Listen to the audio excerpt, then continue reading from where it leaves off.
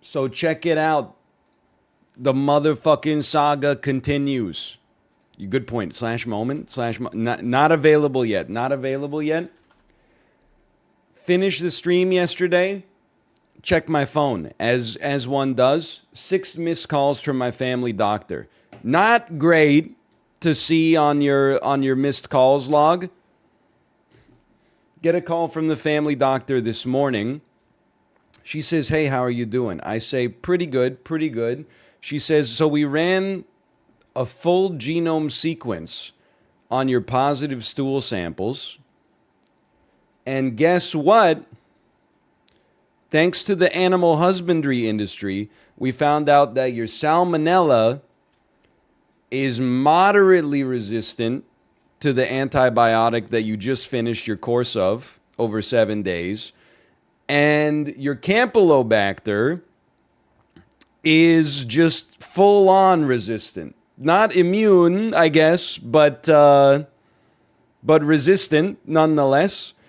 But I still, she was like, "So we're just calling to make sure like you're actually getting better and you're actually okay." To which I said, "Yeah, I'm like, I feel symptomless. The stanky leg cleaned up. My gastrointestinal issues are fine. I've been drinking these probiotics, trying to rebuild the microflora in my gut. So it's basically like it's good that I have like no symptoms, but they told me to like keep monitoring it, and they might have to put me on a course of like different antibiotics.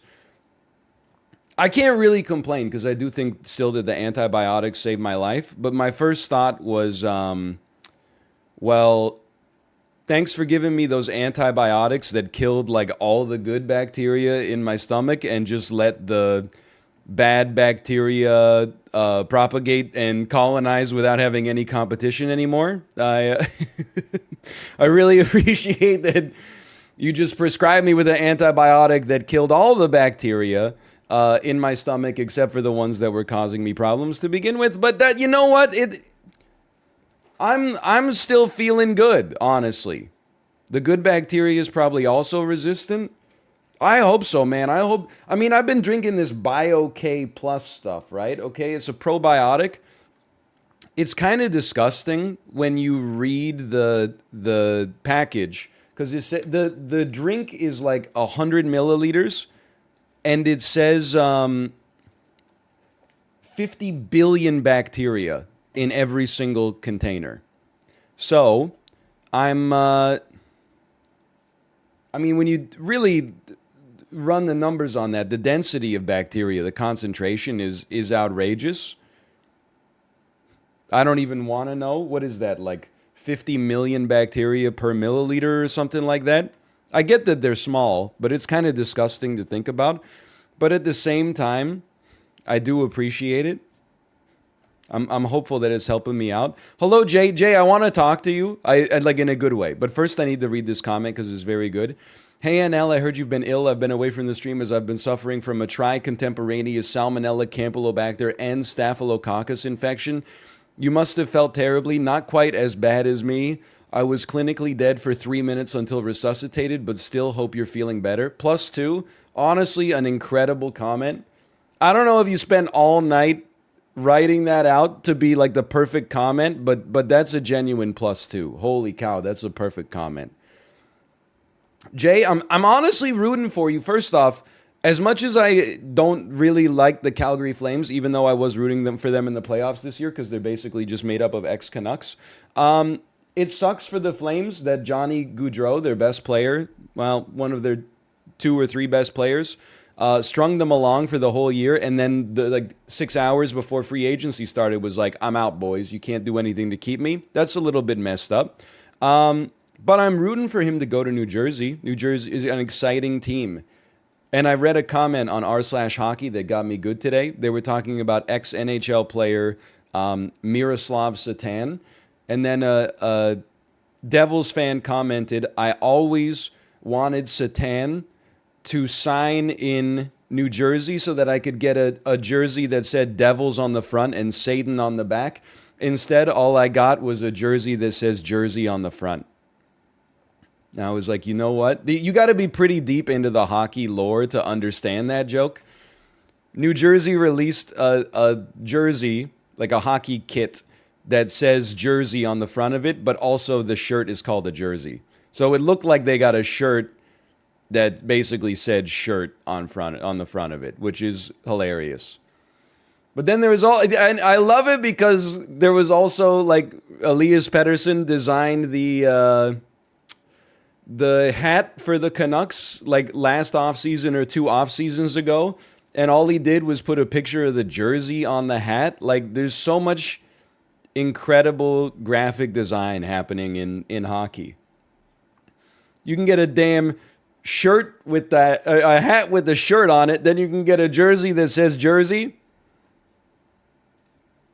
Graphic design do be my passion. Anyway, I just wanted to keep you posted on my health. To be honest, if I don't get sick again, the knowledge that the bacteria I had is antibiotic resistant is actually bizarrely good news, because it means that my immune system doesn't fucking suck that bad. And instead, it was actually able to do some of the heavy lifting itself. So it's actually kind of like okay news, as long as I don't have my gut be recolonized. So I'm happy to hear that I actually like still have some T cells left or whatever, some lymphocytes, some white blood cells. I do appreciate that, because the way the doctor made it sound is basically like at age 33, if you can't fight off a simultaneous Campylobacter and Salmonella infection, then, you know, we need to get you in for like an urgent soul read. It's just, look, I'm not mad, and I'm not flaming. I'm just saying, motherfuckers waited 10 days until my stool samples were fucking cultured in order to prescribe me with antibiotics. And then they fucking gave me antibiotics that the bacteria was already antibiotic resistant to. Thanks a lot. I really appreciate it. Thank God we waited so that you didn't give me antibiotics that would promote antibiotic resistance. Instead, you gave me antibiotics that my bacteria was already resistant to. I really appreciate the due diligence, Doc. Hey, Xyler Kedem, been around forever. Thank you for the gifted subscriptions. Thank you. Hold on. I'm going to hold my nose, and I'm going to drink 50 billion bacteria in a single gulp. 10,000 years of human innovation, and we barely begun to scratch the surface.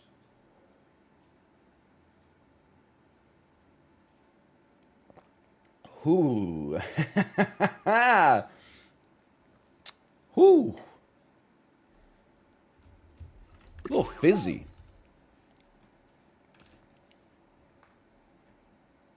Sheesh. I love sheesh. Dude, honestly, I want to apologize as well. And Shaddy Plays, thank you for the gifted subscriptions as well. Thank you. Maybe we should do this in the marker. Instead of spending 20 minutes just doing nothing. Talking about my gut microflora. Maybe we should put it in the slash marker.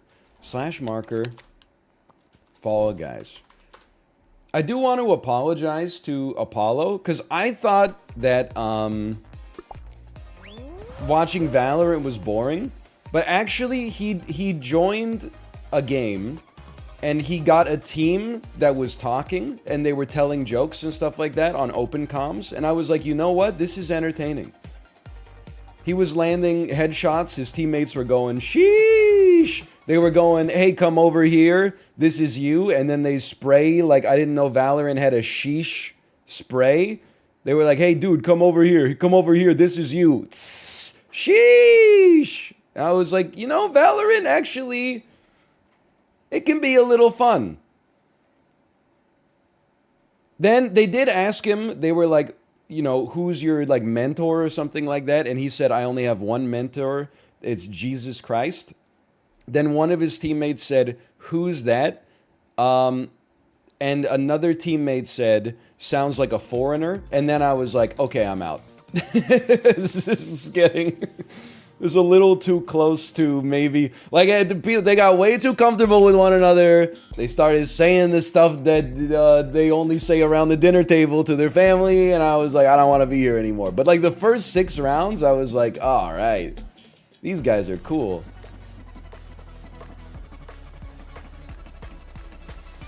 Oh, man. You only stream at unemployment hours? Well, you should just get a job where you can have a second monitor up with my stream then.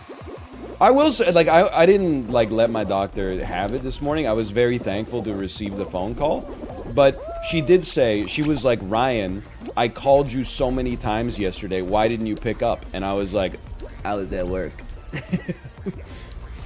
And then she was like, I called you this morning. And I was like, yeah, that one's on me. My ringer is literally always on Do Not Disturb. I was like, oh, how fitting. I want to talk to the doctor. They're like, that'll be 6 weeks away. My doctor wants to talk to me to give me urgent, life-saving advice. And I'm like, oh, I'm sorry, I'm at work. Okay. Hey, I don't want to be here. I don't want to be here. I was on the right side. You gotta make it on this. Oh, grab it! Okay, yeah, you just spawn people, like, right in front of me so they can go first. That makes a lot of sense. Makes a lot of damn sense. Maybe your doctor should have made a dono. Dude, so true. If my doctor gave some gifted subscriptions and said, hey, Ryan, how are you doing? We just wanted you to know that your salmonella is moderately resistant to ciprofloxacin, and your Campylobacter is, like, fully resistant to ciprofloxacin, then I would have been like, thanks for the gift subs, doctor. Any essay writers in chat? No, I would have been like, thanks a lot, I really appreciate it.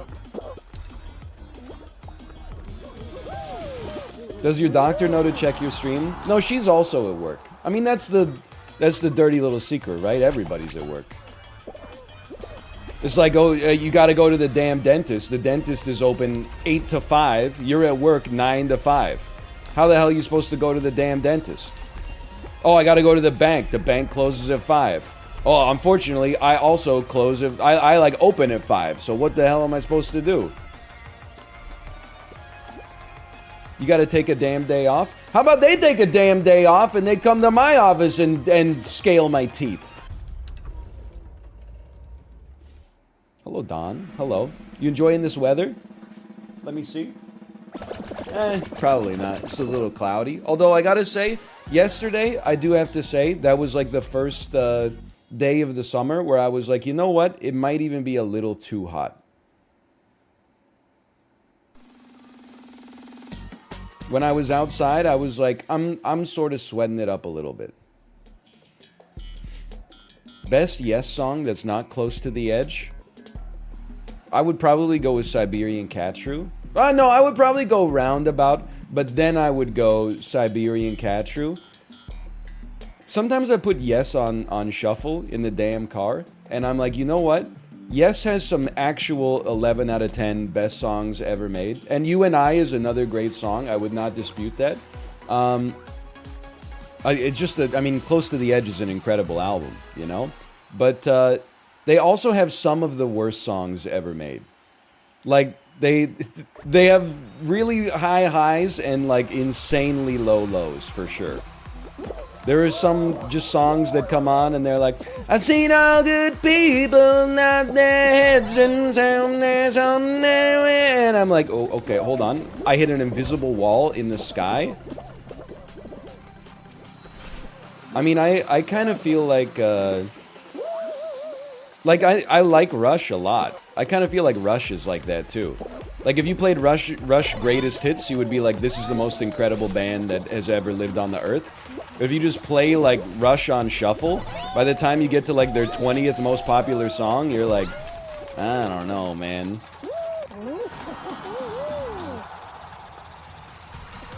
I actually kind of like Owner of a Lonely Heart, to be honest.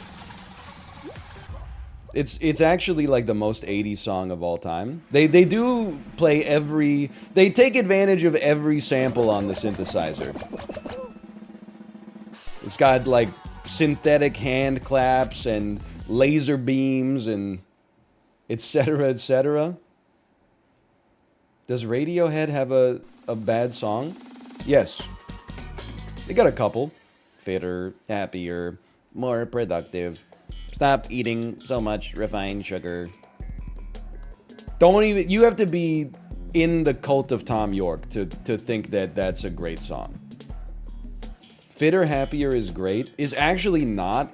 It's just short and it's on a great album, so you can trick yourself.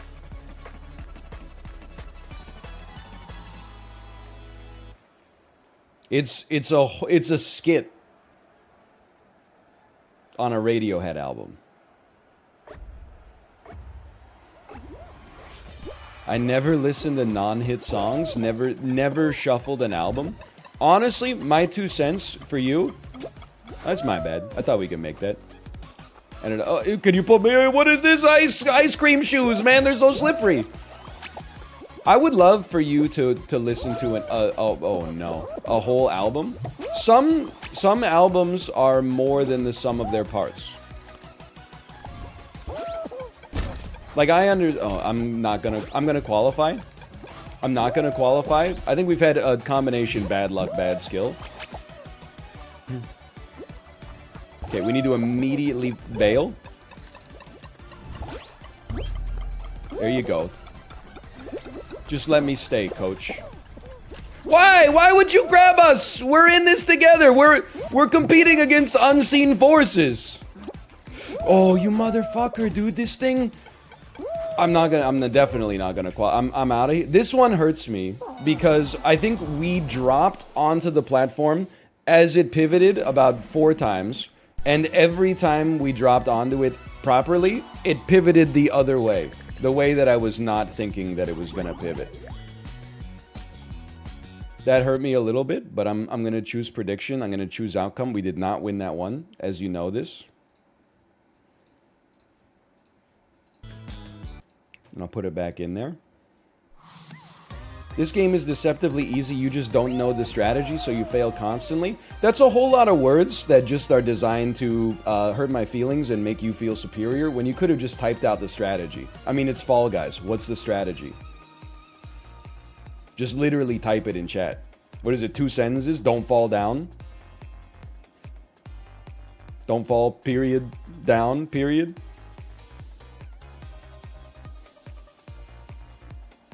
Anyway, what were we talking about? Oh, albums. Yeah, dude, like, here's the thing, okay? I always think it doesn't have to be a concept album, but I always think of something like The Streets, A Grand Don't Come for Free. If you only listen to the singles from The Streets, you would be like, yeah, I know that band. They have that song that makes me cry, Dry Your Eyes. And then they have that song that's like a meme, You're Fit But You Know It. But if you listen to the whole album, you get a completely different perception of what that band's all about. It takes you on a journey, you know? There are bands where I only listen to the singles, for sure. But there's also, I mean, there's bands where the album format is like... It's like saying you don't watch movies, you just watch, like, the greatest scenes in movie history on YouTube. Like, sometimes you gotta watch it the way, you know, listen to it, in this case, the way that the artist intended. Not always. Like, a lot of, you know, commercial pop records are basically just vehicles for the single to sell. But, you know, there's albums that are constructed from front to back to take you on a journey. I would recommend it, like, exploring that. I think you'll find a lot to like. That hurt me. That hurt me a little bit. I'm back at the start of the level. Okay, I took a long, circuitous journey. I really thought that the bouncer would get us there. I almost never listen to music, though. Well, that's fine, then. Like, you know. I mean, I'm not going to tell somebody, like, you know, waste all your time exploring the format of the album and gaining an appreciation if you're not listening to that much music. I'm just saying, like, you know, that was the journey that I went on. I feel like I'm an album guy. I listen to the whole album, and then, like, you learn what songs that you actually skip over the course of, like, 3 or 4 listens. And then you eventually get to the point where you're like, I only listen to 1 or 2 songs on this album, and then you're like, it's time to move on to a new album.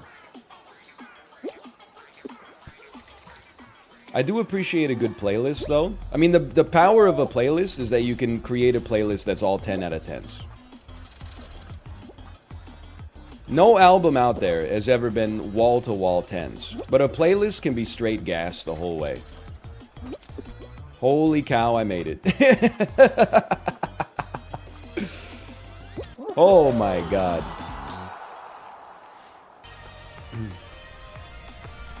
Come on. Come on. There's no album that's all 10s, man.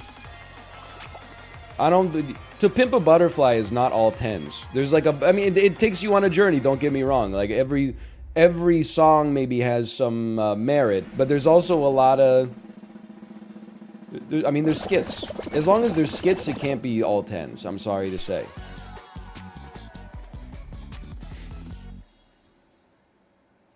Asia's pretty close. Yeah, I mean, Asia's a great album. I don't feel comfortable saying what's a bad song on Asia. But not every song is a 10. There's a few, like, 8s on Asia. But then they're elevated by the... They're elevated by the fact that they're on a great album. Name a non-10 on the Hamilton soundtrack. Okay, Jay, how about Farmer Refuted? It's instant skip every time. My dog is more eloquent than thee, but strangely your mange is the same. I skip it every time. Here's the real question for you, Jay. What's the dominant side of Hamilton? Side 1, from Alexander Hamilton through to Non-Stop, or side 2 from What Did I Miss, the introduction of Thomas Jefferson, through to The World Was Wide Enough. I mean, I'm a side 1 guy. I'm not afraid to admit it. Don't kill me. You killed me. I deserve to die there. I'm an Act 1 guy. I do respect. Act 2's got some slappers, man. I mean, like, Say No to This. I mean, What Did I Miss is even good. I'm not a huge fan of the, okay, I deserve this. I'm not a huge fan of the cabinet meetings. I just find them, I mean, if you think Hamilton is cringe, the cabinet meetings are the most cringe on the album, next to Farmer Refuted. But they did kind of, I mean, they land the first time you watch the play. Ooh, I crossed. I'm not gonna make it, but I at least crossed.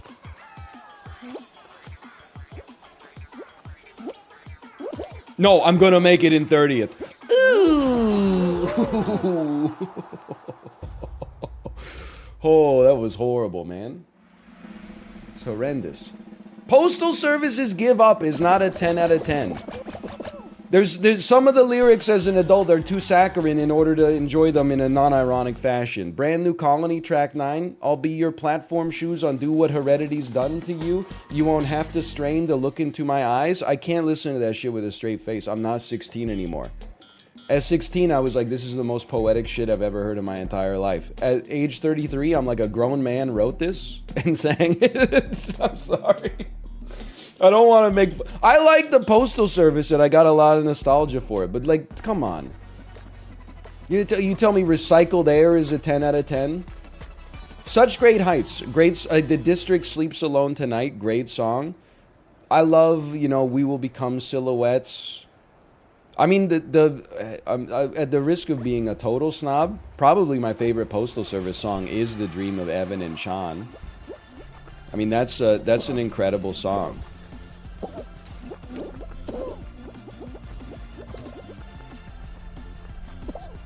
But to say the album is full of 10s, I don't know. I take issue with that. He's Pacific Northwest pilled. It's true. I live here. I got a lot of respect for Washington and Oregon. They produced a lot of great bands. I mean, if you're not listening to the Modest Mouse catalog from the 1990s, you can just get out, as far as I'm concerned. But Bellingham is in Washington? Like, as bad as Bellingham is, at least it's not part of Minnesota.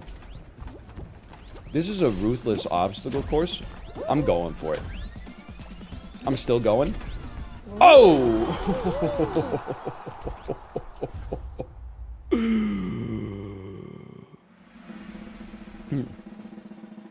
Thoughts on Tenacious D? Like him a lot. Like him a lot. Absolutely. Every minute Johnny Gaudreau doesn't sign is like a dagger in my heart. Dude, it's 9:30. Free agency's been open for 26 minutes, basically 27 minutes. What the heck are they doing? Dragging their damn heels.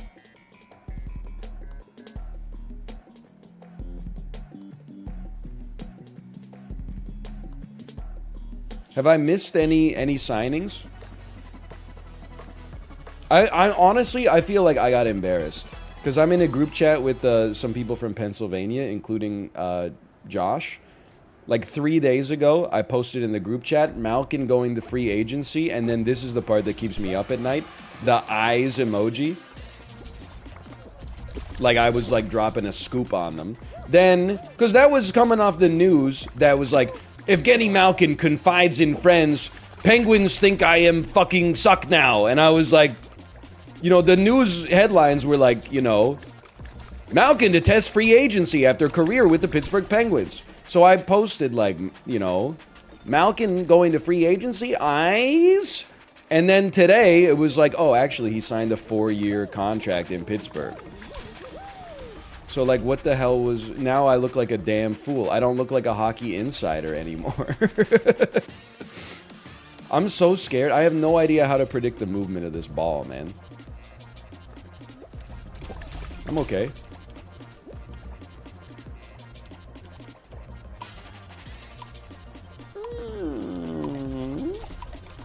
That dude literally just fell. Whew. I'm a Yinzer. And all the sports radio hosts thought the same thing. You're good, NL. Thank you. I appreciate that. I'm still a little embarrassed just because I ate the onion, right? Well, I guess I took the bait. I didn't really eat the onion, but... It's can I tell you something? It's actually kind of nice that Vancouver has no cap space, because every year that Jim Benning was the GM of the Vancouver Canucks, he felt pressure to push chips in to try to get like a wild card spot in the playoffs. We would always sign like some 37-year-old coming off a career year to like a $6x6 million deal, and you would just be like, oh fuck. Remember, I was so excited we signed perennial 30-goal scorer Louis Eriksson. Played on the team for 4 years. In 4 years, I don't think he scored 30 goals total for the Canucks. In his first game with the Canucks, he scored an own goal, which does not happen very often in hockey. And that was the most noteworthy moment of his entire Canucks tenure. He didn't even score 10 goals total. Are you sure? Because there was like a couple years where he was like a lock for a few empty net goals a year. Like as soon as there was an empty net, Travis Green, our now fired coach, was like, get Louis Eriksson out there. We got to pump those numbers up. It is funny, though. I mean, he was getting roasted by the... I felt bad because everybody said that he's a nice guy.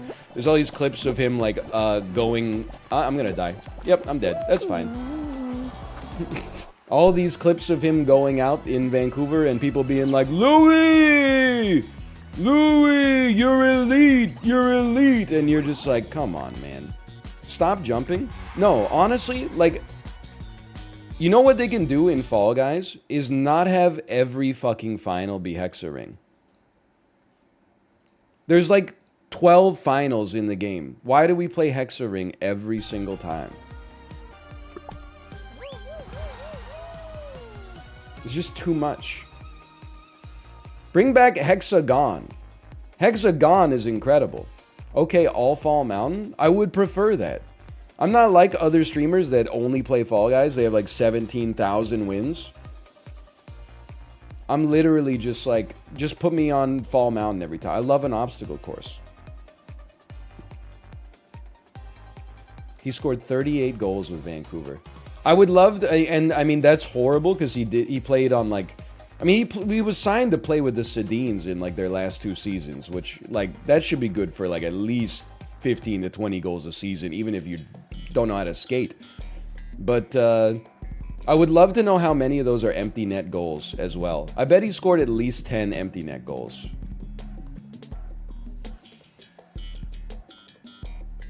Oh no, here we go. It's the copy pasta. After almost 2 years, we finally get free Fall Guys, and he doesn't show any interest in winning. Game has become his job and his prison. The fake irritating forced what the hell makes watching him play this unplayable. Go back and watch his old playthrough of paid Fall Guys. His wins were zany and experimental. Now it's just losses.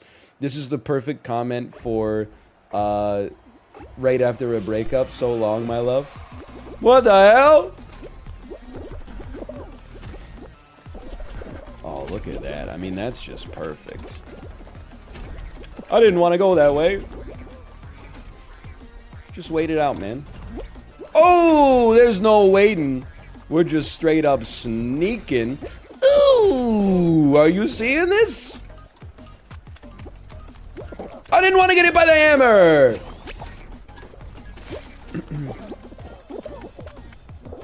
I'm okay. That was a really good performance until the hammer, but still. Has anyone ever missed an open net goal in hockey? Well, like, I think it was Patrick Stefan in the playoffs, Dallas versus Edmonton. Very famously missed an open net goal, and then Edmonton, with like 30 seconds left, took the puck back and scored and sent it to overtime. People don't often remember, because it makes the story worse, but Dallas actually won that game in overtime, if I remember correctly. So it ended up not costing them the game, although they did lose the series. But then, like, if you watch the clip, it's like, I don't want to say that it's like not his fault, but like he hit like a weird patch of ice. Like there was like a magician with like a magic wand that took the puck away from him when he was about to shoot. It was like a 1 in 1,000 like weird bounce. It was weird. Dude, I'm not a Dallas fan. It's a great clip. I'm just saying it's a weird. It's like he hits a weird patch of ice. And then, yeah, the commentators are like, how did he miss that? And you're like, well, sometimes, like, shit happens, man. It's the same thing, like, you know, a goalie lets in a goal from, like, center ice. And you're like, people are like, how'd you miss that one? And you're like, well, I faced 50,000 shots in my career. You know, I didn't even look at the fruits. Holy cow. There's 2 dragon fruits.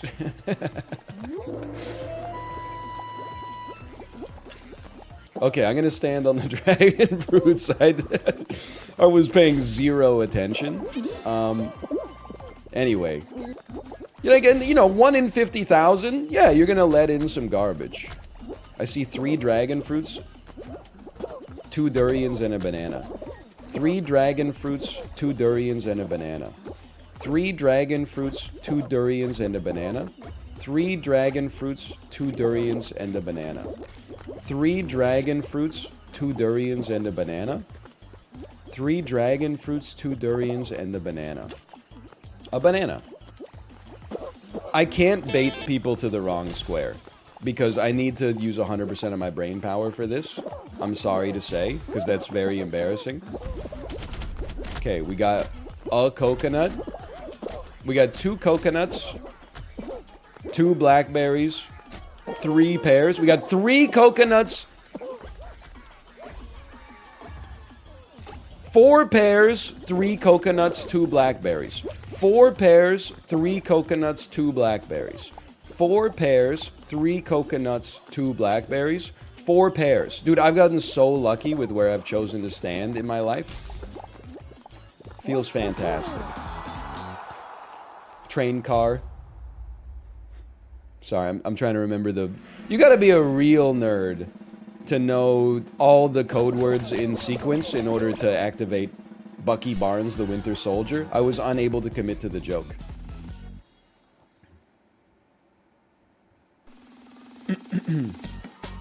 I know one of the words is train car.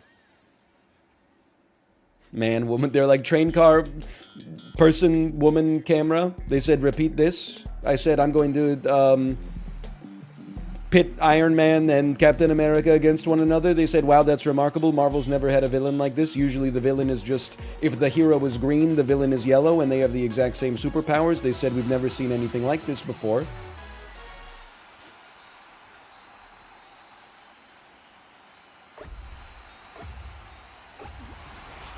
Okay, I'm starting in first. It's perfect. Just call me Max Verstappen. See, I follow other sports. It's not just the National Hockey League. Also very familiar with some F1 memes, allegedly. Oh, we're sneaking. Oh, we're sneaking. Ooh, that's painful. That's all right. Don't skip the speed boost. That's the number one thing. Chad gets mad at you. Don't skip speed boost number 2.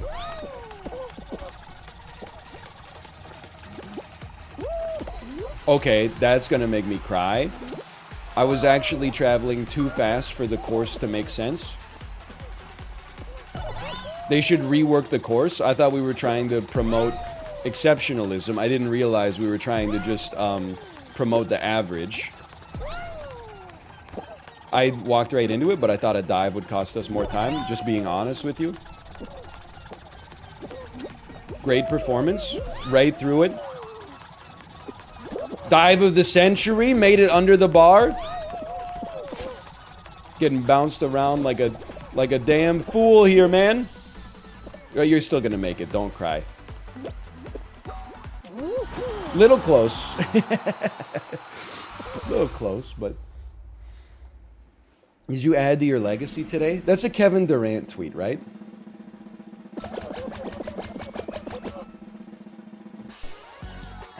Yes.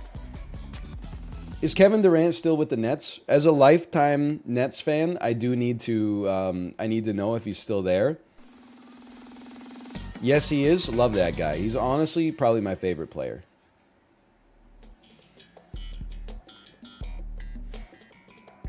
For now, I don't think he's leaving, man. It's Brooklyn. The greatest city, like the Lin-Manuel Miranda said. The greatest city in the world. I'm looking for work. He's not leaving, dude. Where did this lifetime Nets thing come from? Well, like, they created, like, a super team. So I thought, wouldn't it be funny to pretend I'm, like, a lifetime fan of this team that has basically just become an all-star team, and then, like, get an NBA championship under my belt for, like, rooting for... Basically just bandwagoning on a team that's guaranteed to be good. And then it turns out they were not that good. But now I'm pot committed to being a lifetime Nets fan for the bit. Don't swivel me. I jumped into it. I got hit by it. No, the fan! The fan!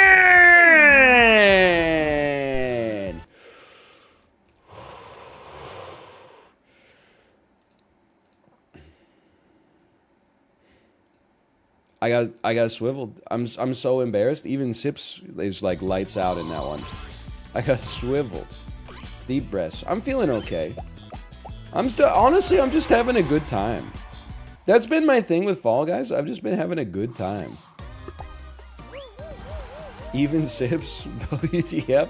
I mean, did you see him play? Did you see him on Skyline Stumble, where all he had to do was get on the damn edge of the pinball flipper? I was yelling at him for like 5 minutes, like, Sips, you gotta be on the edge of the flipper. And he's like, I am! And then he would jump on the flipper and get like in the exact middle, and then it wouldn't shoot him up to the top. It would only shoot him like 70% of the way up. And I was like, get on the edge of you gotta get on the edge of the flipper! Or when he didn't grab the crown. No, both of the finals that Sips should have won but lost, I actually have to say that it's Sips' suffering from success. Because he was the only one of the three of us that had any chance to win. And then, like, we made 10 mistakes. He made 1 mistake. And all of a sudden, Malph's like, wow, how'd you blow that one? Well, like, me and Malph are standing 10 kilometers away from the crown. Sips put himself into a position to win, and then, like, things didn't go right. And we're like, wow, you really blew that one for us.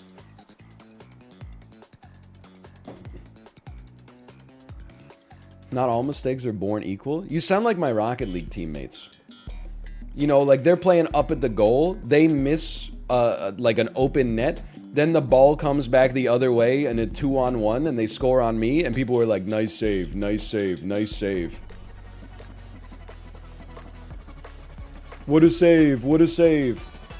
You fucking suck at playing like possession ball in the ozone. All of a sudden, you know, I'm constantly beset on defense. People are like, your mistake led to the goal. You missed the ball 5 times going for the goal. It's just because I was the last person to make a mistake. I'm getting like, people are threatening my life in all chat. Yeah, well, we might have made more mistakes, but at least we didn't make the final mistake. Yeah, that's, you never go the same door twice. Come on. Can we get more Rocket League? Absolutely not.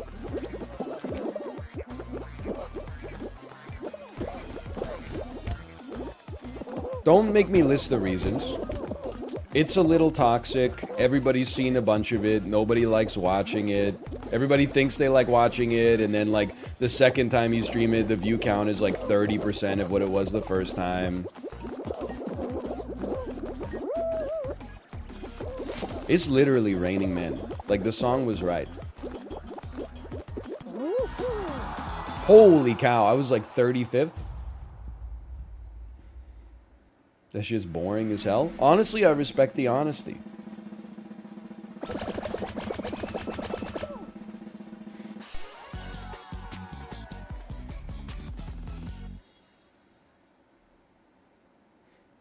Ten things I hate about Rocket League? Well, I definitely don't hate the way I don't hate it, not even a little, not even at all. What are your thoughts on the Trump tweet about Elon? Well, I have 2 thoughts on that. The first one is please do not besmirch it by calling it a tweet. It's not a tweet. It's a Truth Social post. It's not a tweet because it's not on Twitter. It's on truthsocial.us.biz or whatever. Secondly, I liked it so much that I posted it in our streamer Discord, like where the streamers talk. And I always say this whenever I link anything, and the fucked up part is I always believe it. But I linked an image of it, and I said, this is the funniest thing I've ever seen.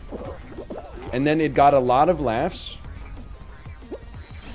And then someone said, that's funny, but F Trump. And then I posted a photo of that classic boomer image of Morgan Freeman pointing up and going, he's right, you know. To which Chib then replied with a picture, a gif of a cat getting like stuck in a bowl of milk. And I was like, you know what? So true. So that's like the whole conversation that we had.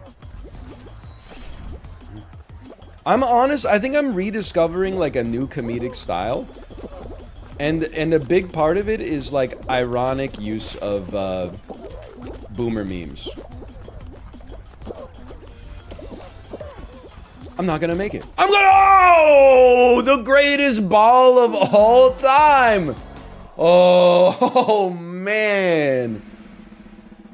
I was laughing. This is probably not funny to laugh at, but I was laughing a little bit. There was a post on like r/shit mom group say that was like a Facebook post that was like, please pray for my son. He was mowing the lawn when a big piece of metal. Wait, did I not qualify?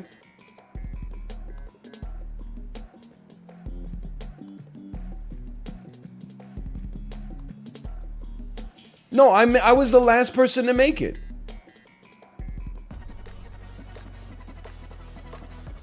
You'll see, you were eliminated? I thought it said qualified, man. Oh, no, no. No, no, I'm spectating. Get me out of here. Oh, that hurts, man.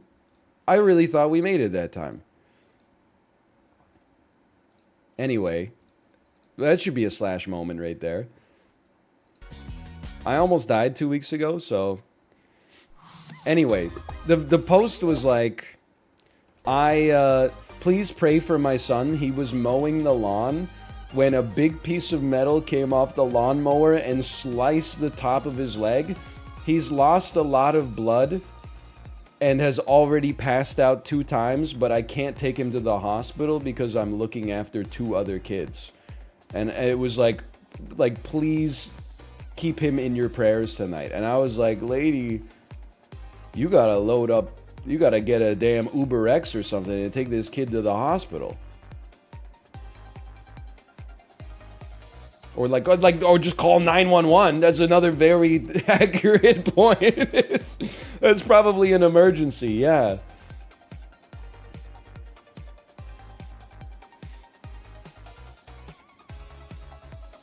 I'm not saying I 100% believe it. By the way, thank you to all the tips on the subreddit for how to actually navigate Am I the Asshole without experiencing fake posts nonstop. Apparently what you're actually supposed to do is just go to the Am I the Asshole subreddit, not the filtered subreddit. So I do appreciate that.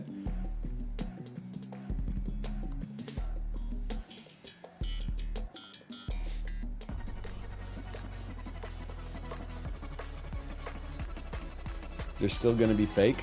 Yeah, I'm done with filtered though, man. Filtered was like... Filtered is just... They filtered out the real posts and only gave me the fake posts.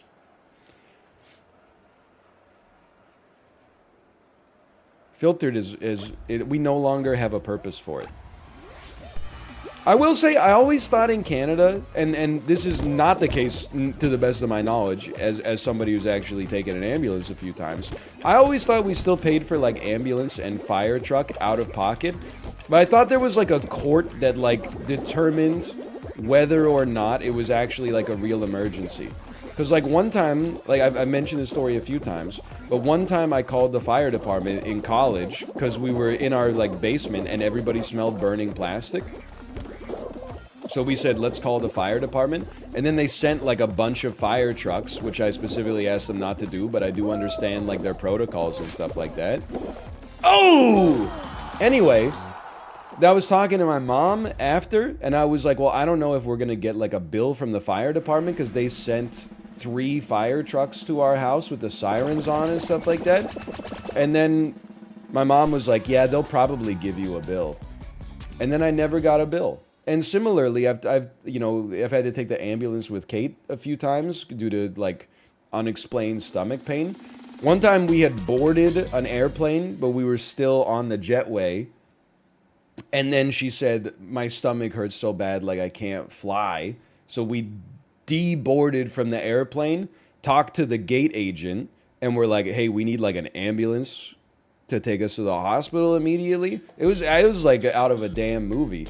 Then, like, paramedics came into the terminal, and, like, an ambulance drove up onto the tarmac, and we, like, went out the jetway onto the tarmac into the ambulance, and then, like, drove through the, like, the runways to get back on the highway and stuff like that. And that's, we all did not receive a bill. That must have cost, like, the taxpayer, like, $100,000. But I guess it's good. In order to not have people be like, I think I'm dying. Should I call an ambulance? I guess it's good to be like, yeah, you never have to pay for it. Was she okay? Well, like, she got pain relief at the hospital and then had a bunch of, like, diagnostic tests that never turned anything up. But then, like, 2 years later, she was talking to her mom and was like, hey, mom, like, I've been having really bad stomach pain. And her mom was like, oh yeah, I had that when I was your age. Eventually it just went away. And then, wouldn't you know it, that's exactly how that shit went down. But like, it would have been kind of nice of my mother-in-law to mention that a little earlier into the situation. Because she had like a sigmoidoscopy and stuff like that. And a bunch of like imaging tests done and stuff. Like...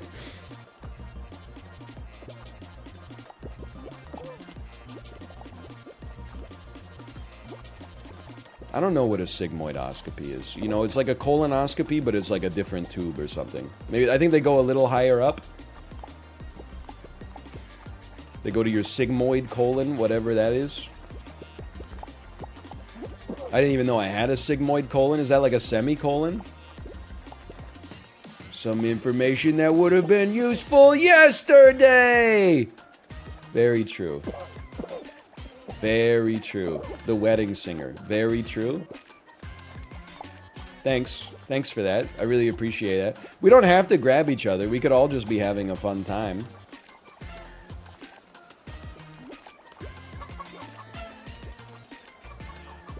Rollout never ends, man.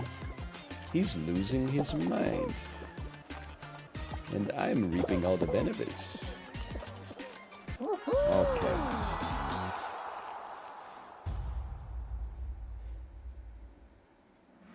Anyway.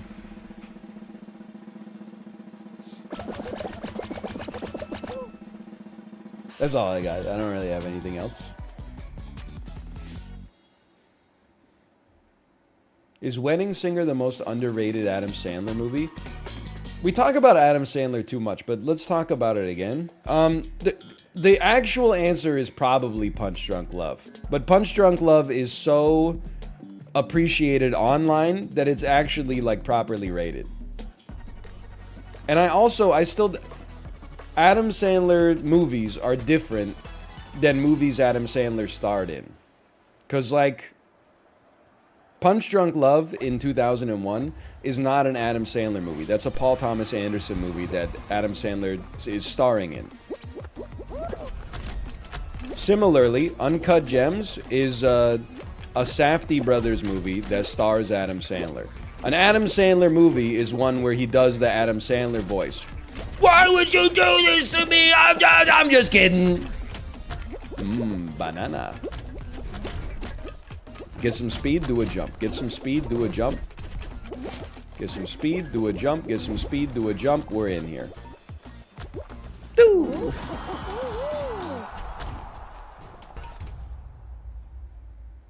Hubie Halloween is pretty underrated. Hubie Halloween is pretty, like, ass. It's pretty much like the worst. It's one of the worst movies he's ever been in, for sure. It's probably not as bad as Jack and Jill. I would have to watch them back to back on a day where I hated myself.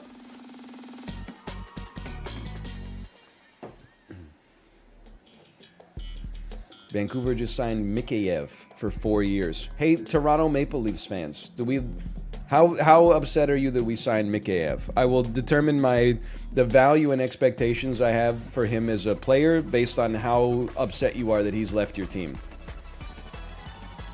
We're upset, extremely upset. My existence is pain. He's fast but can't finish. Those normally go hand in hand. It's a joke about sex.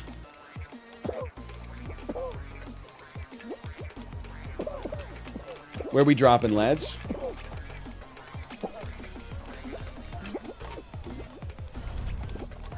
Psychotic tiptoe?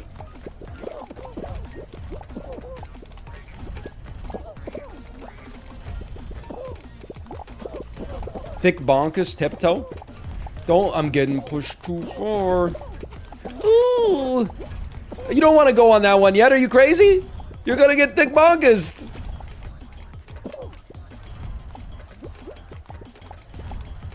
Holy cow. It's the edge. It's the edge, you fools! Go, go, go! Oh! Oh, man. Holy cow. My heart rate has got to be like 110 right now. Oh, no. What the hell? Nobody else can even make it.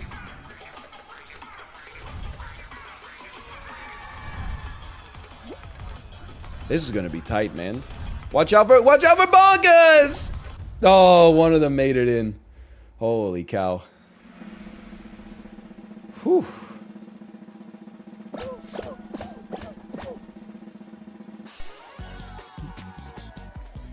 Nine qualified. Holy cow. How about a finals that's not Hexaring? Why were you in Sweden? Why is this? Maybe you don't mean it like this. It has an accusatory tone. Like, I feel like I'm at like a grand jury hearing or something right now. Like, why were you in Sweden? I was in Sweden in 2014 to preview EU4, essentially at a LAN party. I was there for 3 days or something like that. I had a good time. I ate some reindeer. I ate some lingonberries. I slept in a boat hotel.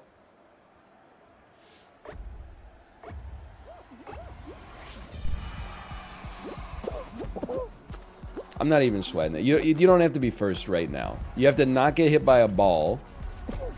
You have to not get hit by 2 flippers. If you can avoid getting hit by 2 flippers, you got a chance.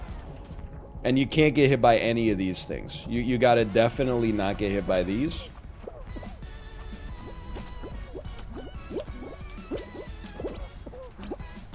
It's the most intense Fall Mountain lobby I've ever seen in my entire life. I had an incredible run, and 4 people beat me. I don't even know what this... I can't be mad. I just got outskilled.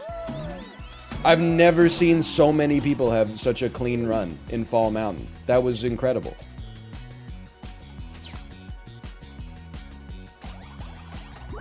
Hey, NL, do you still keep in contact with Lois? Do I still keep in contact with a student I had for 1 month in South Korea? We had a 14-year age gap and no common language to speak. No, I do not. Are you insane? I do not still keep in contact with Lois. What an insane question. How are your ETFs performing? Why don't you Google S&P 500 year to date and tell me how you think they're performing? Why don't you Google any asset year to date and tell me how you think it's performing? Oh, wait. Pretty bad. But, like, well, I don't know. Unless you were, like... I was gonna say if you, like, were, if you predicted the future and were all in on, like, energy. I guess energy is, like, the only sector in the S&P 500 that's up annually or something like that. But even then, like, oil prices have come down a lot, so I don't know if that's actually true anymore. What did you learn from your biology undergrad? This is an honest question. One thing I learned is laboratory practices, which is actually really relevant if you're going to pursue a career in science. That was probably like the principal thing that you're supposed to learn being an undergrad in biology is like how to go to a lab, how to, you know, culture bacteria on agar plates and, you know, use fly nap to put fruit flies to sleep so you can figure out whether they're male or female. Oh, hello. Everything go okay at the drop-off? Oh, let's go. Inside out.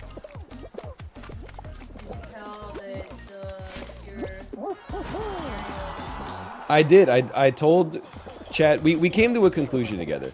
I told Chad that my salmonella is moderately resistant to my antibiotics, and my Campylobacter is apparently resistant. But then we agreed that the fact that I feel symptomless is actually a good sign. Because it means that the antibiotics probably did something, but my immune system kicked in and probably, with a little bit of help from the antibiotics, was able to finally push me over the edge to healing. Is that a copium? I hope it's not copium. Because I also went off a little bit about how it took them... They didn't want to prescribe me antibiotics because they don't want to promote antibiotic resistance, so they waited 10 days until the cultures came back, and then they prescribed me antibiotics that my bacteria was already resistant to. So I said, thank you, doctor. That was I really appreciate doing your due diligence on that. But you're already immune to it. Isn't that you took too many antibiotics in your life? No, it means that the Campylobacter that I got already had some built-up antibiotic resistance. Probably because it originated in the poultry industry, and they're giving antibiotics to all the damn chickens so that they don't get sick, so they can get 6 extra tenders out of each breast.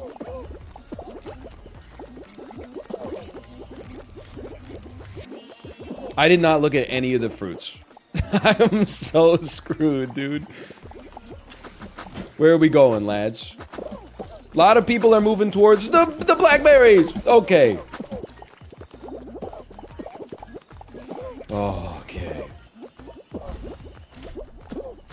We got a star. Is that a star fruit or is that just a star?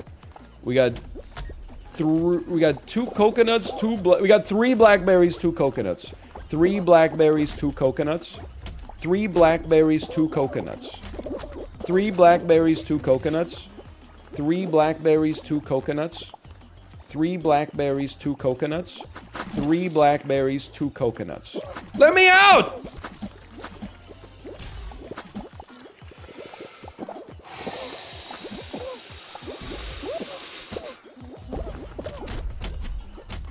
We got 3 durians, 2 coconuts, and a blackberry. 3 durians, 2 coconuts, and a blackberry. 3 durians, 2 coconuts, and a blackberry. 3 durians, 2 coconuts, and a blackberry. 3 durians, 2 coconuts, and a blackberry.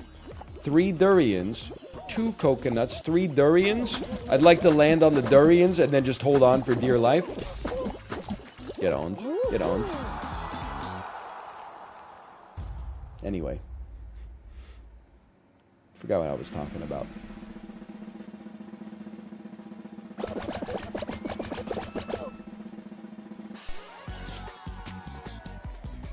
OMG, STFU? STFU for what? For what? Because I kept repeating the fruits? I was doing it because I have to. I wasn't doing it for pleasure. I was doing it because I can't keep that information in my brain for like the 10 seconds that I need to keep it in my brain for unless I'm constantly repeating it. I'm just cranky today? Oh, okay, well, carry on. Sorry. Fair enough.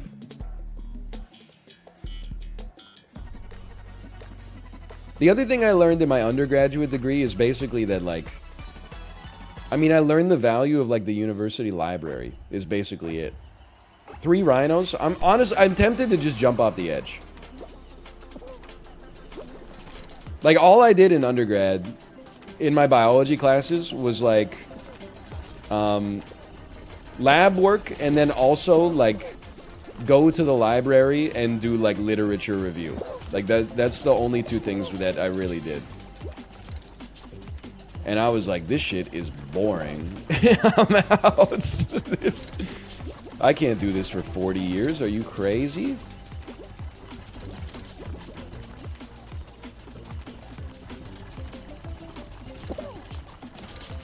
$30 more seconds of this?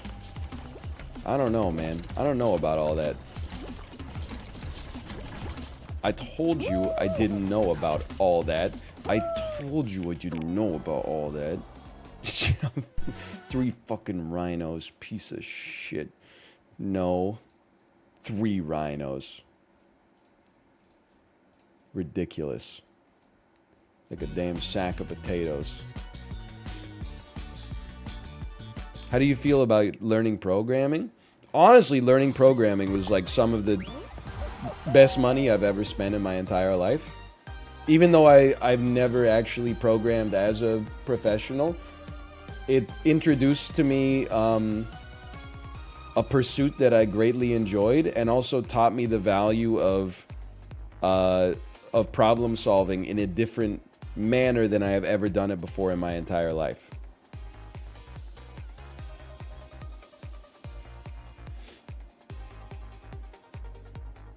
It opened up a section of my brain that I had never really like thought about before.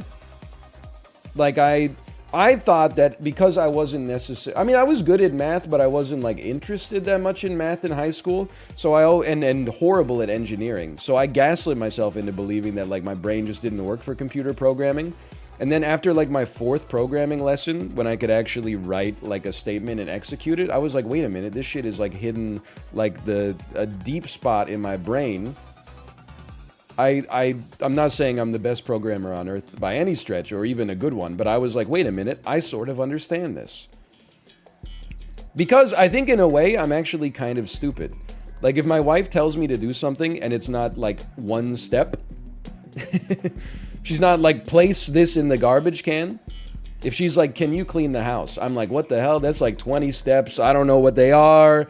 I'm scared. I'm just going to putter around and like try to do my best at it, I guess.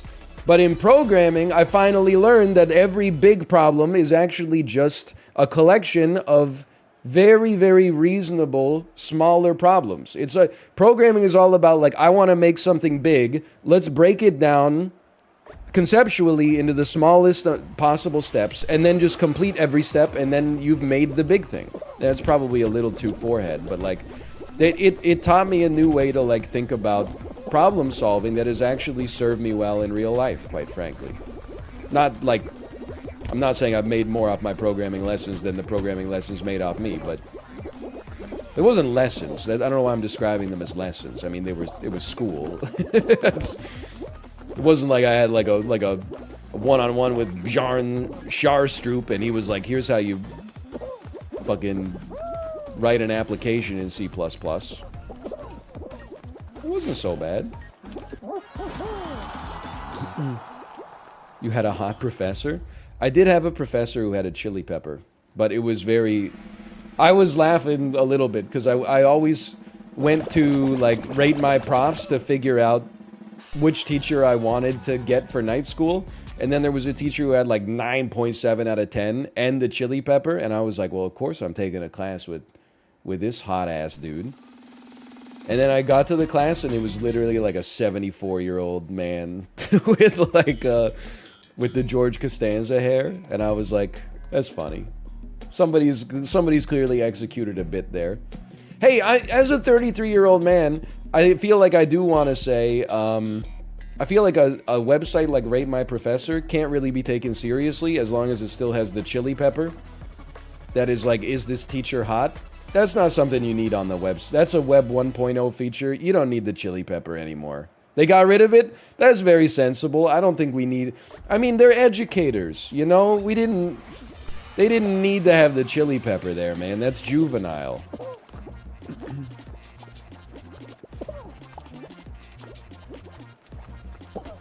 Was that for real there? It sincerely was.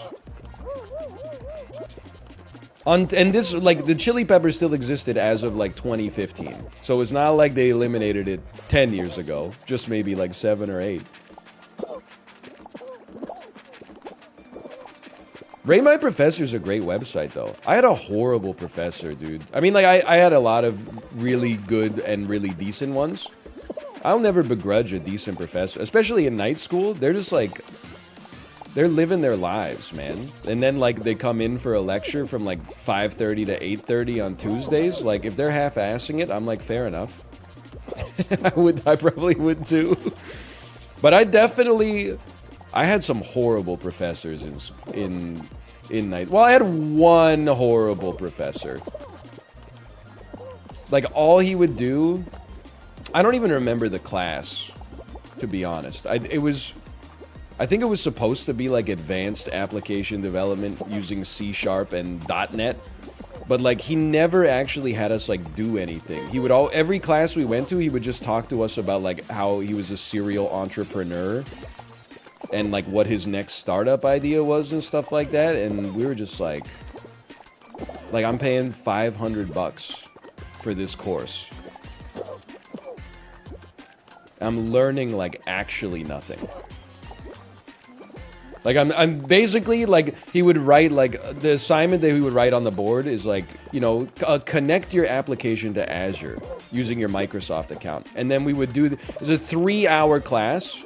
We would do that, and then he would talk about how, like, you know, like, oh, when he first started his career, he was in Silicon Valley. And, like, you wouldn't even believe the kind of venture capital money that was flying around. And I'm like, okay, dude. I'm trying to fucking figure out how to, like, fizz-buzz here. I don't really care that you, like, were one of the first 750 employees at Yahoo. Like, any askers in the class? I don't think so. I'm just gonna say it. This shit is too long.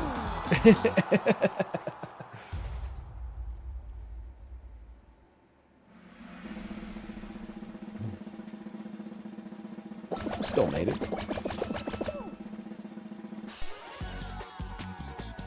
Hey, Chili Pepper. Any askers? I hate profs that talk about their lives. Like, who gives a shit?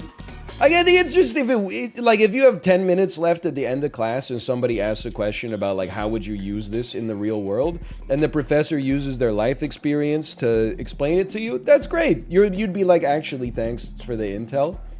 But I mean, I had one professor who was like, I don't know, he was just grumpy all the time. And you're like he's teaching a class full of like 30-year-old adults. And he's treating us like we're like 15-year-old kids that are just trying to get out of doing the homework when actually we're just asking questions. But he would always talk about how like, oh, if you could get away with that on the assignment and it would work, but I'm going to mark you down because that would never work in enterprise. I'm like, how do you know, motherfucker? You've been working in this school since like 1995. You want to tell me you know what it's like to like work at Salesforce in 2017? You've been in academia for like your entire life.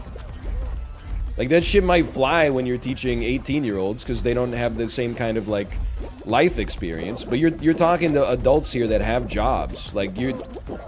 well, kind of, in my case. But, like, it's just not a good excuse. It's like, you can tell, like, if you're a kid's parent, you can... and they ask why they have to do something, you can get away with a couple, like, because I said so's. But if you're talking to another adult and you're like, hey, can you do this? And they say why, and you say because I said so, like, I mean, that's not gonna work for you, man. You're dealing with a fellow adult here.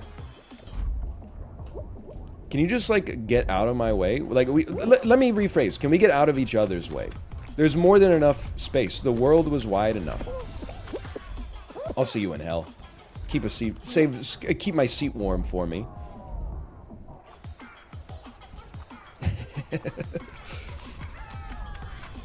Save me a seat at the damn dinner table in hell, okay? I'm going. I'm staying. I'm going. I'm going. You would audit the shit out of your students? I actually wouldn't. I only audit people in chat when they're talking shit and, like, being a-holes for no reason. Most of... let me give you a little secret about most teachers. Oh! Teachers are just like adults, like living their lives. Mostly, like if you think a teacher in high school has like a vendetta against you, I think there's like a 5% chance that you're right. And a 95% chance that you have just made them into a mortal enemy for no reason. And as soon as they go home, they turn on Survivor, and they forget that you exist. They're literally just like, whoa, thank God my workday's done, so I can, like, spend 3 hours tonight reading 30 essays on the same thing, and then have, like, a glass of white wine and go to bed. But the students are like, oh, Mrs. Robertson, here's to you, Mrs. Robertson, you're my mortal enemy, you know. Like, it's just... the same thing, like, even when I taught ESL, I would have, like, 8-year-old kids that, like, every time I walked into the class, they were like, I'm gonna, like, it's me versus you. And I'm like, kid, I don't even care, like, who you are. I'm never gonna see you again after 2011. Are you crazy? Like, life's too short to get, you know, involved in these weird petty vendettas.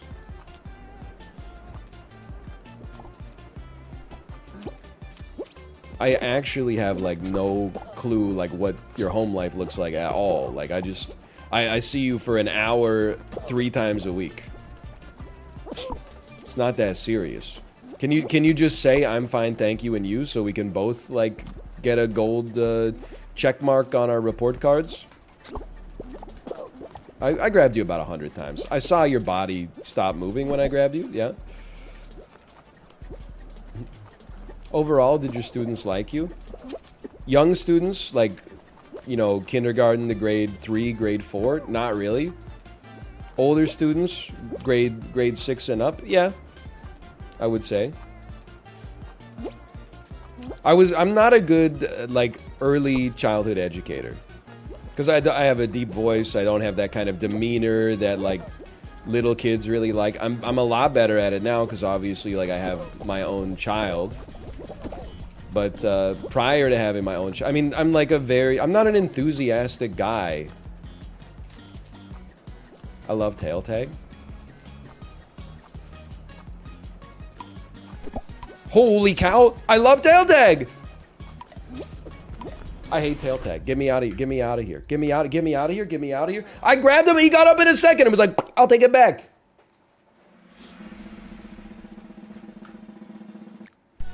How did he instant grab me? That's crazy. We did not win this one. Anyway, but like once kids, especially once the kids had like a good grasp of English, I mean, I was a completely acceptable teacher if like you're 12 years old or older, and just were like as long as you can have a shared idea with the kid that is like we're both in here to spend 50 minutes in the class, do what we need to do, and then get the hell out of here, then it was no problem.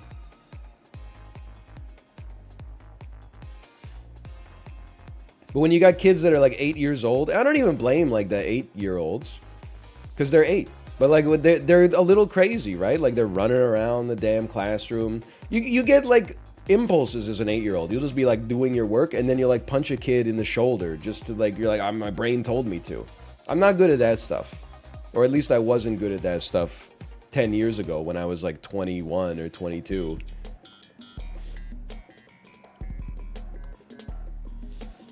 But now that I, like, you know, have a child, you have to get good at it. But you don't have to get good. Like, to be a good teacher without having any experience as a teacher, I had to get good at that shit in, like, a day.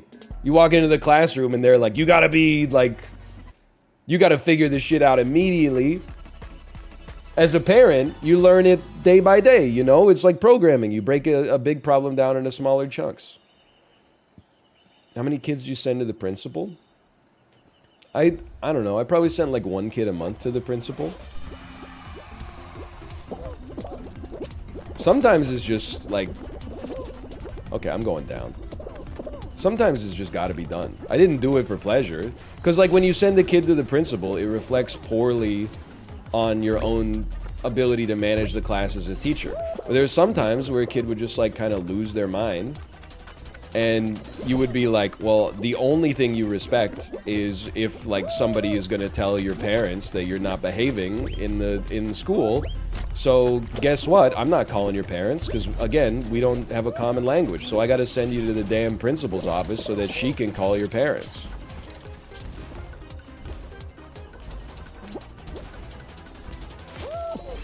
It's insane to me that we're not in last. I qualified 6th? Are you crazy?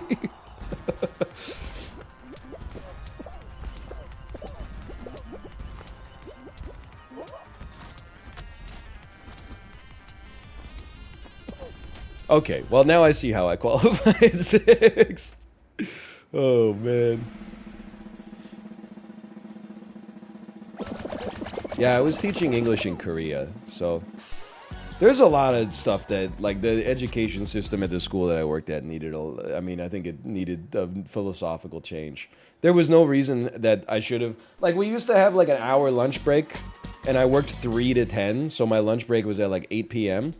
Then, like, halfway through my tenure, they changed it to a 20-minute lunch break, and I had to spend the 40 minutes that I previously had as a lunch break calling children that had class with me earlier that day and being like, you know, I'd call up like a 40-year-old Korean lady and be like, hello, is Jenny there? And then wait like a minute to figure, they're like, who's this guy calling my little child? And then I'd be like, I'm from the school.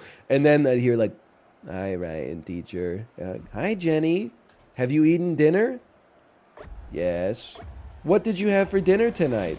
And then just like hear Korean like whispering in the background, and then like a second later I hear like pig meat, and I'm like, oh, that's called pork. And she's like, yes, Ryan. So like this information is just like never gonna stick in her brain. Just an extreme waste of everybody's time. Also, why the hell you got like your 8-year-old Korean kid like at 8 p.m. receiving phone calls for English lessons? Like they don't have enough shit to do on top of like all the other schooling that they're in. Like they can't have 5 minutes to just like be a kid. Anybody who's worked in like the Hagwon experience will relate to this. No, most people don't know this. The hardest time, like the most stressful time to be a Korean student is not like near the end of high school when you apply for university. It's not near the end of university when you're going to be applying for jobs. It's actually when you're like 11 and 12. Because then you're leaving like the elementary school system. You have to qualify for like the best possible middle schools that then prepare you for high school, that then prepare you for university. But it's like, it's almost like when you're 11 and 12, if you make it through that, it's almost downhill from there. Like you got past the hardest part. Like I would talk to my students and I'd be like, what's your average night like? And they would be like, well, like I'm 12 years old and I go to bed at 1 a.m. and then I wake up at like 7 and I go to public school all day. I go home and eat like a snack and then I go to private schools all night. Then I go home at 8 and I do my homework from public school. And then I do my homework from the private school. Thanks for the grab, by the way. This is why we can't have nice things. And I'm like, you know, like, I mean, what do you want me to say? You're 12. That's crazy. That's more work than a 12-year-old should be doing, in my opinion. As much as I've made the case, where are we going, lads?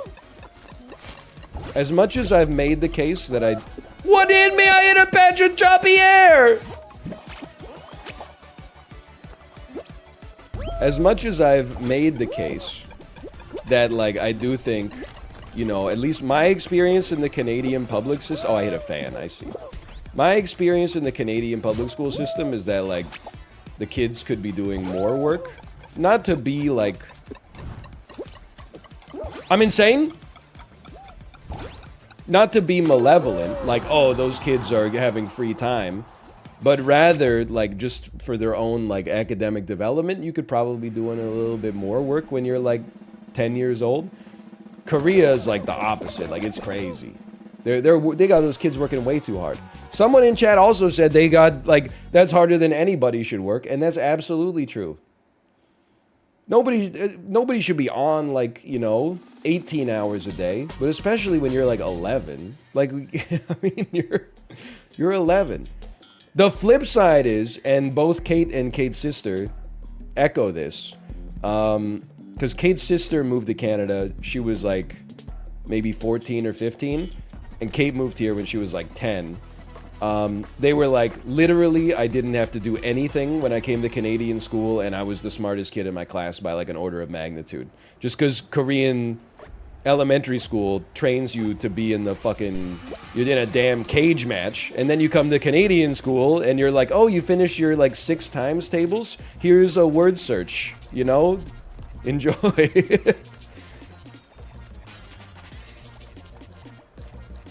My wife moved here at age 13, same experience.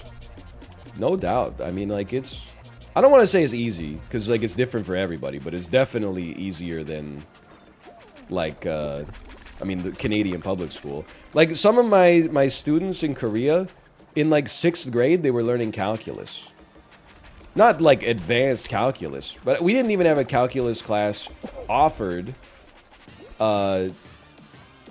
to us until we were in 12th grade. And then, like, their talk, I don't know if they actually did it, but at the last time I checked, they were talking about actually taking calculus off the curriculum. Which, for the record, I don't work as an educator, might actually, there might be a good reason for that.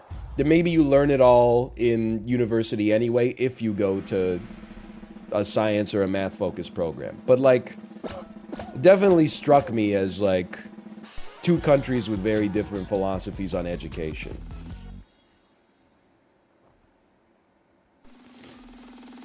I remember I had a private lesson. Like, sometimes we would have classes at the school that were just, like, one-on-one. And it was, like, a 13-year-old kid that lived in New Zealand for, like, 6 years and then moved back to Korea. I was teaching him a lesson about World War II. I did a bunch of research about, like, Rommel and the campaign in North Africa to teach him the lesson. Like 5 minutes into the lesson, he was like, teacher, I know all this. And I was like, okay, I don't know. It's silly me. I didn't think the average 13-year-old would know that much about the North African campaign in the Second World War, but I guess, you know, they just... I mean, this is not the average 13-year-old. Win the game, please. I will tell you, I'm going to do my honest best, but I have never won this game before.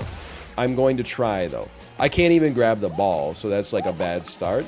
Don't grab me. Don't grab me. There's no need. I'm not trying to brag. I have gotten some eliminations in this game before, though. I've definitely gotten some snipes.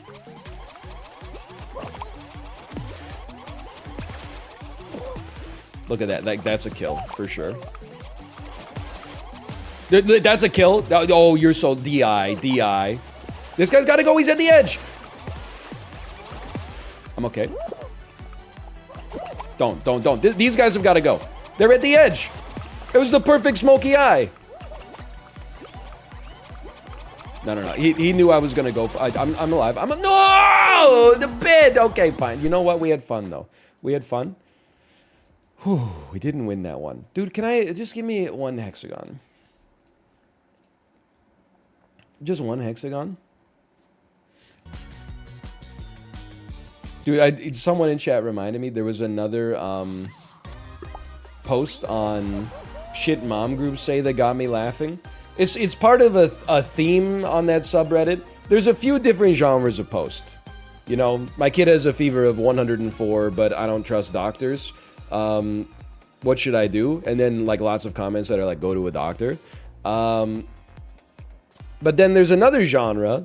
Well, there's another genre below that, which is like, my kid loves driving. That for some, like, I let my 3-year-old drive my car. But then there's another one that's like, hey, I found like a used condom in my husband's pocket, but he says that he just jerked off into it at the bathroom at work. Can somebody tell me if I'm crazy to believe him? So in that, and there's a number of posts like that, but in this one, it was my husband, I found a charge on my husband's credit card for a massage parlor in town.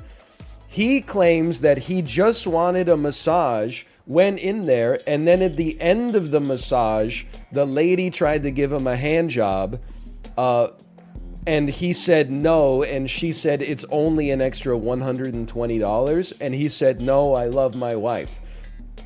So then she was there, and she was on Facebook, she was trying to convince like a sleeper agent to go into the massage parlor and see if his statement about the price of the hand job was actually correct. She was like, I will pay for your massage if you go to the massage parlor and tell me how much they charge for a hand job. So I think this is, I mean, there's copium, and then there's, oh, that is true. I feel like if it's a legit massage, well, I guess she knows it's not a legit massage parlor, but like, she should feel comfortable going in herself if it's legit, but I guess that's a good point. She already knows it's not legit. I was on a perfect run, too. Holy cow. Whatever. I mean, some of the posts are just sad. Like, obvious. I mean, even that post is, like, a little sad, for sure. But something can be sad and humorous at the same time. Like Punch Drunk Love. I'm alive. Still a pretty good run, all things considered.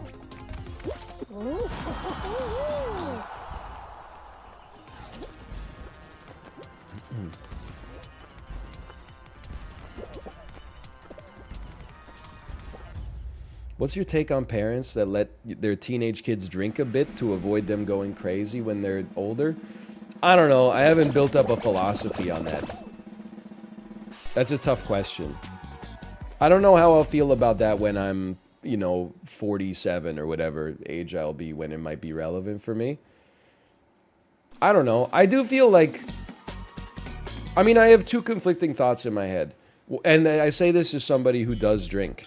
One thought is alcohol is poison and nobody should ever drink it ever. That thought is not really based in the real world. That's based in like a perfect world where people have no negative emotions they feel like they have to hide away from. So that's not really based, that's not a fact-based prescription for life, I think. My other thought is that everybody I know who had an unhealthy relationship, or at least most people I know who had an unhealthy relationship with alcohol in college, were the people whose parents were super strict and said, like, under no circumstances can you ever interface with anything that we don't deem to be acceptable. So I do feel like maybe having your parents around to model a healthy relationship with alcohol is a sensible thing. But I do think it's a prickly topic for sure. Because I don't really want to have like a bunch of 17-year-olds over at my house, underage drinking, and like, without becoming an Am I the Asshole post, like making me liable for whatever shit goes down, like, on my property. But at the same time, I would like to model a healthy relationship with alcohol for my own child. So it's... I don't know. I feel like if your kid's like 18 and they're living at home, you have like a glass of wine with dinner or something like that, and be like, hey, this is how like you should probably think about this. Maybe don't have like your first 100 experiences with alcohol be drink as much as you can, as fast as you can, as cheap as you can, and get into trouble. What about at like 15? I don't know. I think maybe on like on a special occasion when you're 15, you could have a glass of wine or something like that. I mean, I didn't drink in high school because I wasn't that cool, but definitely like, I don't know, most people do. And when they drink, they don't drink a glass of wine. You know, they drink like, I don't know, they're in high school. They probably drink like 4 White Claws and go crazy or something like that. But you know, I don't think it's necessarily that any more harmful for them to have a glass of wine or a beer or something with dinner. Not every night, but like, you know, maybe special occasions.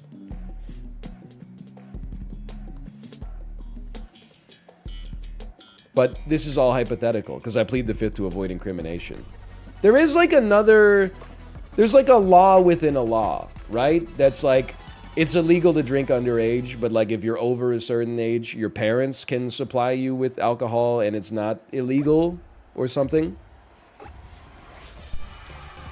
It's alright. I'll check on that in, you know, fucking 2037 or whatever. Thank you. Alright, you thank me. Sorry. I can't let go because then I'd have to admit that I'm wrong. Okay, good grab. Honestly, good grab. I don't know, I'm just running around. Hello. Hi. Thank you.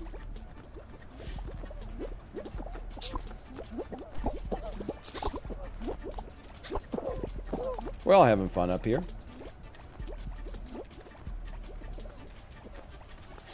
Just chill for like at least 20 more seconds or so.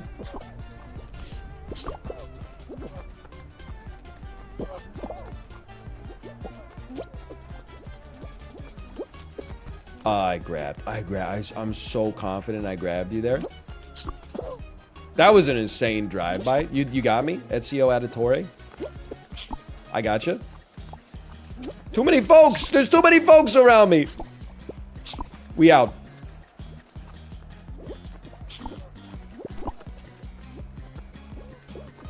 Don't touch me, motherfucker. Oh, no.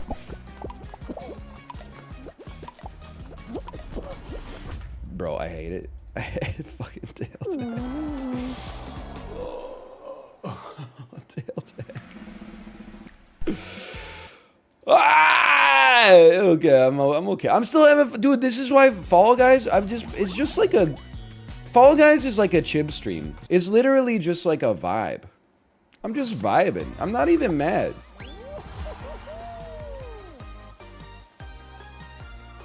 Like, it doesn't matter what you're playing. You're just like enjoying life.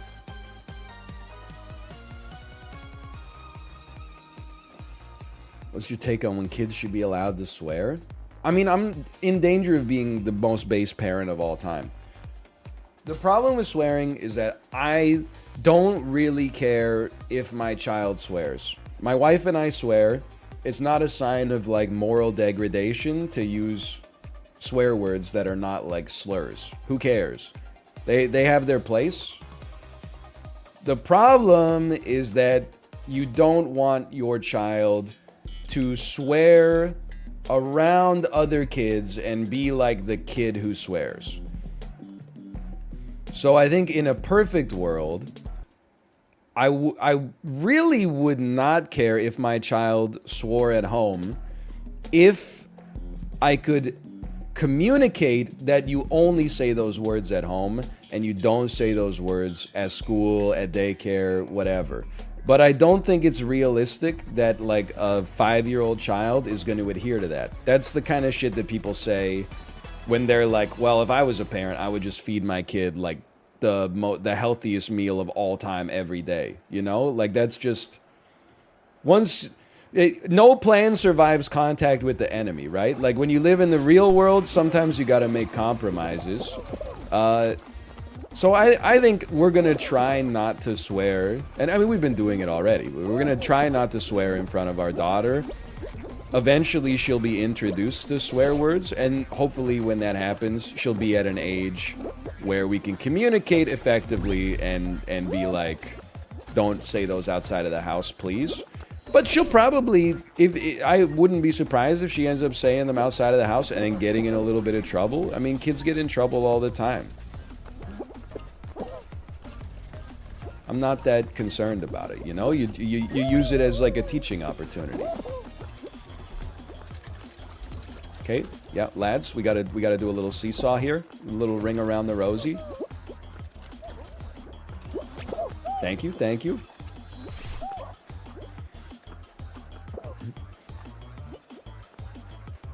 Did you see that play? I thought that play was pretty good. You know that, like, oh, so we have this Baby Shark pen that plays songs when you, like, point at something in an associated book.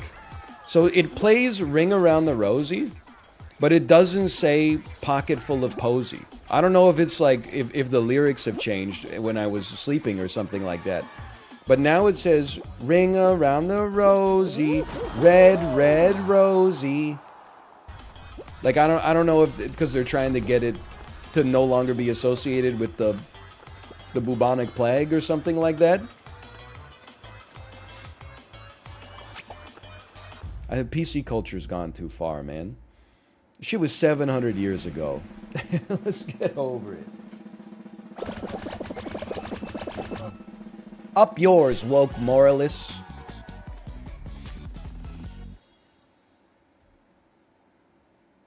What about ashes, ashes? No, then, so it goes, ring around the rosy, red, red rosy, jump, jump, we all fall down. So it's like almost not even the same song. It's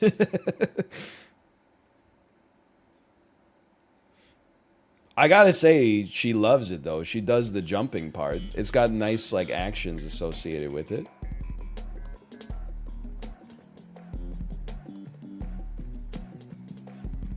Brent Burns signs with the Canes. That'll be fun. That'll be a heck of a power play. Is Johnny Gaudreau signed yet? Checking my watch. No. It's signing time. And then he morbs and his shirt changes from the flaming sea to just says Jersey on the front of it.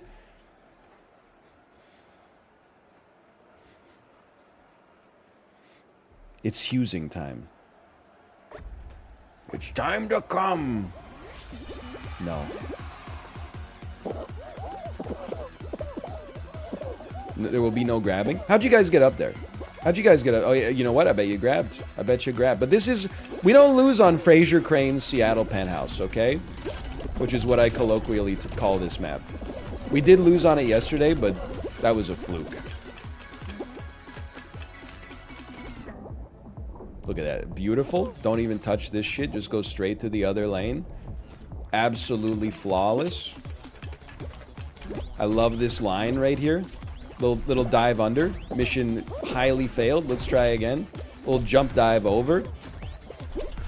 A little dude in front of me can't figure out how to walk straight ahead, so as a result, I have to pay the price. Okay, that's fine.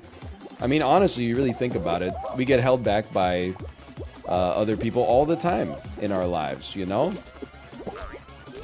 So you might as well get used to it. We're making it. We're not making it. That's fine. Take a second cycle. We're making it. Oh, we're making it.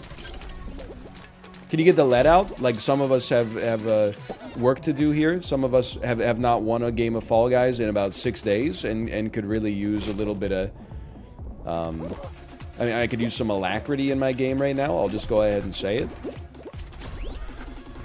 Dive under. Flip over. Not bad. We don't lose on Fraser Crane's penthouse, man.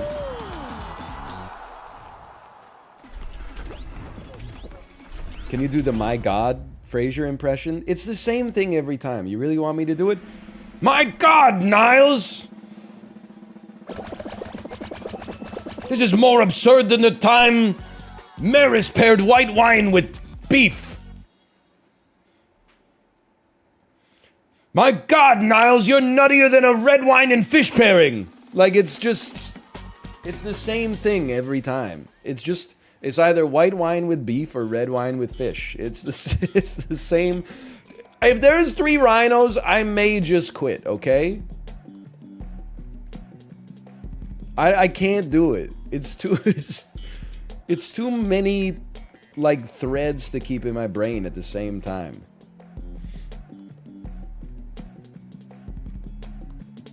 Three rhinos, 2 coconuts, and a durian.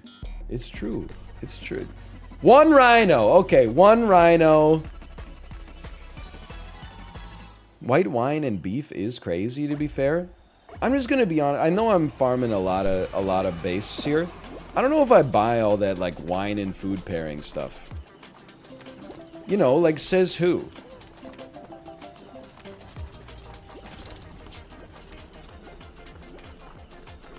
Like, you can't have red wine and fish? What if the fish has, like, a demi-glaze on it? You can't have white wine and beef? Well, what if the beef has, like, a... What if the beef is, like, it has a garlic sauce or something like that? They don't pair well together?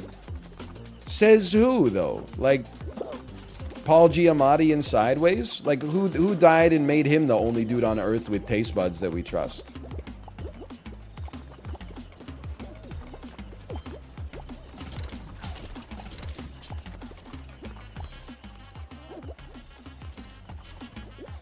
I'm just saying I don't buy it, man. I'm not saying I mean, like, here's the thing. If I was having a nice meal, and I had people over, and it was fish, and all I had was red wine... Well, if I was a guest, I would be like, yes, please. I'll have some red wine, please. If I was a host, I might go to the liquor store and buy another bottle. But the host has different rules, unfortunately. I'm not saying that's how it should be, but I'm a very happy guest. I wouldn't, if I was a guest at a dinner party and they were like, oh, sorry, I know we're having beef, but we only have white wine, I would be like, I don't give a shit. Yes, please. As a host, I would be like, oh my god, guys, I'm so sorry. I know I'm serving beef Wellington. I slaved over the stove all day for this beef Wellington, but all we have is this white Zinfandel. If you want to leave, I understand.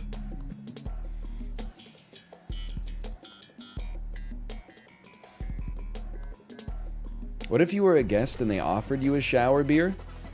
I think I would take the shower beer, honestly. I would never drink a shower beer of my own volition at my current age and place in life, i.e. happily married. No offense, but if I was a guest in somebody's house and they were like, hey, here's a beer for the shower, especially if I was, like, overseas, I would be like, I guess that's just how they do it here. A shower beer. Plus, I feel like you're more free from judgment, right? Because they'll be like, whoa, you had a shower beer? That's weird. And I would be like, no, I had a shower beer in Croatia. And they'd be like, oh, that must be the way they do it in Zagreb. Holy shit. In Zagreb, they don't think you're clean unless you drink a beer in the shower. Did you see me get grabbed on the way up there, by the way? We got plenty of time, lads. There's no reason we have to fight each other here. Yahoo! Do you consume caffeine? I do. Hey, do you know what, like, I was reading, again, the antibiotic, interaction page for the antibiotic course I just finished. Something my pharmacist did not tell me. Please do not eat any foods with calcium in them within 2 hours of consuming this. They told me to avoid eating cheese around the time that I took the medicine. I don't drink milk to begin with. So I just avoided cheese for a couple hours in advance and afterwards taking the medicine. When I looked it up on the actual website, like the company that manufactures the drug, they were like, avoid at all costs. Like, any foods with calcium. I started looking up the nutritional labels of all the shit that I eat. They put calcium in everything because the damn milk lobby's got people convinced that it's the most important mineral. They be fortifying fucking everything with calcium, man. You can't eat shit.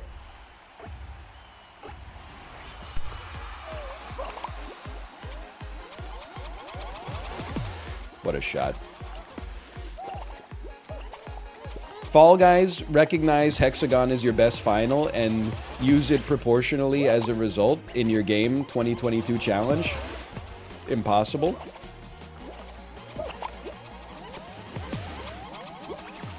Did you see that lethal throw?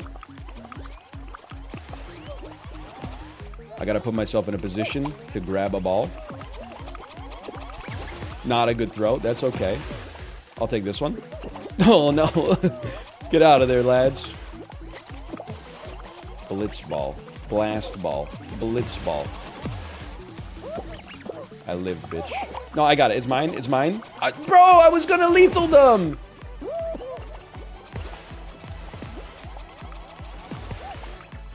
I can't let you do that.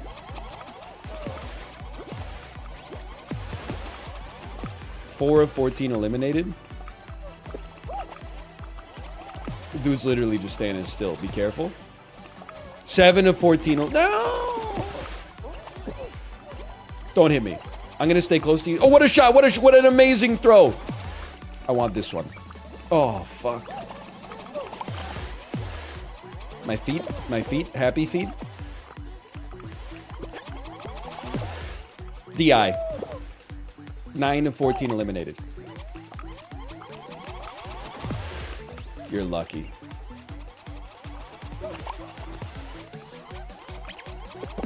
That's not DI. That's the opposite of DI. Okay.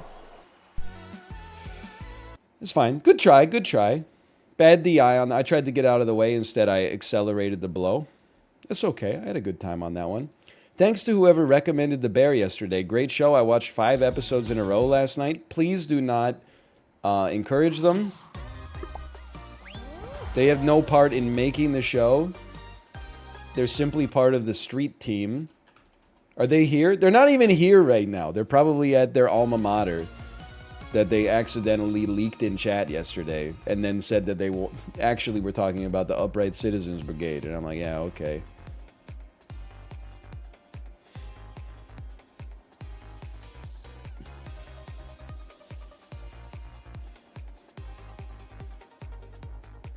Wow, I love The Bear. You know their name in chat? I'm bad at so many things. I'm actually insane at reading. I'm not saying I'm the best reader in the country, but if you gave me a room with like 100 people that was a representative sample of society, I would probably say, I would confidently place myself in the top 5 readers in the room.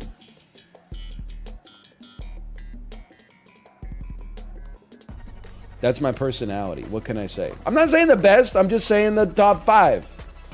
I might be 5th. I might be 2nd. I don't know. You read any books in the Old Testament? No joke. I'm listening to an audiobook that's like the great courses understanding the Old Testament. It's not because I'm religious, because I genuinely am not.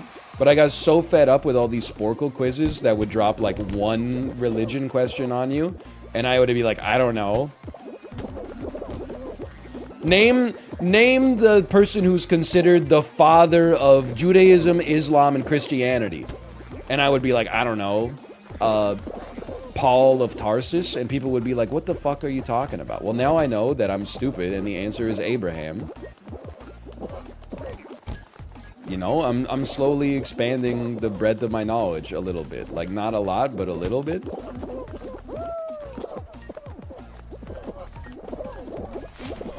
I just wanted the slice of the hammer. I guess that's not allowed anymore.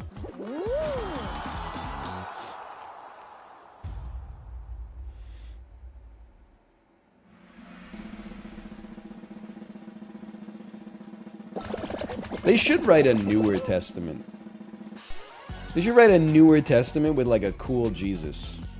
Like a Jesus that uses a vape pen or something like that. Like, it's time, right? It's called the Book of Mormon. All right. I haven't gotten to that part of the course yet. I choose not to respond. Dude, I need to read the Truth Social post. It makes me laugh so hard. When Elon Musk came to the White House asking me for help on all of his many subsidized projects, whether it's electric cars that don't drive long enough, driverless cars that crash, or rocket ships to nowhere without which subsidies he'd be worthless, and telling me how he was a big Trump fan and Republican, I could have said, drop to your knees and beg, and he would have done it. What an incredible post. Holy cow. I love it. Electric cars that don't drive long enough, driverless cars that crash, and rocket ships to nowhere. All heavily subsidized, without which he would be worthless. I could have said drop to your knees and beg, and he would have done it. It's such an insane, but all, you know what it is? It's actually like, oh my god. It's like a redo of Tyler 1 talking about Ludwig. I'm not flaming, I'm just saying. I'm making it. Holy cow, what a post. I'm not saying you have to hand it to him, but I think when I saw the post, the Twitter caption was, holy cow, he's still got it. And I don't know, it's just the perfect caption.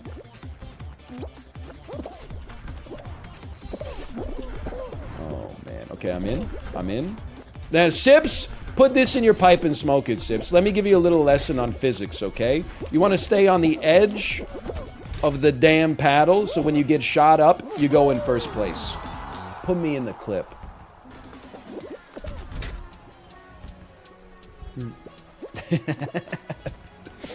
I played pinball before. You think I haven't played Pinball FX too?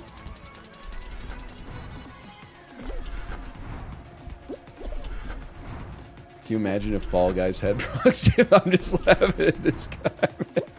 Oh, no. Oh, no. Can you imagine if Fall Guys had proximity chat? Honestly, I would just look up, like, the MP3 of the USB sound when a device gets unplugged from your computer, and I would play that into the mic 24/7. I think that would add to the atmosphere. Ding dong. Do do do, ding ding, dong, ding dong. Oh, pipe. I like Pipe Dream. You make me feel like a Fall Guys pipe dream. The way you suck me off, tight skin jeans. We ain't ever going back. We ain't ever going back. Girl, you got your skin-tight jeans and your piston jeans and your pipe dreams tonight. Another great song ruined? Dude, what are you talking about? Those are the lyrics. Piston jeans? Well, I don't know. She might not say piston. It's been a while since I heard it. I only just got back on the Peloton like 2 days ago. I took a Cody Rigsby ride today. Every song was about, like, either giving or receiving fellatio. It's a joke for the Peloton heads amongst us. Except it's not a joke. It's real life.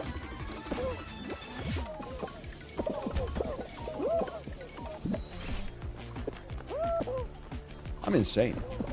I love this course.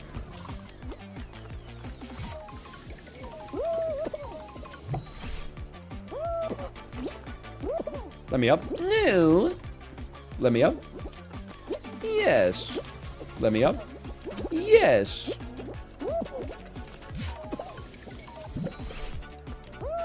We gotta go the other side. The quicker you accept that, the happier you're gonna be. Nothing wrong with this, dude. A solid performance. Are we gonna make that? I don't think we're making it. Just don't hit me. Okay. You know what? We qualified. I already know we qualified. It was a beautiful run.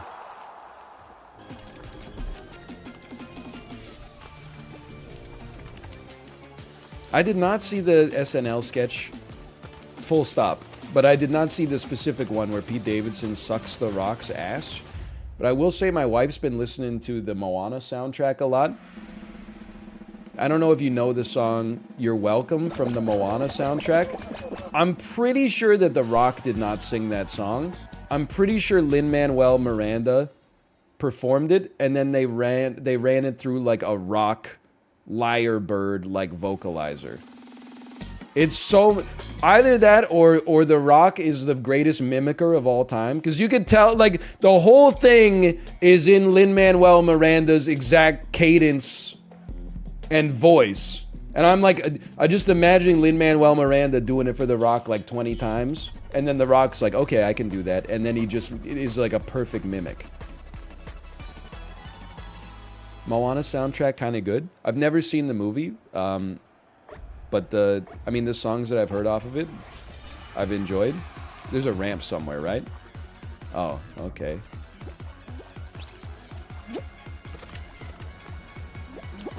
Okay, that's fine. I'm getting a little lucky here. It's called a little luck sack. Take me up. We accept that.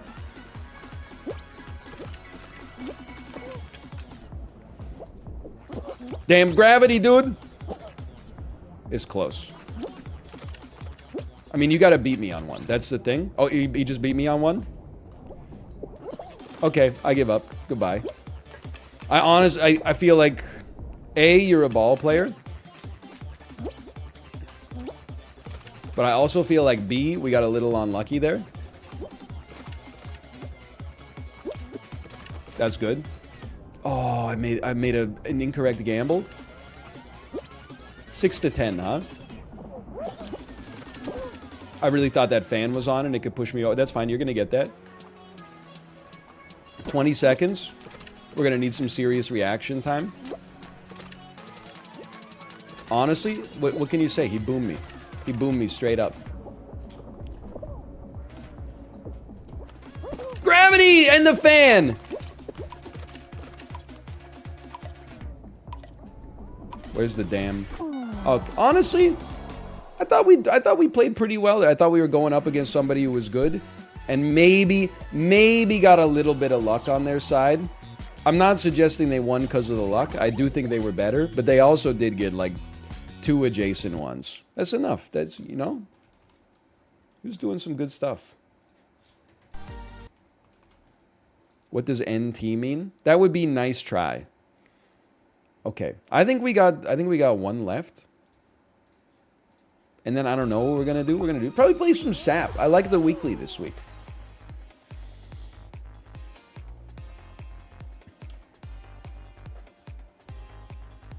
Chess me? We might do some chess puzzles.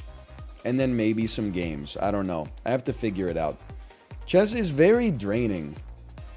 Because everybody online only watches, myself included, only watches Grandmasters. And then whenever a 1400 plays like a 1400, i.e. blundering, every 7th move, people are like, how did you not see that? And you're like, well, if I saw that, I wouldn't be fucking 1400.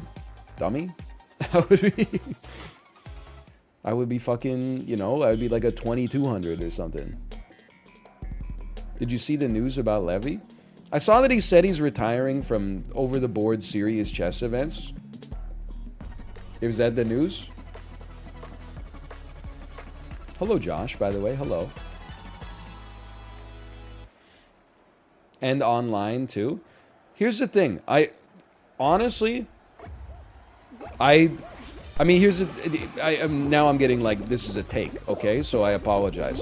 The thing with chess is like, it's actually such a disproportionate difference between effort required to be amazing at it and reward. Like, not just going to the tournament is a huge investment.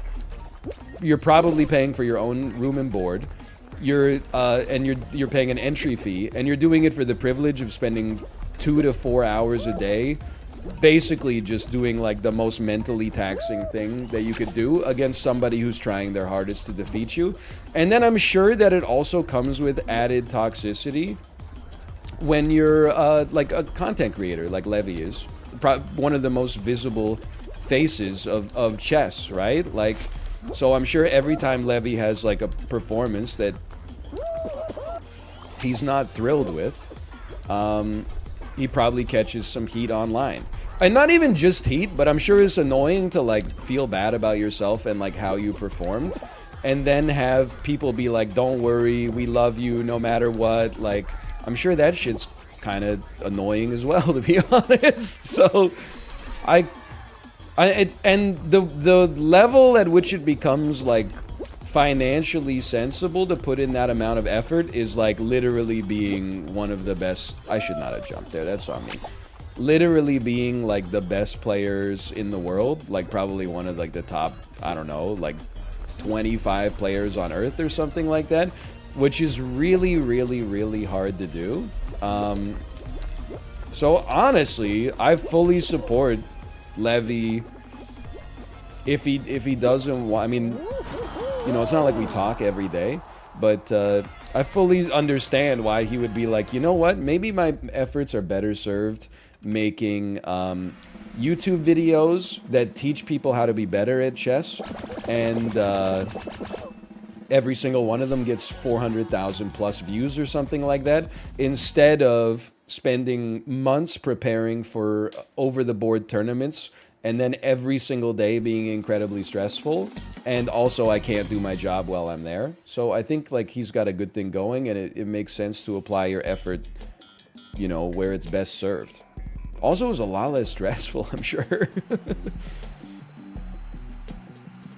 This take is too good. Please stop. Sorry. What I meant to say is, oh, what? You couldn't do the easiest thing in the world and get 3 Grandmaster norms? Come on, man. Just take a year off from your job that you're crushing it at. Move to Eastern Europe where they have tournaments with GM norms every 2 weeks, and then go... just do it, man. Just do it. Anybody could do it. That's why there's so many Grandmasters in the world. That probably just cost us to qualify. I was looking at chat to see how many lulls there were. That's so... I have a problem. I have a problem with pride. I'm just gonna own that. Hold on, never mind. I'm the best to ever do it. Pride's not a problem if you're the best to ever do it. I just got my neck caught in the damn swiveler.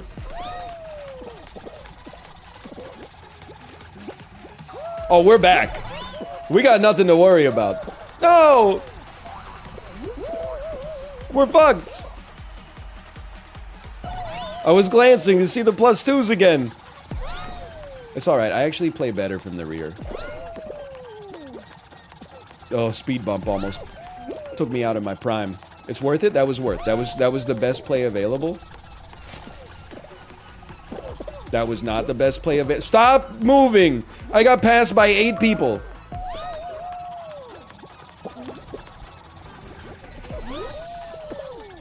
No, no, no, no, no, no!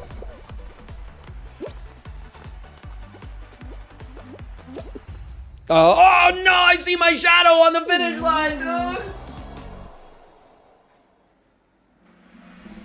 It's okay, we love you. I'm doing one more. We love you no matter what. This shit sucks so much to hear.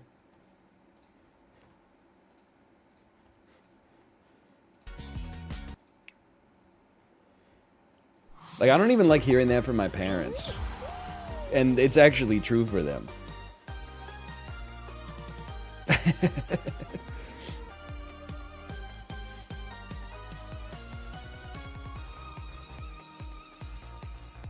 I'm back in on belief. People got too damn good at this game, man. That's for damn sure. I'm vibing with that PC Gamer article that was like, games suck when you try to get good at them. I know I talked about it on yesterday's stream, but you might not have been here. But like, legitimately, like, I think that's the first article I've read from a gaming website in like years where I was like, this person's got it fucking figured out. They were like, we're all tricking each other into thinking that what we should try to do is get good at this stuff. But as soon as you get good, you get matched with people who are good, and then you don't have fun anymore. And I'm like, yeah, that's exactly my experience. Precisely true. Absolutely true.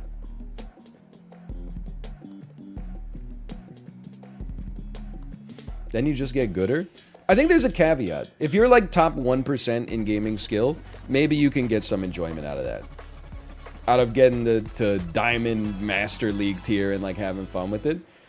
But I just like, I look at like Hearthstone, where like everybody who got big playing Hearthstone on Twitch retired or like doesn't play it anymore.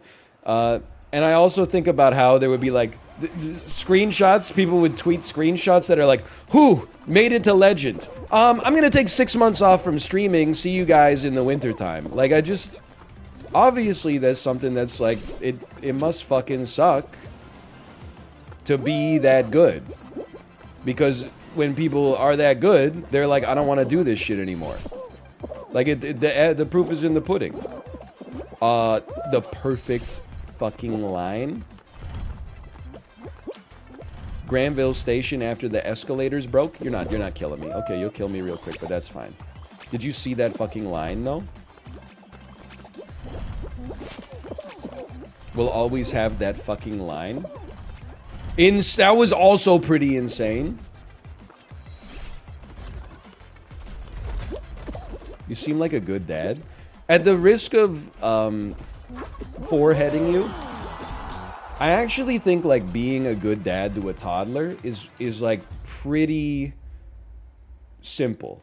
Easy maybe is not the right word because it does take a lot of effort, but is actually like, you don't have to be a rocket scientist, which is why I get so annoyed when I'm at the park and there's dads look, I don't want to make this a dad versus mom thing. I would say the moms are on their phone a lot, but I would also say the moms are probably looking after the kid a little more and probably just having the slightest bit of human conversation probably feels like you need that in order to keep your mental game strong.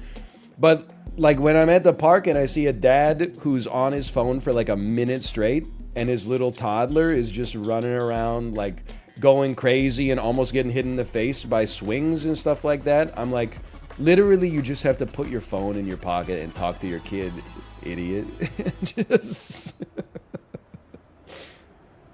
like it's actually like so easy. Just talk to your kid. Your kid is like 1.5. Talk to your kid and be like, hey, do you want to go on the swing? And then the toddler will go like, mama, and then you'll go, okay, let's go on the swing then. And then you push your kid on the swing and like make sure they don't sustain any more physical injuries than is necessary, because they're gonna sustain physical injuries. Like, kids just do be getting hurt like on the regular. Because they don't know like how to move around safely and stuff like that. They're always bumping into shit. It happens all the time.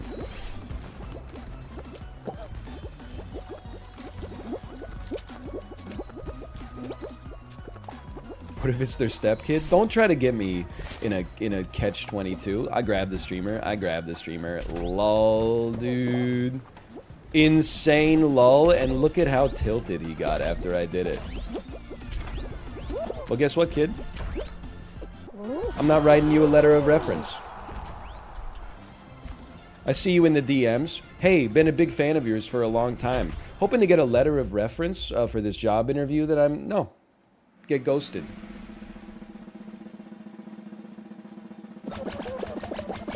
Ask a teacher. I've seen your true nature.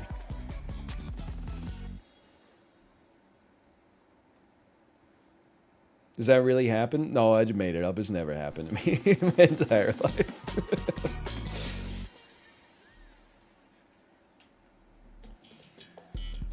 I don't think I've ever written a letter of reference for anybody. I've been a reference for somebody on a passport application. Does that count?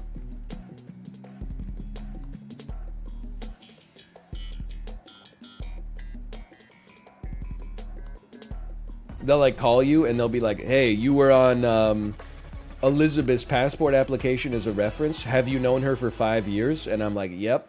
And then they're like, is she who she says she is? And I'm like, yep. All right. Thank you for your service.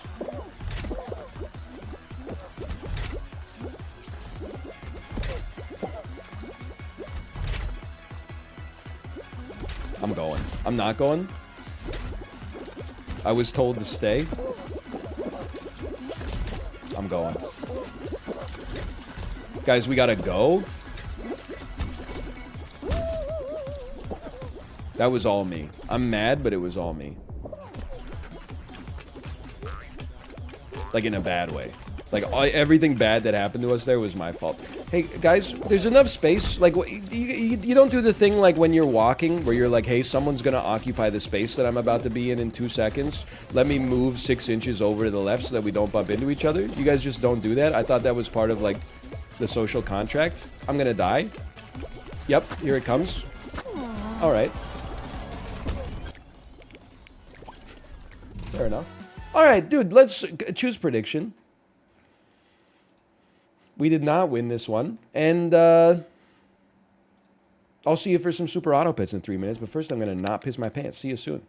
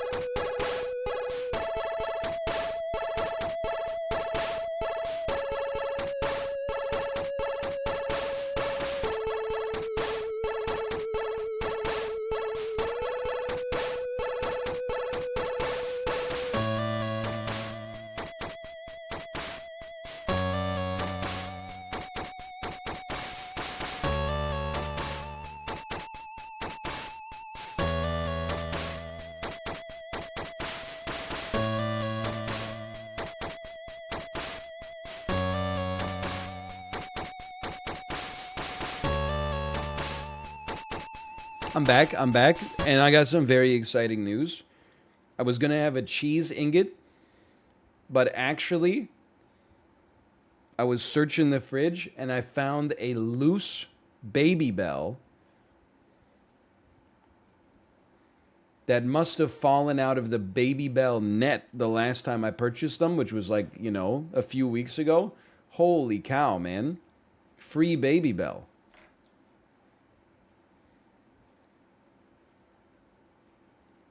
Delicious.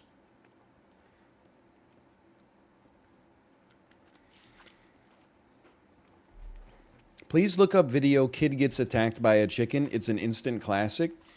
Kid gets attacked by a chicken.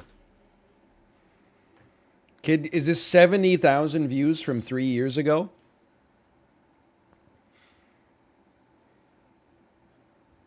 Yes. Okay.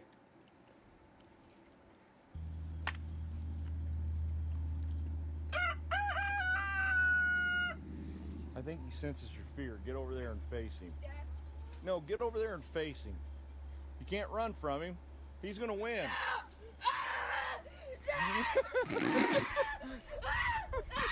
Yeah, win it! Win it! Yeah! Yeah! Win it! Win it! Yeah!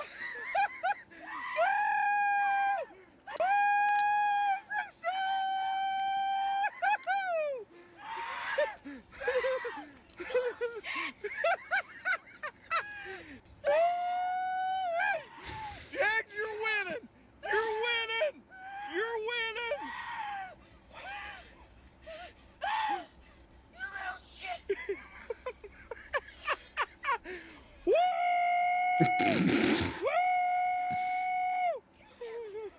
I'm not trying to be a hater. It is funny.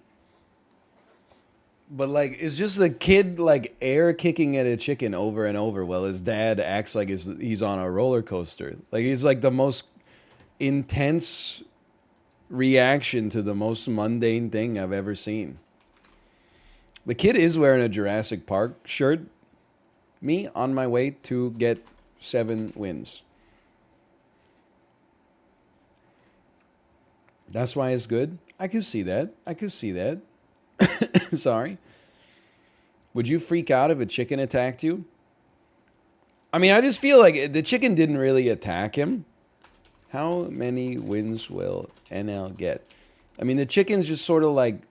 This chicken's just sort of like there. He's just chilling, really. Oh, man, that's good stuff. How many wins will we get? 0 to 1, 2, 3, 4, 5, 6, 7. I'm going to say 8 after that, then 9, then 10. Submission period. I'm going to give you 1 minute for this one. It was not a beer being cracked. My gut microbiome, I'm on probiotics, man. I'm not drinking poison right now. Maybe tonight. This is a ginger ale. My wife knew I had a cold. On Monday, she bought me 4 ginger ales. This is the final ginger ale. Oh, man, and it's delicious. It's crafted with real ginger and cane sugar. Can you believe that? Oh, man.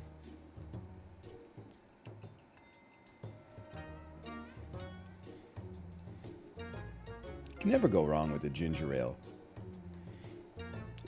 It's not Canada Dry. I got nothing against Canada Dry. It's this is Phillips. It's like a British Columbian craft beer brewer and also craft soda maker. 40% of people bet on 10 wins. Okay, that's madness. You deserve to lose your points. / marker SAP. All right, 40% of people have bet on 10 wins here. I'm going to try not to let you down. And I got to tell you, the first shop here is actually not that bad. I would say our first shop is about as good as it gets. Like Jack Nicholson said in the movie of the same name. I want to be a dense bagel. What if this is as good as it gets? You got a damn 2-5 cockroach? And you know what? It didn't matter. It didn't matter at all. I've been playing, because I'm back, baby. I don't know if I mentioned that yet. I'm back. I've been recording like some YouTube videos of the pack this week. The pack MF. Let me go ahead and give you a little slice of that. I feel like I'm getting a good mental model for the weekly. We run our not strongest unit at the front. Oh, we are going to lose this one, though. Because that's anti-pig technology. We really should have run our otter at the front in order to run true anti-pig technology, but I'm still pleased. You know what? Okay, do I love any of these animals? Not really. Although, to be honest with you, I have seen some serious hedgehog builds. I've seen some strong hedgehog teams, but we're going to try a roll. I like it. We're going to take our level. I'm going to go a little sicko mode, okay? Watch this. We're going to freeze a tamarin, roll, buff the beetle with the croissant because it has the most HP, and then give the extra HP to the tamarin, and then we're going to sell a 1-2 to put a 2-5 out there. I'm not saying this is going to work because usually it doesn't for me. Perp is dead. Thanks for the gifted subscriptions, by the way. Thank you. This is a very unfortunate team for us. But then again, I look at this team and I go, you know what? Iguanas are not that strong. Iguanas are not that strong. We draw that and I'll take it. Emperor Tamarin sends his thanks. Here's another thing I'll tell you. I think you can run Tamarin with meat to make him a little bit more useful, even though a croissant makes a little bit more sense on him. I think we can continue to buff you a little bit. Do they want to see the UFO? Do they want to see the UFO? Oh, yo! Hello! Ruka's in the cat carrier. Can you see? Yeah. Can you see? He's right there. He's squirming. He's saying hi. He's saying hi. I mean, obviously, they're saying he's Among Us. He looks like Among Us. Ruka, you're okay, buddy. You're just going to get groomed because you keep getting little Klingons on your fur. Nobody's trying to be like a Ruka hater. Everybody here loves you. He longs for freedom. Yes, that's true. Don't worry, he's okay. He's all right. Ruka, have fun, okay? Narrator voice. He is not gonna have fun, but that's okay. Can you stop squirming so hard? It does feel like I don't even. It feels like an ab workout when he's in the backpack, because he's rolling around so much. You gotta like tighten your core to neutralize the movement. I'm gonna fall. He is a little crazy. Khajiit has wares if you have coins. Okay, now I'm thinking, is this worth using a flamingus and a pug? Us? To create a level 2 flamingus? I'm not totally convinced on that, but I'm also not sold on any of our other animals, so just give you some of that right now. Why is Tomo not getting groomed? They only had one appointment for right now, unfortunately. This is not a joke. They only had one appointment available, so we had to give it to Ruka first, and then we're sending Tomo to the groomer on like Saturday or Sunday or something. Okay, this is just me personally. I think it'd be cool if we had some like good animals. Pug is kind of flies in the face of that. I definitely think it makes sense to freeze you and you, because I think we are going down, if I'm being honest. I do not think this round is going to go very well. Also, like, this is just the honest to goodness truth, okay? Tomo is better at grooming himself. As a result, well played, well played. He gets second pick of the groomers. Ruka's not as good at grooming himself. So we're going to start with one of these. I could sell Tamarin into that, but it's not that good. We're definitely going to sell a duck. And then we're going to go for a nice little double snail buff here. I thought we could look for a level 2 snail. Honestly, we still could. I think we still could. I think our team is that ass. I've seen some decent armadillo teams because a lot of people run anteaters and stuff like that, but I don't think it's in the cards for us. I'm gonna freeze a flamingo or a mantis because it gives us a chance to kill a flamingo. We can kickstart it with a tamarin, but I definitely don't see that being like the bee's knees for us long term. I think we're kind of rooting for a miracle here. Just winning that actually felt kind of nice. Mantis Shark can do some more. I ran it in a YouTube video. So I'm going to sell Tamarin into Mantis. I'm going to have Mantis kill Flamingo in this capacity. You are both the ones getting buffed for now. Why don't you take a little bit of extra support? I'm going to keep you around as a just in case. Honestly, I would love to get... Another pair honestly seems fantastic. Kill the flamingo. If we lose, we'll get a level 2 snail for a nice buff. We could then kill the flamingo. Or alternatively, we could, of course, kill the... holy cow, it's the strongest unit of all time.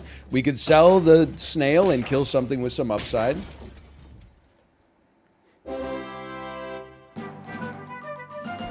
I'm actually annoyed we won the round. We're on round 9.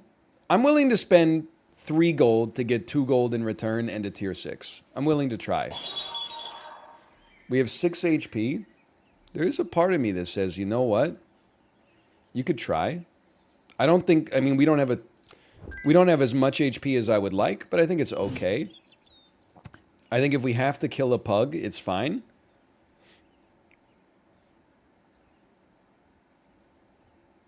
We'd rather just buy a unit, run it for a round, and then kill it.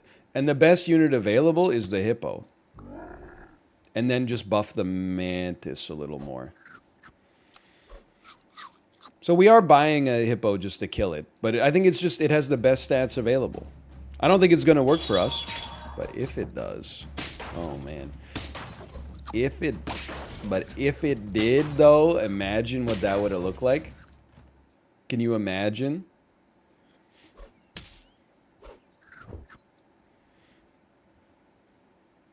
Okay, lionfish is really good to overwrite a piece of equipment. To overwrite death touch is kind of important.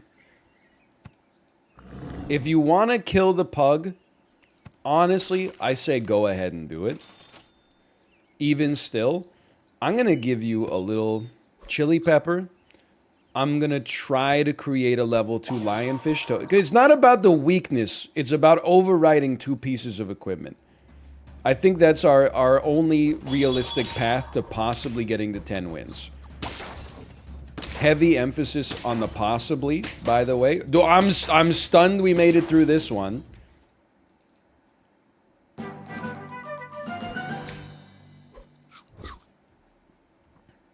I think you can. I think if you have to, you can run a scorpion and just kill it and not feel bad about it. I would do that over a monkey, I think for sure. I'm going to run a position 2 score. Oh, you know, you're not wrong. Position 2 mammoth is kind of sick. Yeah, you know what? It's even a 7-14 itself. Let's give it a chance to thrive. I like where your head's at there.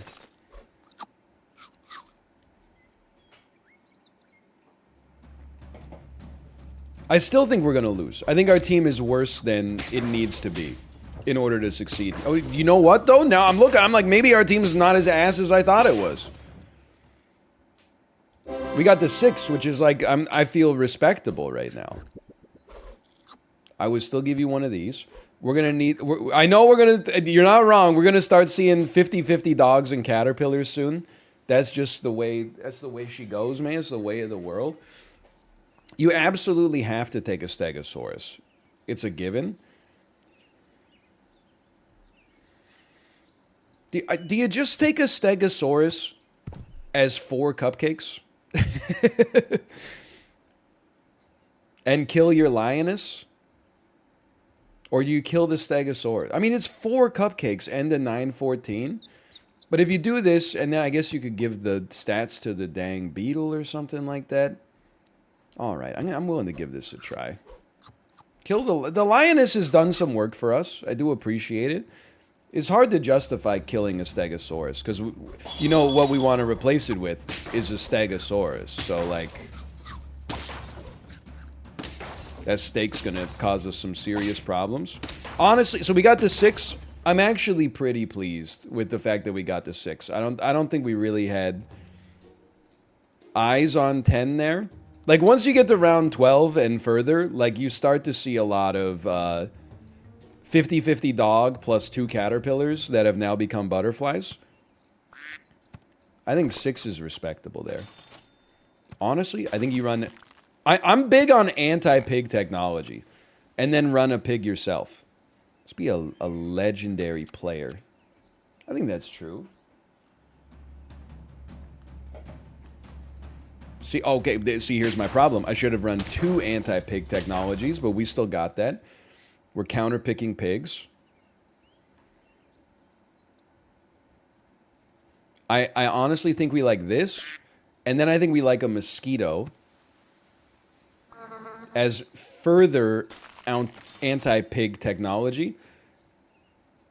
And then it seems like our duck is going to be a croissant recipient. So I'm going to give that duck a little bit more HP. A 4-3 pig is also good.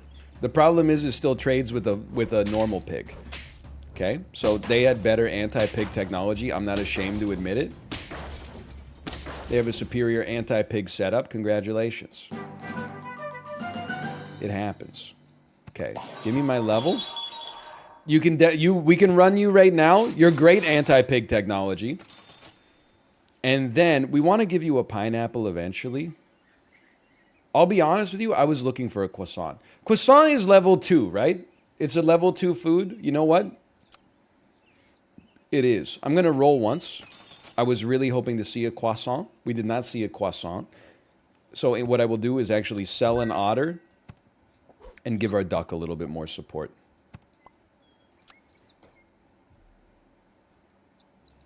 Why is pig not in the front? Clearly you're not aware of anti-pig technology. If you want to kill... Pig is so good in the front, you piece, that what you got to do is assume that the enemies will put their pigs in the front. At which point, you want to put your crappy units in the front so you trade favorably with their pigs. Pig in the front is great. Is great at getting his ass beat by a woodpecker, for sure, if that's what you're suggesting. You know what's actually good in this pack is just a peacock and a little prayer. A peacock and some prayer can really help you out. I'm gonna keep pushing this duck a little bit. I'm gonna invest in you. We're definitely looking for a pineapple on this woodpecker. Otherwise, it's gonna lose usefulness very quickly. You shot a unit that was already dead. I just want you to know I saw that and I'm offended by it. Okay. I'm feeling okay about this. A lot of this depends on the future of our peacock. So I think you're gone. Don't cry. Mosquito's also gone soon. You're taking some garlic. You're taking a pineapple. And you're just getting another duck. And that was a good round for us. The peacock can go. We would love to get it to level 2, but it can go. And the woodpecker should be picking up some kills. Should be picking up some kills, man.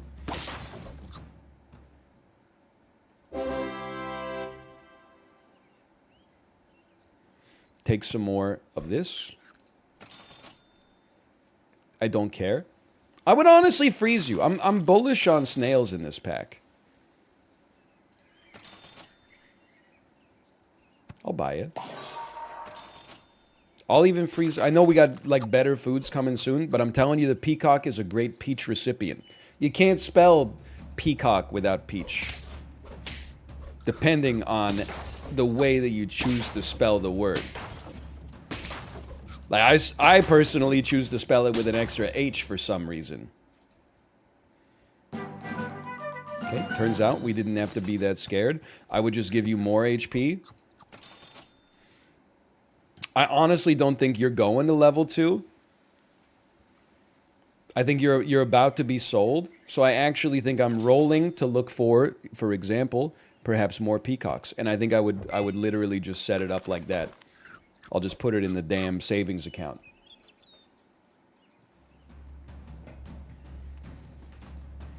There's some units in this pack that are like guaranteed auto take. You're so lucky, dude. Dog early is one. Hippo early is one. Caterpillar, if you've got some stats, is definitely one. Okay? Peacock, I really think, is just in the tier directly below that. If you can stat it up, I think the Peacock can still go to the moon. The thing is, you got to watch out for Death Touch. Okay, look, it's a 1/1 buff on everything. People think that that's not that good. And then you get a Mammoth, and the people are like, whoa! 2/2 buff on everything? Holy cow, that's incredible. Here's some intel for you. Did you know that Stork is actually bugged in this pack and produces double stats for all of its spawned units? I did not know that. That's great intel. I don't think I can... You know what? Rather than rolling, sure, I'm going to give you this. I don't think our giraffe's going up a level. I think level 2 giraffe, not early, is a classic trap we're going to try to avoid. I would certainly rather have a scorpion in front of our peacock. And then I'm just going to stat up a little here. This way, hopefully we death touch an enemy peacock and our peacock goes to the moon. Eagle, honestly, don't at me. Eagle, possibly / probably most overrated unit in the whole game. Okay, you boom me. You boom me straight up. It's fun. The reason it's overrated is because it's fun. Okay, the whole squad's got to change here. I'm still feeling great, honestly. So the first thing I would do, we need anti-scorpion technology. So you run a scorpion at the front. Then you run a peacock. Your peacock gets a huge boost from the stegosaurus. You sell the giraffe. Now, I do want to run a monkey, but I don't really want to run big scorpion. That doesn't really make sense. But we do need anti-scorpion technology. So I think maybe we actually ignore the monkey. At my own peril, I might add. And then, to be honest with you, run something stupid like this. I don't want to run them both in position 1, just in case there's a woodpecker. So we're gonna put the rare double scorpion out here. 2035 garlic peacock round 10 is kind of insane. Okay, mission actually accomplished. Soul red. There is a god out there. I appreciate that.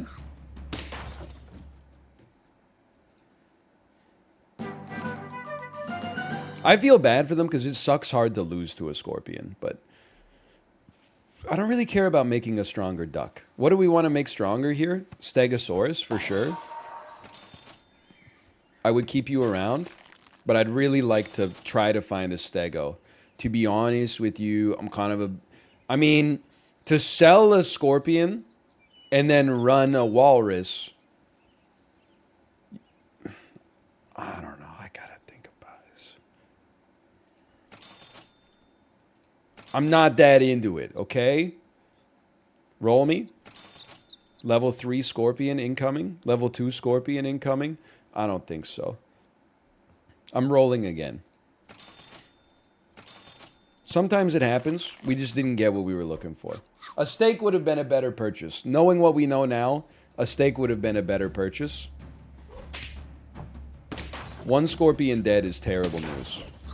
That's it's substantially worse.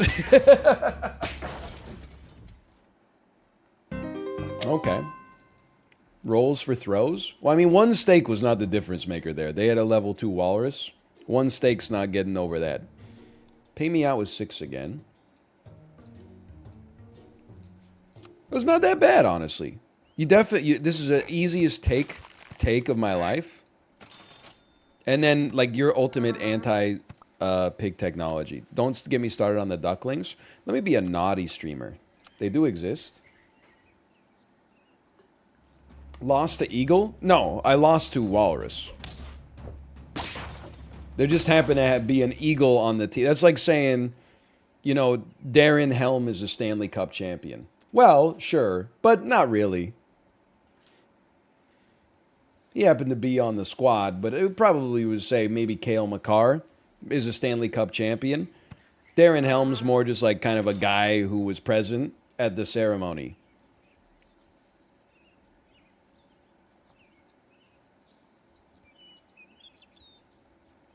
If I have to.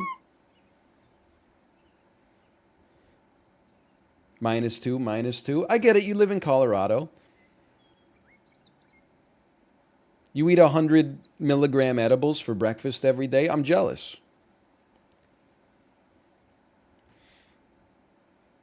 But don't come to me with your stored up resentment. Your John Hickenlooper marijuana-induced psychosis of sports, okay? That's right. I know who the hell John Hickenlooper is. I shouldn't, but that's the internet is American, unfortunately, so I do.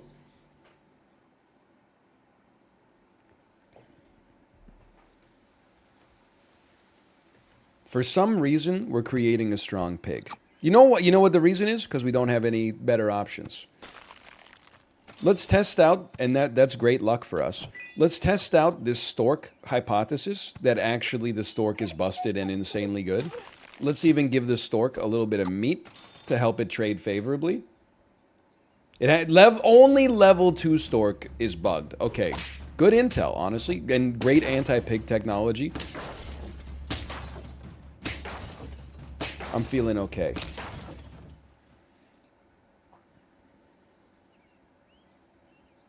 I love it. Level 2 mosquito. I am fine acknowledging that the problem is with me. It's not with the wasp. Because I've seen the occasional, like, 30-30 wasp. So obviously, like, it can do something. Holy cow, what a team here. You got me by an otter. But I change my playstyle too much when I have a wasp to make it work. Love it. I gotta tell you, I actually don't think anteaters are that good in the pack this week, simply because the hippo is so unbelievably suffocating. It's on like every second team. That being said, I think our stork probably kills a hippo up at the front right now, and certainly none of our other units are that good. So why don't you just toss me that for now? And we're looking to sell this duck for something. The camel has been fool's gold all weekly for me. I don't respect it. I would sell a snail, or sorry, sell a duck legitimately just to purchase a snail for 1/1 buffs. Maybe we could talk about a mosquito pineapple, although it never gets the kills you think it would get. Sometimes it can facilitate trades that will improve your life. 8-4 flamingo? This shit's incredible. What the hell? My stork spit out an 8-4 flamingo?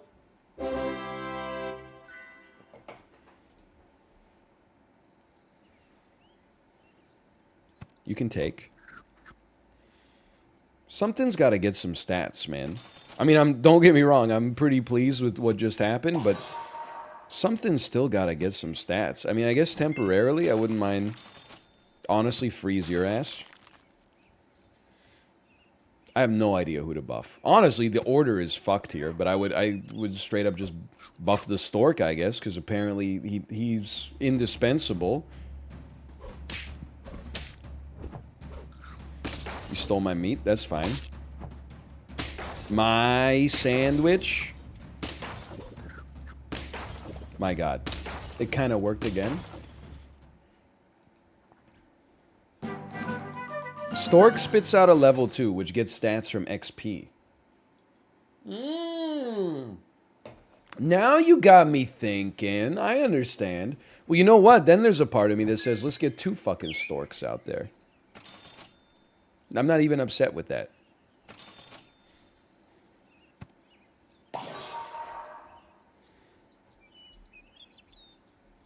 Honestly, why don't you take one of these, too?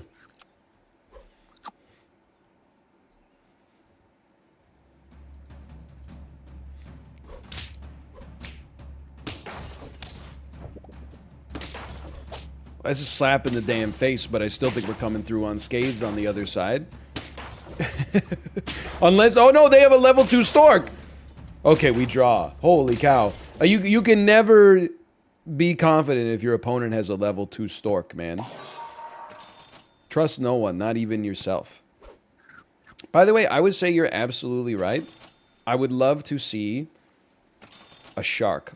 Ooh, that's not that bad. At least you level and then sell nicely. I would keep you too. Why not? We still have 8 HP. This is not so bad.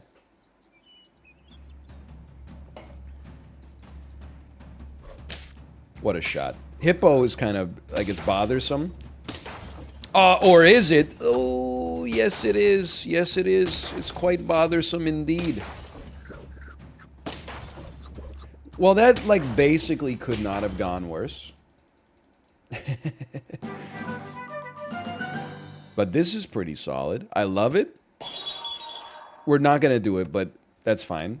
Give me my extra 2 gold. Definitely go with your level 2 parrot, because it's part of the theme. Okay, well, I mean, if you're gonna force my hand, then sure, I would probably take 2 dragons and not worry about an anteater. So, like, I think our mosquito is better, but I think we need to invest so much gold on our next turn that we should actually sell the mosquito and put a second dragon out there, just so next turn we don't have to spend the gold. This is also a great shark team. We got to figure out what we're doing next turn.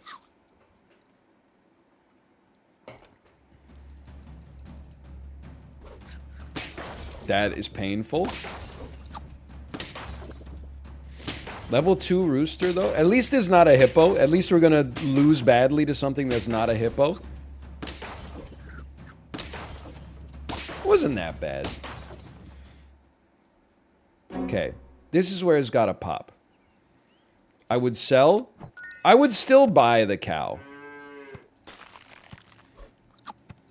That's good stats for 2 gold. Now we're looking for some tier 1s. Okay. These dragons are not doing what I need them to do right now. That much is abundant. Clear. Okay, well, in this case, we'll be buying a shark. And then, rolling. Okay. We're going to combine our dragons next turn. Wow, that's a slap in the face. Why shark? Because we spawn a bunch of units. We're straddling 2 archetypes simultaneously, which is not good. I'll, be the first to tell you that. But, we tried to give ourselves a couple of different ways to get to Graceland.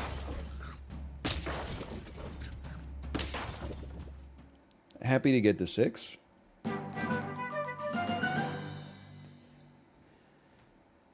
You don't sell a parrot in this situation. I think you still go like... I think you combine them. I understand it halves the efficacy.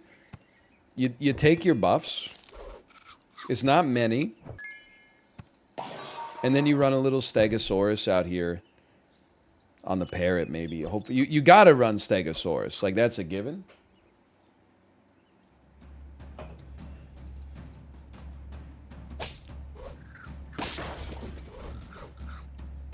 I wish I had a unit with a little bit of garlic. Never mind, we're fine. Holy cow. 7? 7 wins? Why the shark? Madge?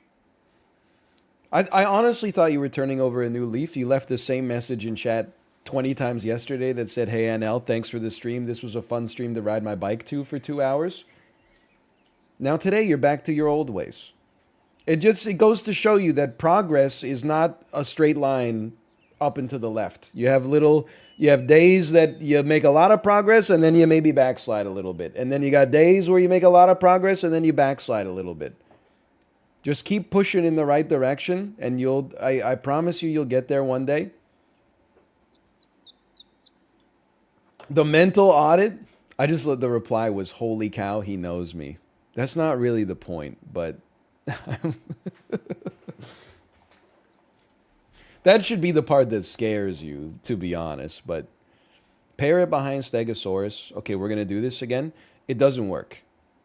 Because the Stegosaurus is at the end of turn, the parrot's at the start of battle. But this is okay. The only problem is that the dragon makes no sense. The dragon is useless. So what we should actually do is put an anteater. But the problem is that where do you put the anteater? Because if you put it here, then the parrot copies from the anteater. But it summons two things, don't get me wrong, but it also loses the effect of the bugged stork. So I don't know what to do. But the Stegosaurus is providing us more value than the dragon will ever provide us with. They're both end turn. This is end turn. Wait a minute, you're right. This is, well, yeah, no, but this copies... Wait, no, maybe you're right. Maybe I stun-locked myself. Does the parrot copy from the Stegosaurus? No, it does not work.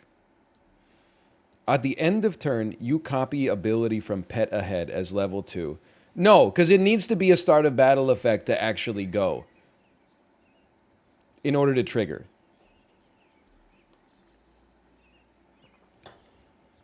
Correct. Okay, yes, thank you. All right, all right.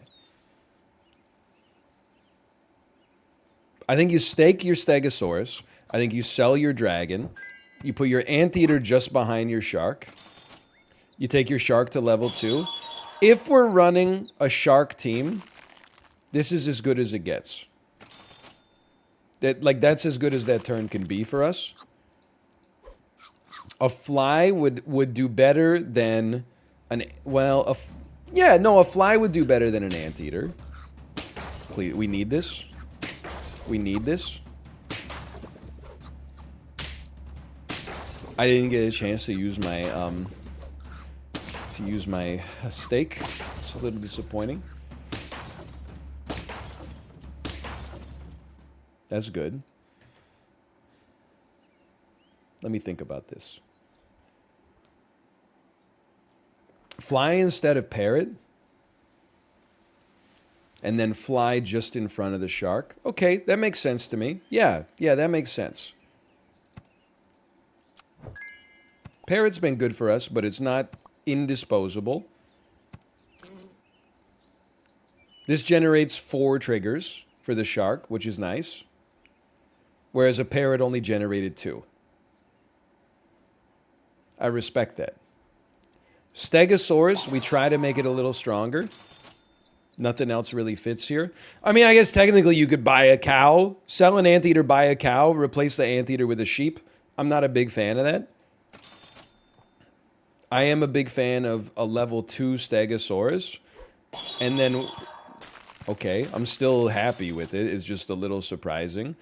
We'll freeze a Spinosaurus just to talk about, just to save us from having to think about it right now. Holy cow, this stork's blowing them off the damn map, man.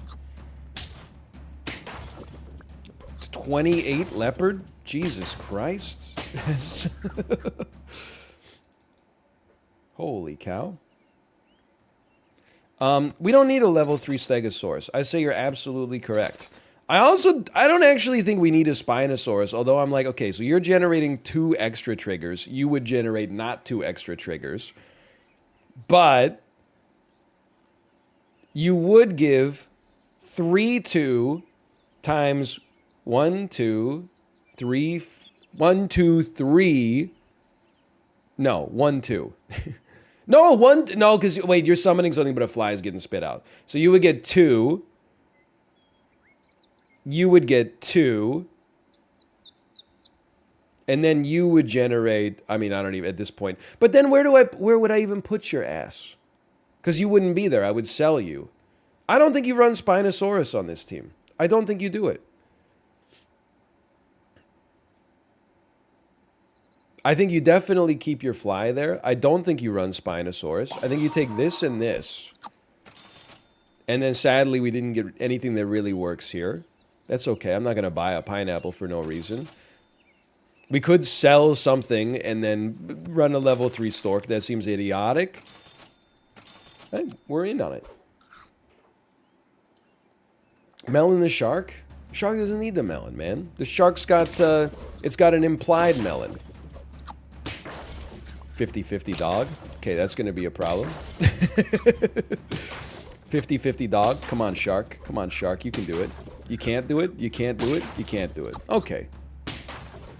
Okay, honestly, turns out a melon on a shark would have helped us out a lot there. That's fair.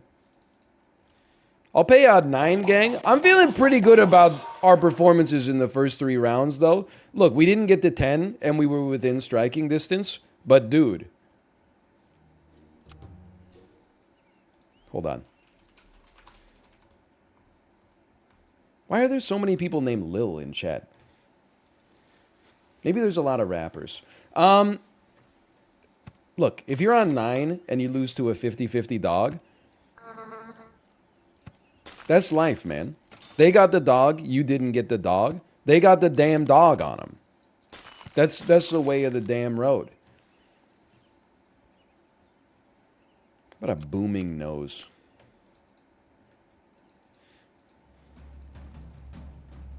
What is this team? Holy cow, it's somebody that just discovered super auto pets. They do exist. You know what? I say no to a pig. We got to make some space here. I would say yes to you, though. I love that buff. I would say yes to you and probably no to a duck. I give you your stats and say good day, sir. I said good day. You see the trailer for the Rob Zombie Monsters movie? No, I did not. And if there is a God, I would like to think that I never will.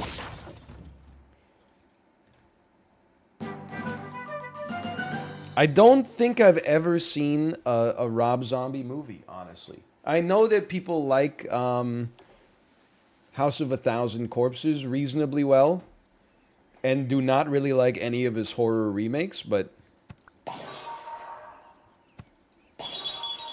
I kind of just see him as like a more macabre Tim Burton. I mean, I'll level with you. I'm going Stork again. I wish I could give it more HP. Maybe I can. Maybe I could justify selling.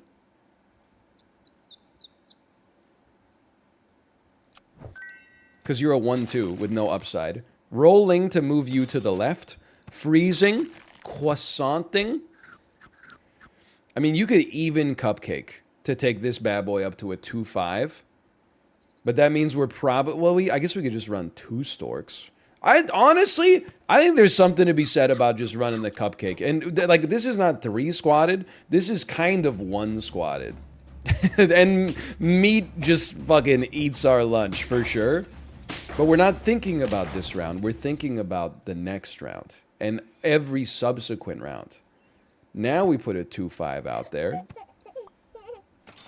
We were really looking for a damn Stork. You know what? Get stronger. You're sticking around. You do hate to buy a Cupcake and then lose, though. That's like the most extreme waste of gold on the planet. This doesn't look that bad, though. Okay, never mind. We spawned a fucking... we spawned a 1-2. We still won, but that's fine.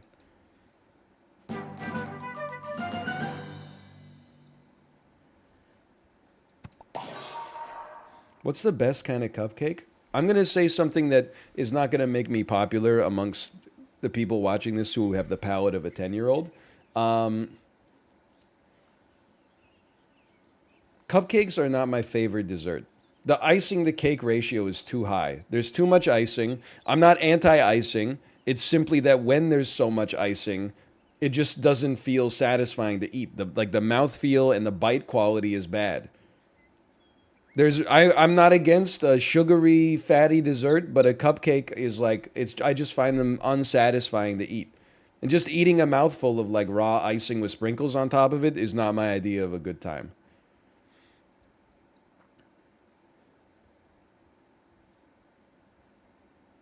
It's always tempting to take 2 of an animal. But what if that animal is a goldfish?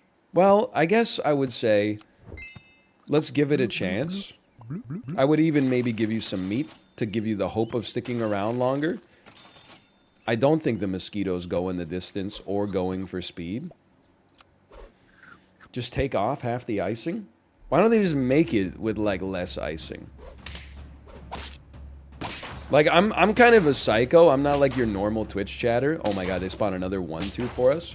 Like, if someone's a professional cupcake maker, I, like a fool, am like, hey, professional, serve me the cupcake the way you think is best to be served. And then they serve me a cupcake with 4 inches of icing off the top of it, and I go, this tastes like dog shit. And then they're like, well, why don't you just scrape off half the shit that we gave you? And I'm like, well, why don't you just make it taste good? You know, it's a toxic situation. So this is kind of pog. Like this into this. That's on you, Chief. Somebody I've never met in my entire life made a shitty cupcake. I ate it and described it objectively, and that's on me. Okay, the sanest chatter of all time is in chat. Everybody say, welcome to the sanest person on twitch.tv. Okay, I gotta be honest with you. I don't think I really love a squirrel. I will just take another snail. And somehow out of nowhere, we've got like a goldfish that doesn't hurt to keep around.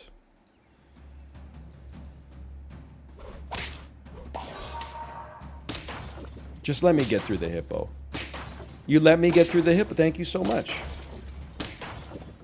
It's just like, you know, like a baked good can be amazing. It can be incredible. Well, not raw icing, but just a mouthful of icing does not taste good.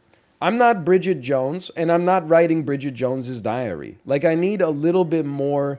I need some texture to it. Not just heavy cream mixed with sugar. Can I get it baked into some sort of square or something like that? Can I just get like an awesome cookie or two? Can I get like a chocolate and peanut butter tart or something? I just want like pure vanilla birthday cake with 4 inches of peaked icing on top of it, like a 6-year-old kid. You should learn to shop elsewhere. You actually are not fit for the real world. What kind of state? You like start buying cupcakes? Oh, I don't like cupcakes. What would a rational person do in that situation? I don't know. Just keep eating them until I found one that I like. Just gonna live my life, idiot.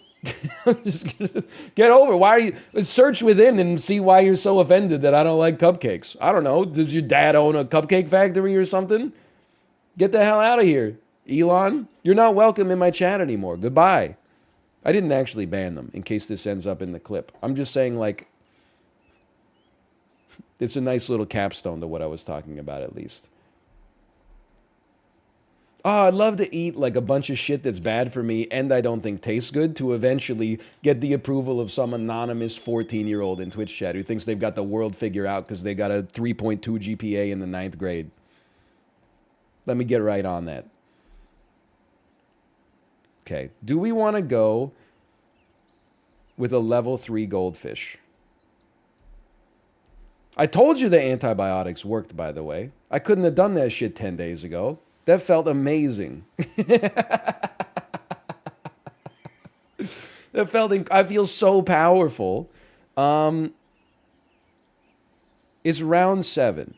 On round 7, you can take a hippo as long as you, especially for 1 gold, as long as you're able to buff it at some point.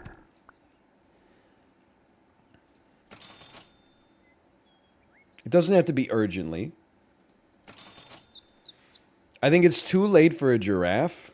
Even with the 1/1 buff, I don't think it's enough. I think we need to do better. So I'm rolling for no reason now.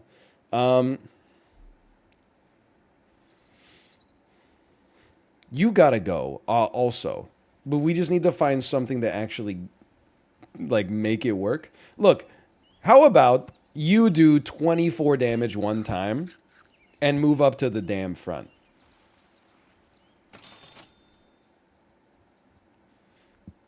Freeze me. Don't worry about me. We got pairs coming soon. I don't think a croissant is the play. I don't think... Okay, well, I'm not thrilled with this. But I do think the snail can get us there. Nice little 1/1 buff for everybody. I previously did besmirch a giraffe for a 1/1 buff not being good enough. That's before I knew how bad our future rolls were going to be. You prefer a mosquito to a giraffe? Well, I'd prefer a 5/5 mosquito to a 2/4 giraffe that is going to generate a 1/1 buff, and then I sell it next turn if there's a god out there. Okay, so we're going full, like, controlled demolition, lose a round, get a level 2 snail out there. That's the whole strat. That's the whole thing. I don't think it's a great strategy. That's fine. I'm not even mad. You can't rely on the mosquito in all circumstances. It's a ridiculous statement. I'm a little mad at how the math worked out, but that's okay. Here comes the controlled implosion. You're gonna sell. You're gonna buy. You're gonna buy. We're legitimately gonna look for a level 2 snail because we haven't spent any money so far. All of these units are kind of ass. Technically, here's the deal. On paper, I would tell you a moose is good, and then when I use it, I'm always like, it's horrible. I'm always disappointed in it. It's actually good, I promise. We sell, we're on 9 gold. We buy 2 moose, and then roll hoping for a reasonable buff. On lethal, I don't like it, but I want you to know I'm doing this under duress. But I also want you to know that I don't think we really have a better option. I'm going to save these 3s. Like, we're in a desperate scenario no matter what. I'm okay with that. And I'll roll for better foods. Maybe, but I don't know. I'm not freezing it. Little 3/3 buff on our hippo.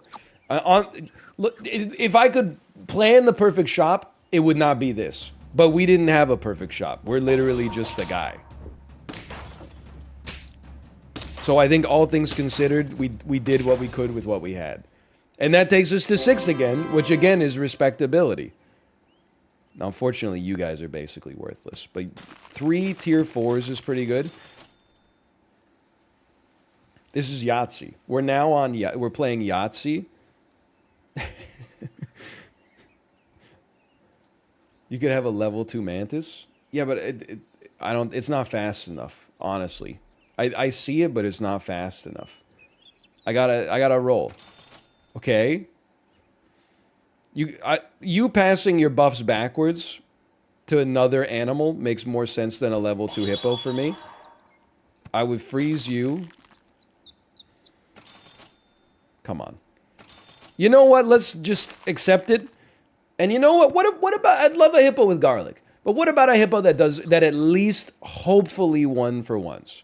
And then go ahead and keep your tier 6 there, I think. I guess at this point we should be looking for melon, not garlic anyway. We're buffing a damn blowfish or a goldfish. I don't even believe it. It 1 for 1 their hippo, literally all I could ask for. The precise thing I requested. We got to 7. On a bit of a strange team here. Man, I wish I felt comfortable selling something to fit a cow. But I genuinely don't. I think we have like a good thing going here. I don't mind the cat, but I think that the food is not that great for us here.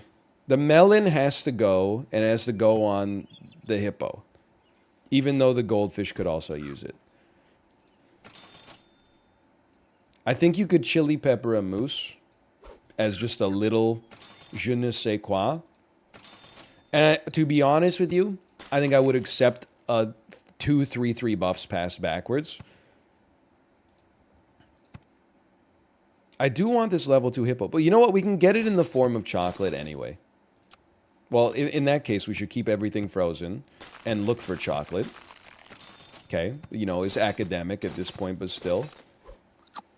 You got to give it a try. Hippo is still killable, even with the melon. And we always are, you're going to run into some dogs, man. Yeah, that's bad. Still, I know I say this every time. 6 plus is actually like I'm acceptable. I find that acceptable. With the strength of the Super Auto Pets community, 6, 7 plus, I'm loving it. This isn't the same community that we went buck wild on in December, right? Like, things have changed. Isn't it statistically more likely you're going to roll better than 3? Well, it's 50-50.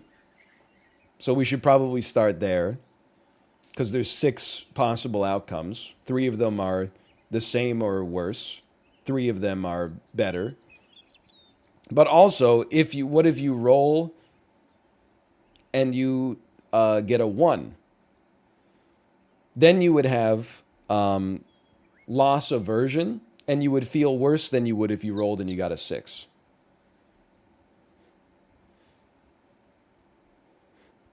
I guess, sure, 3 or better is 66%. That's true. But you're not going to roll a 3 again. Come on.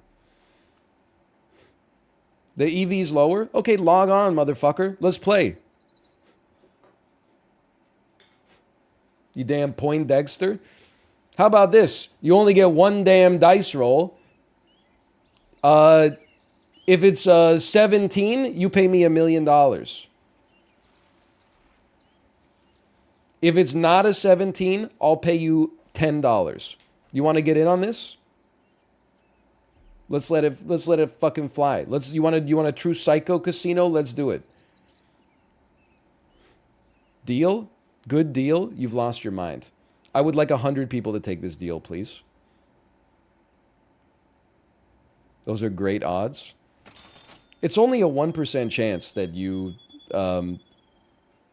default on your payment. So I guess that makes a lot of sense. So I'm not in love with this team. I actually hate this team. It'd be a big shirt. Dice goes to 6. I literally said D100. How are you gonna roll a 17 on a D6? You're not even listening. You're not doing active listening. You're doing active speaking. Anybody can do active speaking. Hold on. We need anti-pig technology.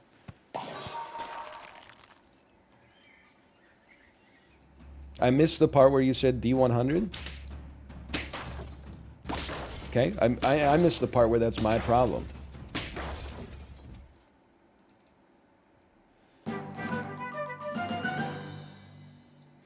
You just said dice, I think. Loch Ness Monster's brother, Dan Chat Superstar.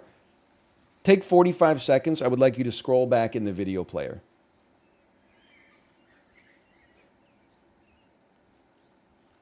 We'll all sit and wait so you don't miss anything.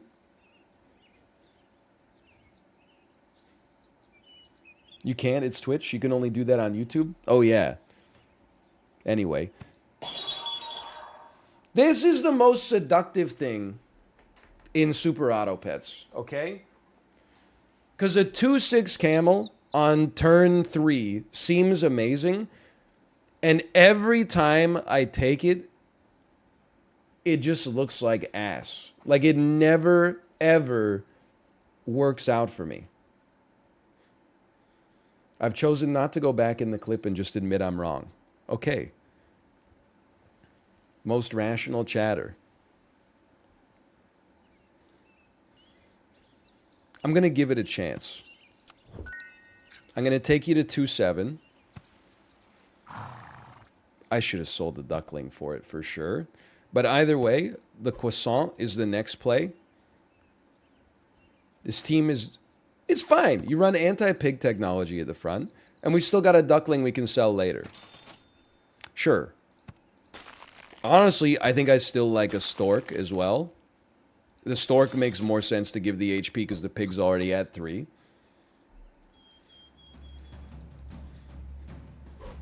Pretty sure you didn't say D100 because I was picturing a D20.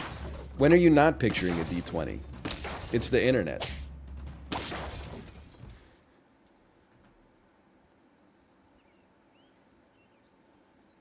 I know how this works.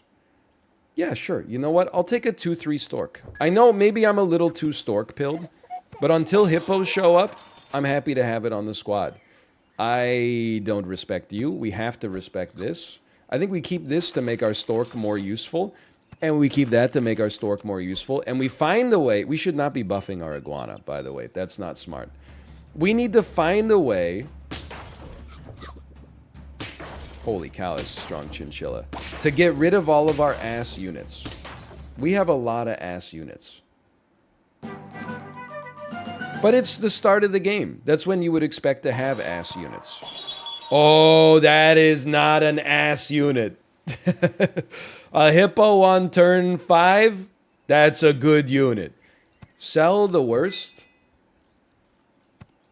Take some... Honestly, I would sell your ass to give you garlic immediately. Then we gotta find something to buff the hippo. I would feed him all the foods in the world. And never cry about it. Okay, it worked.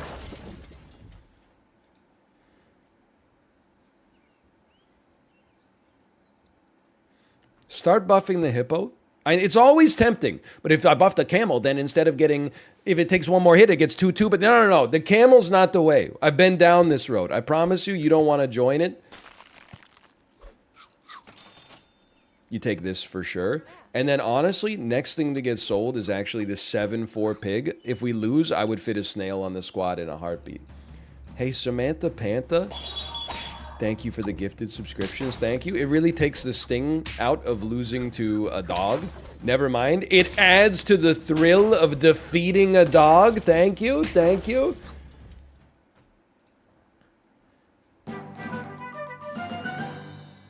I was still... We're angling towards selling a pig. You don't need a croissant anymore. You're going to get sold eventually, but for now we can get some value out of this. No, it's fool's gold. Let's make you semi-useful. That's very important. Very important, I think.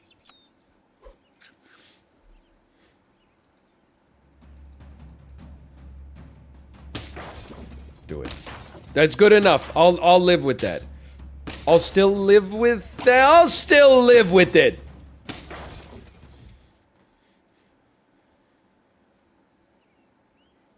Yes. Honestly, I think you go yes, yes, yes. And you say no. You simply say no to that. I should call her, I should call her, I should call her. It's true. You know what? You probably should call her. That most insane blowfish of all time? Holy cow. Dude, we're kind of rolling. That's the fastest 6 wins I've gotten in a long time. That's helpful. The Stegosaurus is a must-take. I think you sell the giraffe to make sure your Stegosaurus is buffing your hippo. Now the question is, honestly, I think you sell the crap out of your camel. And your pig, probably. Probably both. Let's start with the pig and add a lionfish to overwrite some equipment and some death touch. This is a huge freeze. Incoming. Here's the thing. I think lionfish is a little... I don't want to say overrated. I think I was using it wrong for a long time. The real beauty of the lionfish is overriding scorpions. So if you have one great unit on your team and losing that unit would destroy your team, having the ability to override death touch is going to turn you into a damn monster.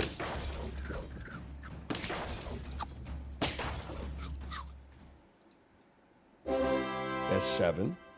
Overwrites melons as well. Absolutely true. I think I would sell. I would buy. And then I would start hoping that we get a lot of pairs. Forget the eagle.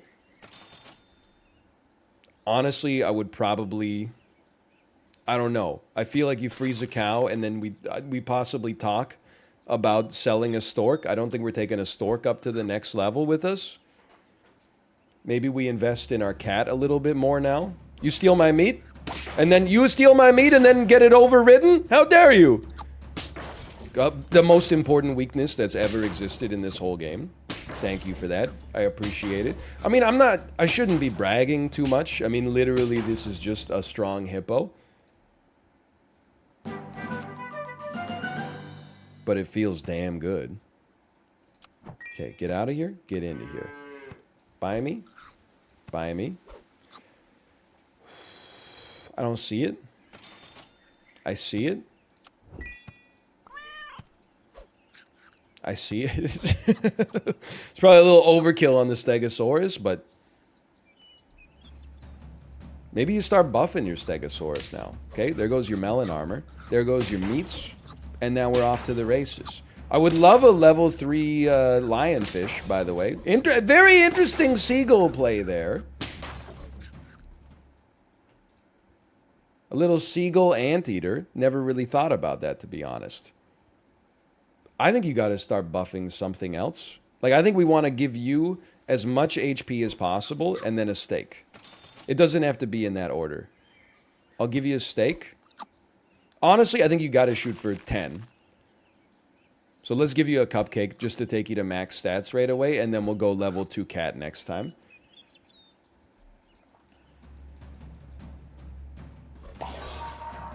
So close. That hurts.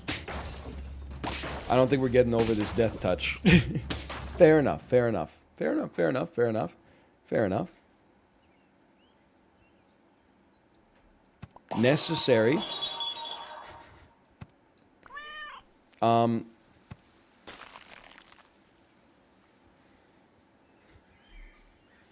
I mean, melon is going to beat garlic here. But I do think we keep that U around, even though there are better foods. Come on. Just one 10-piece, man.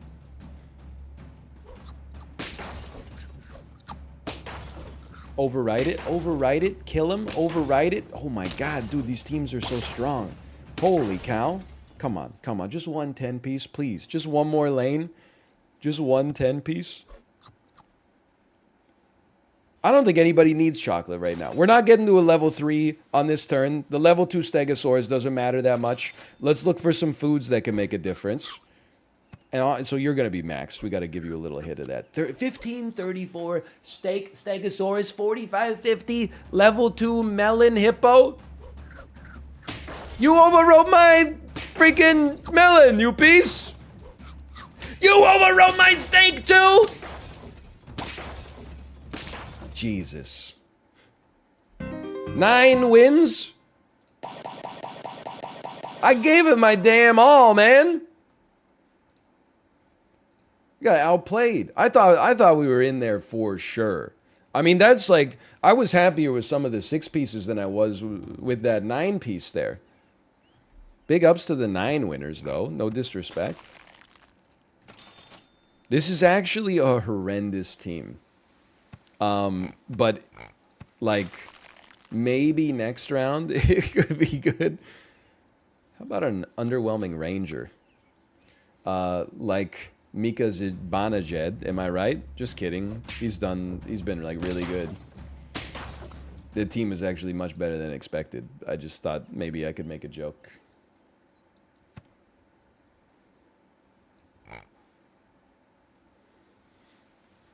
I think we want the stats. And then I think we want the stats. And I think we run ultimate anti-pig technology. Which looks like this.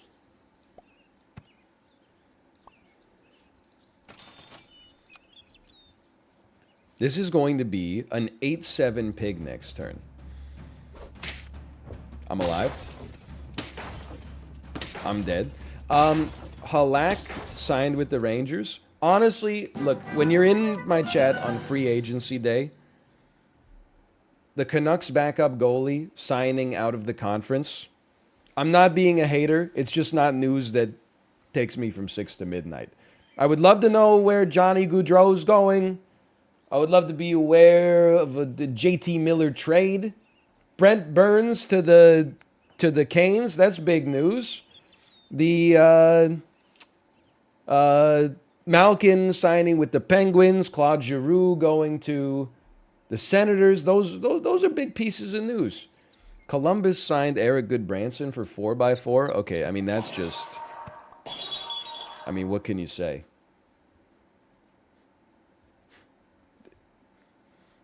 If you're a Columbus fan, that's fine. I'm just letting you know that Eric Goodbranson is not a good defenseman. But maybe he was also particularly bad in our system. I don't take Wasp. It just, because it's so hard to give it extra attacks, man. Like, there's no way to give it extra attack minus a croissant. So where's my croissant? Where's my croissant, Drake? Use the lollipop flip on it. Okay, hold on. Here's what I'm going to do, okay? I'm going to roll. I did not receive a croissant. So I'm going to Wasp, because I've been peer pressured. And then I'm going to roll. And then I'm going to roll. And then I'm going to roll. I've received the croissant. That one's for you, okay? So I just want you to, I'm just going to ask you a question. If you are the kind of person who said take the Wasp, and you also bet on 5+ wins, you reap what you sow, okay? That's what happens. You reap what you sow. So that was not going anywhere. But it's like next round, maybe you can do something. And the cupcake stats don't work the way I want them to, right? Like if I gave you the cupcake, you would not go to 12 attack next turn. You would go to 8. Correct. Okay. Well, just take a little extra. That's still good. Okay, we're going to 4 squat it. Dude, I'm sorry to tell you that you absolutely have to take a dog to have any chance of future success in this situation. At least we're going to have a 10-3 Wasp. That's something.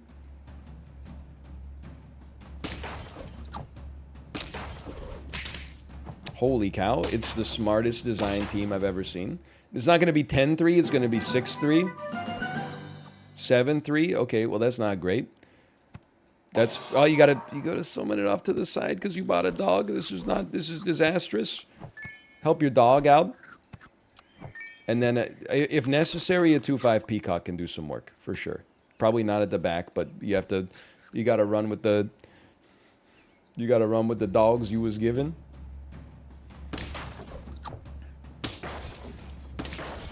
God, that feels good. To not lose that one feels good. At least get me out of the despair pit of 0-1 win. Don't worry about your dog. Honestly, I'm sorry. I need you to not get buffed. That's what we something like that helps out a lot. This also helps out a lot.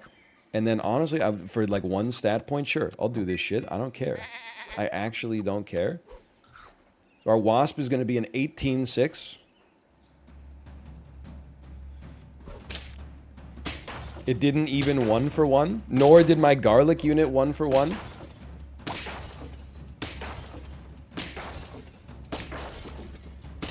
It's disastrous. People don't know how Otter works. I know, everyone's like, why not place it and then combine it for the dog? Because you get 1, for placing the unit, you get 1-1 and 1. For putting it on the Otter, you get 2-2. 4 is a bigger number than 3.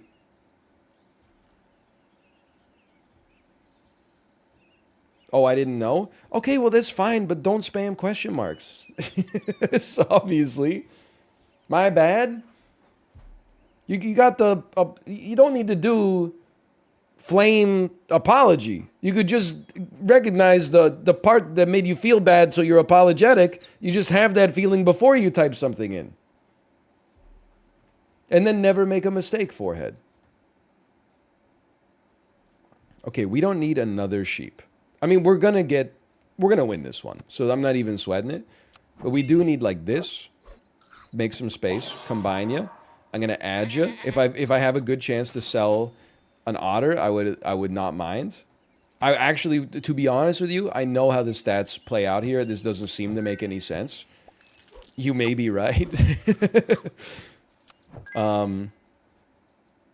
I guess I would rather have a 4-1. But then, to be honest with you, I think I would rather take these 5 stat points and put it into... I would rather put it into our garlic unit for 2 stat points. I know that sounds insane. And then we run 4 squatted, but for what I hope is a good reason.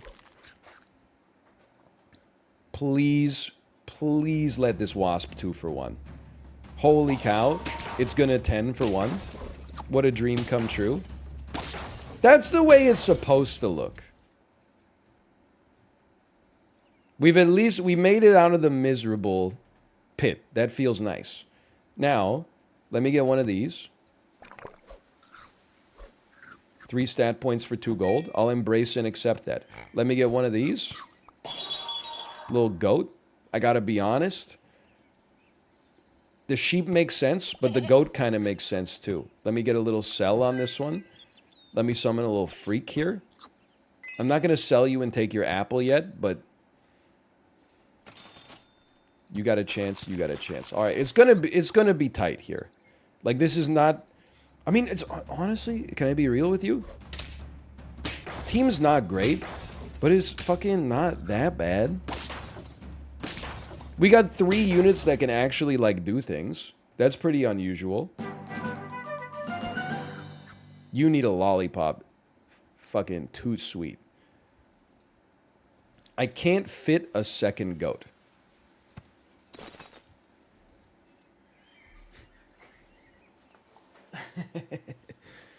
There was one last time? Yeah, I know. That's why I was reminded that it existed and I needed one. Because I read chat. It's right next to the screen. You can't sell a wasp. You can't sell a pig. You can't sell a dog. So you sell a goat, basically. Are we going level 2 goat? No, I don't. I would be surprised. I guess we could talk about it for a second. Okay, so we can do this. And honestly, like, you could always use some extra HP. And then we could do this, and maybe we actually do like a level 2 goat at some point. And then this is just like this is free gimme.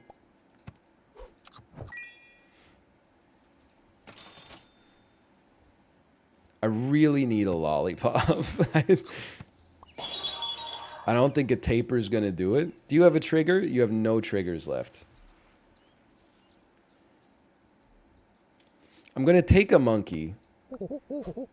But I would freeze a lollipop in a heartbeat. Like, I'm not thrilled with a 38-13 wasp, but a single lollipop, ooh. You know, there's a chance. There's no chance. That's pain. But yeah, I should be thankful that at the very least, we got out of 0 to 2. Or 0 to 1.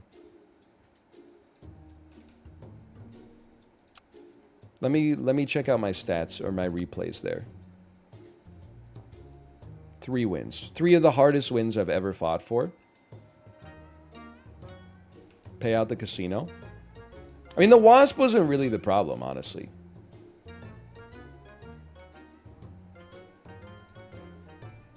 We didn't get a level 2 dog. That's a problem.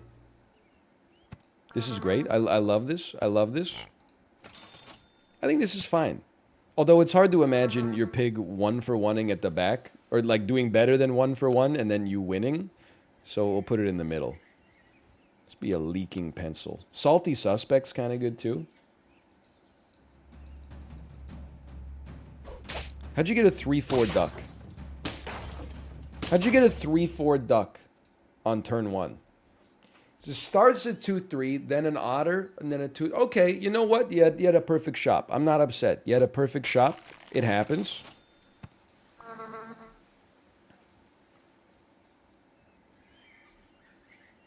I hate this team, to be clear. I'm going big mosquito.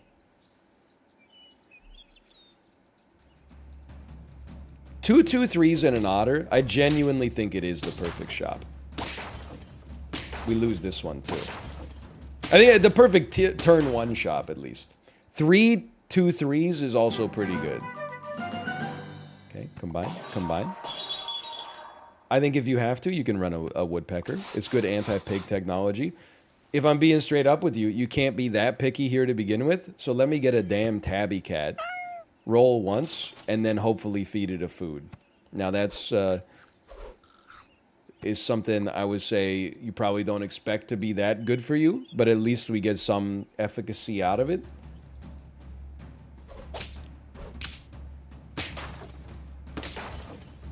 Better than expected, maybe? Sure. I'll live with that.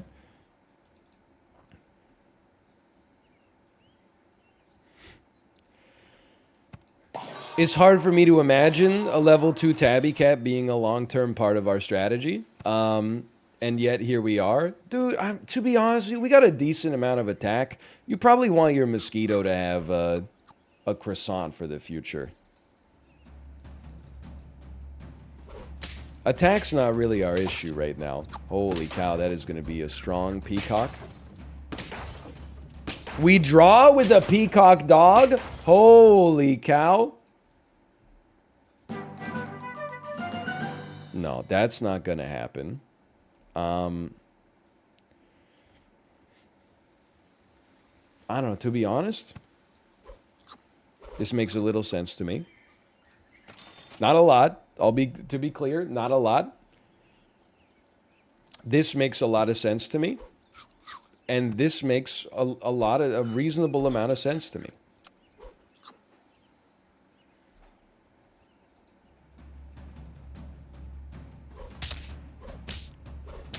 We're so close to greatness on that one. No, we're still fine. Don't even sweat it. Why not take the pug? I honestly have not found many animals in this pack that really benefit early from the kind of support that a pug can give. Why not? Normally, I've become a reasonable fan of the pug, but like in some weeklies, I think it's done some good work. I just feel like this weekly is not its strongest time to shine right now. Oh, you're lucky. When I can get this freaking chinchilla out of here, I'm going to the moon, man. That's big. That's big. That seems like potentially very useful this early, sure. Why don't you toss me a seal? Why don't you sell me? You know what, for the time being, why don't you sell one chinchilla? It provides us with no negatives. And then why don't, you know what? Why don't you just get sold? Because I think I'm worried about you being, you inheriting a buff you don't deserve. And then guess what? You get to do double damage one time. Squirrel? Yeah, that's a good point. Squirrel probably would have made a lot of sense there. Definitely seems like the sort of situation where I could see a squirrel having some value. Tabby and seal cannibalize. I guess I'll just keep buffing the tabby en route to 3 wins permanently then. You don't really have a reason to eat here. I think this is big. This is big. And then see what you get. You know what? You get a squirrel.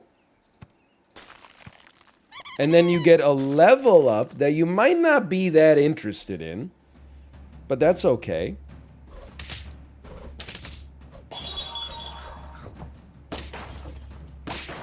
I'm just going to be honest with you. I feel like this worked out way better for you than you could have expected.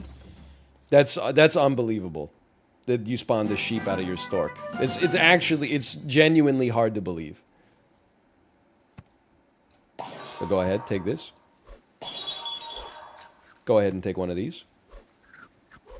And then honestly, go ahead and take a level. Not really. I mean, at this point, I don't think a leopard's going to do anything that the rest of the squad's not doing for us on 5 HP. I think you just go as hard as possible in this seal.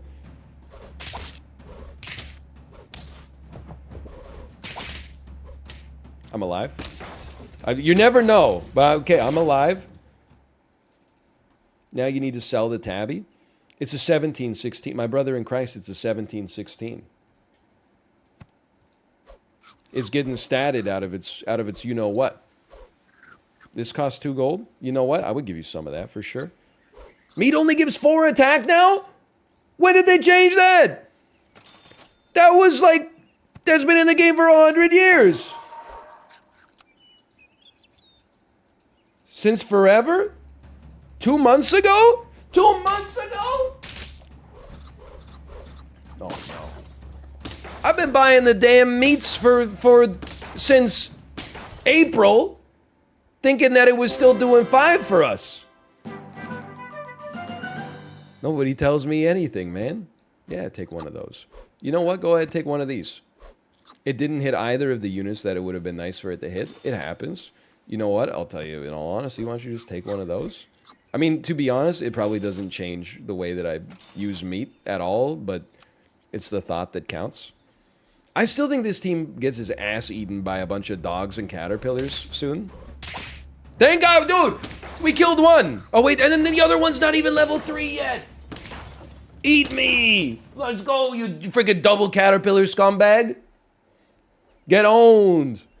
Okay, huge. At least they hit the tabby. I'm not gonna cry about that. Distribute some buffs out there. Whew. Whew. I gotta think about this. I don't know what to do. Because the chocolate generates a 2/2 buff. But we could also apply the chocolate to anything. But the only thing we want to apply the chocolate to is the seal. So forget this. You take one of these. Oh, it'd be 3/3 because it leveled. Very valid point. Very valid point. Chocolate squirrel?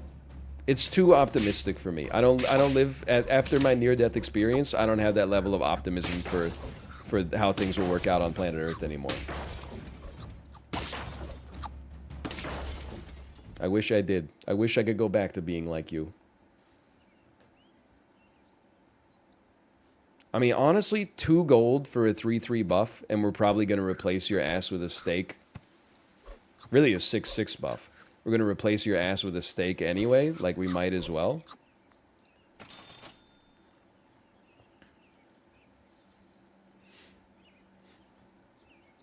Straight up.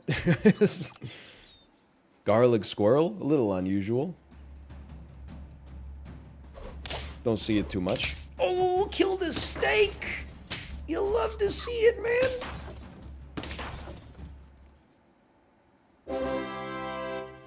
I'm back. Josh, you're back just in time. We're frickin' popping, dude. We're having a great time. We're having a wonderful experience here. I'm still gonna feed you a steak. I know, like, it's probably worse for the seal stats, but look at the stats that it distributed. Ooh, that's okay. Look at the stats that it distributed amongst the rest of the gen pop, man. Coward? Okay, wait, what am I a coward for this time? What did I do? Overwrite the melon. You piece of crap. You piece of crap. Whatever. Whatever. Oh, we still almost made it. Should have used the hamster? Buddy, the hamster's not even in this weekly.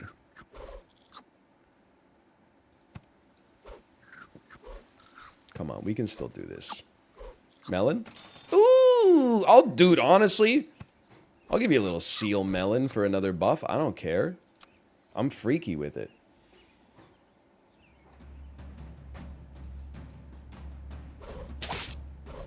Thank you. Thank you, mosquito. I would like to say thank you to the mosquito. I've always been a friend of the mosquito.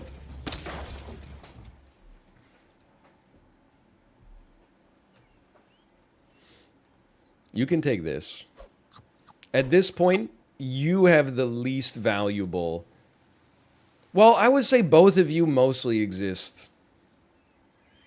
You do 8 damage to 2 units. You do 9 total damage. You should have a melon instead. Unfortunately, I can't even, like, use the chocolate.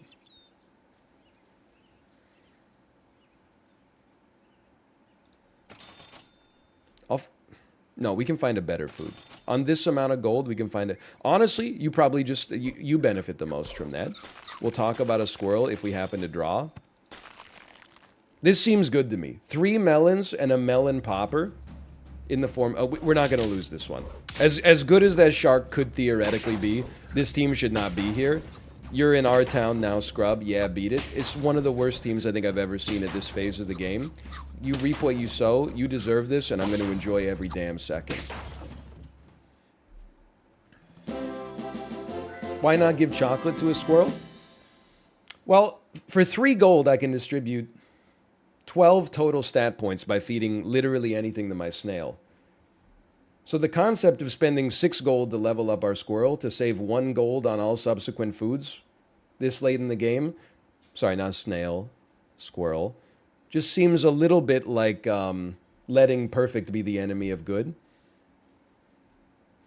It seems like you're trying to find a way to you're cutting coupons for a restaurant you don't like. You mean seal? No, I meant squirrel. They're asking me why I don't give chocolate to the squirrel. I don't give chocolate to the seal because the seal's at level 3. It refuses it. You meant squeal? No, now that Josh says I meant seal, I know that I meant squirrel. Anyway, whatever. We got a 10-piece. Why are you trying to drag me down? Hold on. Who wrote this comment originally?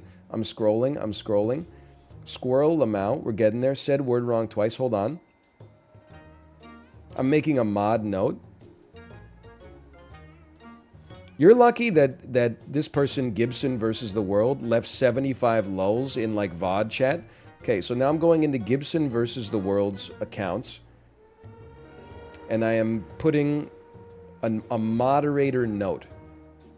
Manage suspicious user.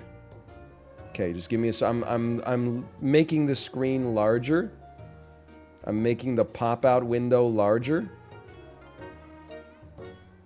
And I'm going to manage suspicious user. I have placed you... Gibson versus the World. I have placed you under a monitor. I don't know what that means. But I have sanctioned you. Your ass just got sanctioned, okay? I actually think that it might be a negative for me because I think that it means that every message you make will be highlighted, which seems to be what you wanted to begin with. But either way, get sanctioned. You just got sanctioned. And I gotta be honest with you, it felt damn good. Is there a 2-3? Is there a 2-3 in my next roll? There is a 2-3 in my next roll. Thank you so much. Then you run anti-pig technology at the front, and you're off to the damn races. How about an inedible stinker?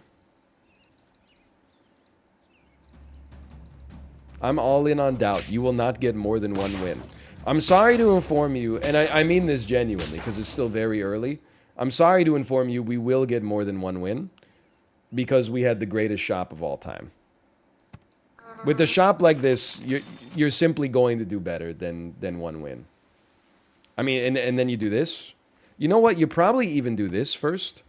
And then you just hope that this buff goes to anybody but the middle beetle. I'm actually going to shuffle the middle beetle out because I think that he's more likely to get hit in the middle.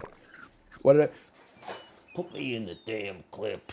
He's seeing the fucking Matrix, dude. Okay, you got to freeze this guy right here. Holy shit, he's insane. How do you feel about that shit, Super Auto Pet subreddit? You damn Poindexters.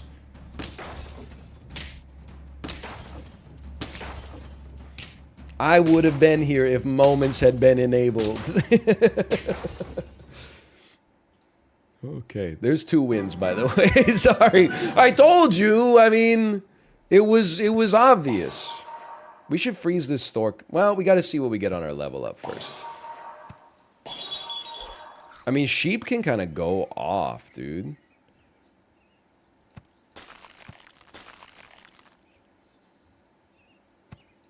You got to invest in the stats. Honestly, I think you keep the stork frozen and you buy the sheep just because the sheep, like, actually goes off. Then, next round, we croissant a beetle to make a stork a little better. Although, to be honest, I would also love to have a level 2 beetle before we croissant it, but we got to do something. I think stork beats sheep later. Sheep beats stork right now.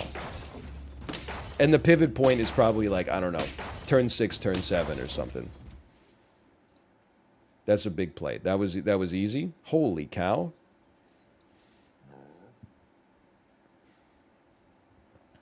I mean, I would probably start here.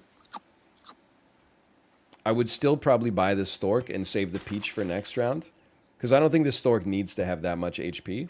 And then I think, no matter who you buff, I'm thrilled. Level 3 otter. Level 3 otter is kind of insane.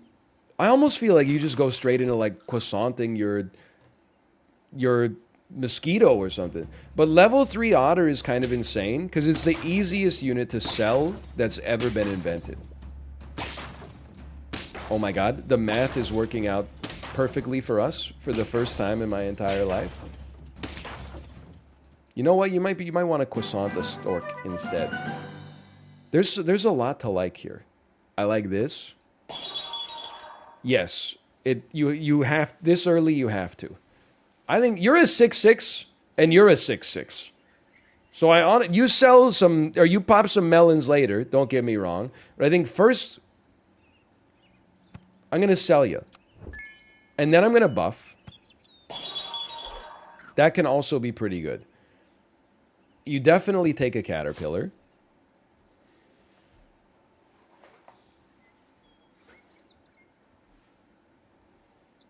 I like an anteater. My problem is that it doesn't scale. It does so bad against hippos, I guess is the only thing I'm trying to say. I think you gotta go. I think you've served your purpose. And then we focus on buffing a unit that will help our caterpillar later. And we buy foods to buff that unit as well. Sure, you know what? I mean, you know, that's a 3 for a 1-1. I think I might accept that at this stage of my life. And if we lose, I think I'll be happy that we have a snail. Because it's all about getting this unit as high as possible so the caterpillar will carry us. We got a long way to go. This squad will be scary in round 12. Well, here's the thing. At least if it's a squad that's going to be scary, like, in round 12, at least it can hold its own right now. Like, at least it's capable of doing some stuff immediately, which is not always the case. I think we got to buy. Buy. That way you're buffing a giraffe. We'll roll once, see what you get. Sure. I mean, I've never been, lately at least, I've not been a huge fan of the level 2 giraffe. But if you get it basically as early as possible, sure. Why not?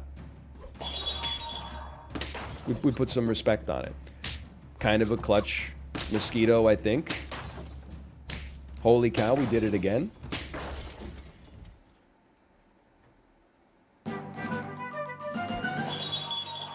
Yeah, you have to. You absolutely have to. You can go. You have to come out. You now have to move to the front, and that's fine. And then we're just definitely going to do that. I don't know. I think we got to keep you frozen. I do like a scorpion, but I don't know. I like a stork, man. Ever since somebody told me it's bugged and the jury is still out, I love it. Oh, giraffe buffs 2 now. So true. You got to move it back one. Hank! Hank! Don't tell me that shit's gonna matter. I'll flip my damn lid, man. Oh, dude, the greatest camel of all time just saved my life.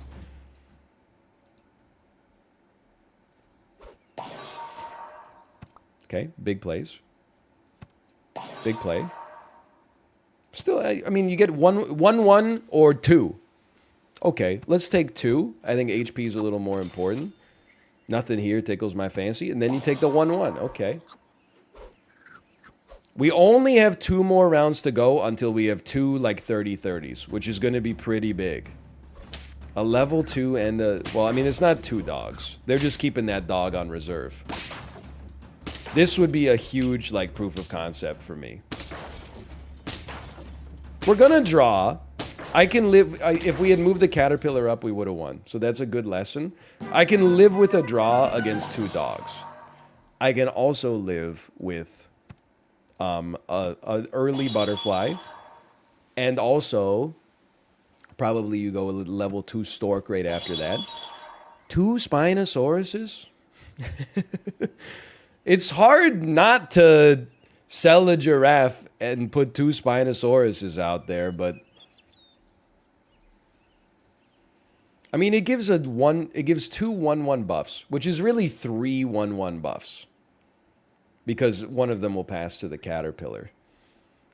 But yeah, I mean, I gotta be honest, you're twisting my arm. And if you're gonna twist my arm, then here you go. And then the order... I was going to say you put a monkey at the front, but no, you do not. I thought that you would put a monkey at the front to counter a scorpion, but no, that's not the case. You have to keep the monkey buffs coming, and then you really just hope that the enemies don't have any scorpions. Spinosaurus should be last. That's true. That's true, and that's very sensible. That's true, and I regret my words and my deeds. No buffs for the dog. Okay, you know what? Actually, you can buff the dog. It turns out it's not that big of a deal. Holy cow. Why keep stork? Somebody told me it's bugged, and then we haven't determined whether or not it's actually true, but ever since we started taking it, we've been doing a lot better.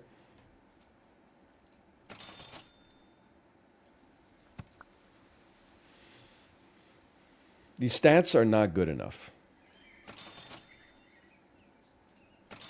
Okay, we're definitely in endless roll territory. I'm gonna level with you. I don't feel like a croissant is that relevant anymore. I feel like some garlic might be more helpful. I feel like this is helpful. At some point, I think we're gonna want to move the stork to the front. Just as anti-scorpion tech. That point will probably be when I lose a round to a scorpion. So hopefully that won't be on lethal. My god, what an incredible spit out from the stork there. Chocolate? Watermelon sugar? You could do worse. Stork's actually insane. Dude, he's been doing good work, right? Like, whatever. No, not the death touch. Not the, okay, that's exactly who we needed to have the death touch. What a run, dude. It's not quite a flawless. I don't know. It's a flawless, but not a perfect. No HP lost. Stork stays winning. Rip Bozo. I don't know. Choose prediction. 10 wins.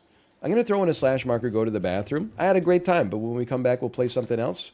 I know what you're thinking. 2 pisses in the same stream. The body's back online, baby. I'll see you in 2 minutes. This is not a 3-minute piss. This is a 2-minute piss.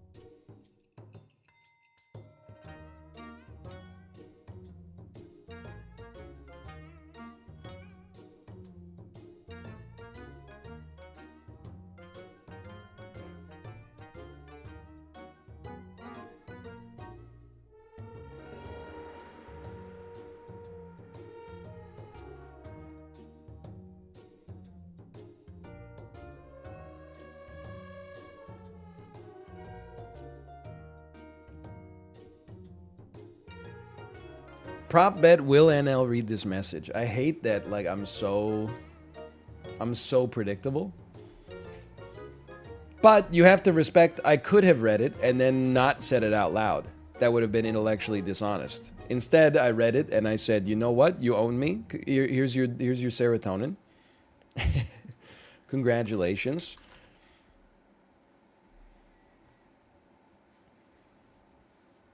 I timed it. It was a 2-minute and 45-second piss. I'm here to tell you it wasn't, okay? It's a 10-second walk to the bathroom, and then I'm a sit pisser now, so I've got to disrobe a little bit, and then I got to sit down, and then you got to secure the tackle beneath the seat so you're not peeing all over the seat. So that, then the pissing begins, which probably takes you to like... you know, you maybe like an average piss is about 15 to 20 seconds. Then you got to get up, put the stuff back on, 20-second putting your clothes back, or 20-second washing your hands, 10-second drying your hands, and then coming back. Like, it adds up pretty quick, okay? Yeah, we're going to play some chess. Always take a little bit of a Hail Mary. If you're going to take it, do it in the final hour so it doesn't ruin the momentum of the rest of your stream. Me, on my way to blunder my queen. So here's what I'm thinking for chess. I think we should start with some puzzles just to warm up. And chat can help.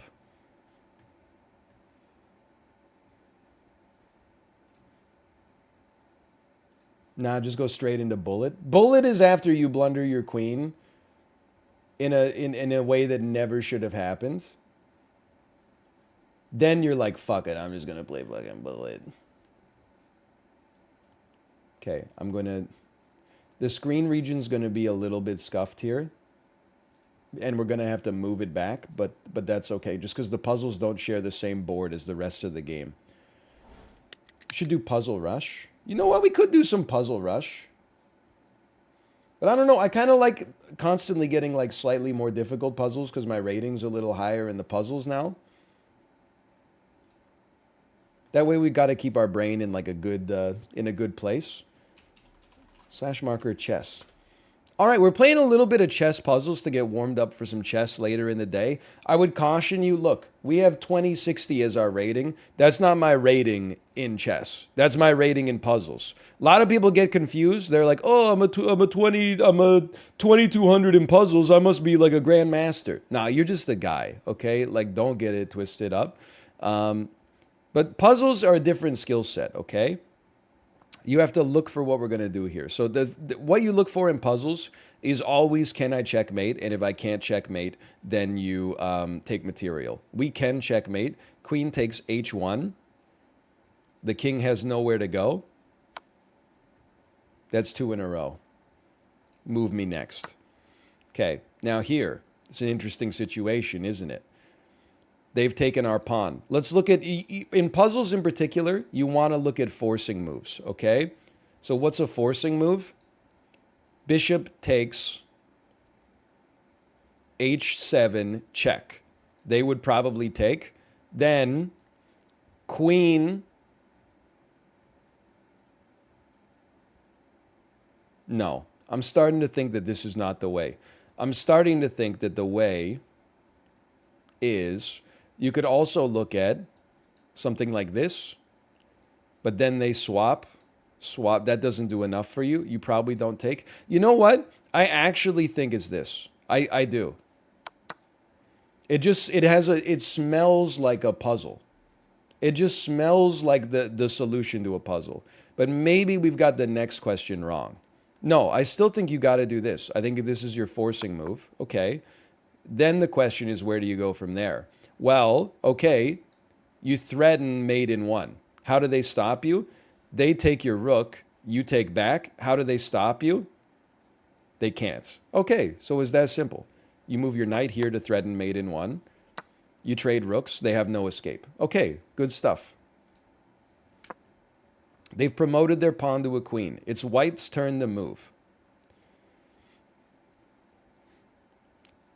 we need to force. So I think the only move that really makes sense is this, checkmate. That's not checkmate because you're not covered in this space. You need to find another way. Hold on. I'm trying to... I was like right for the wrong reasons. Okay, so far so good.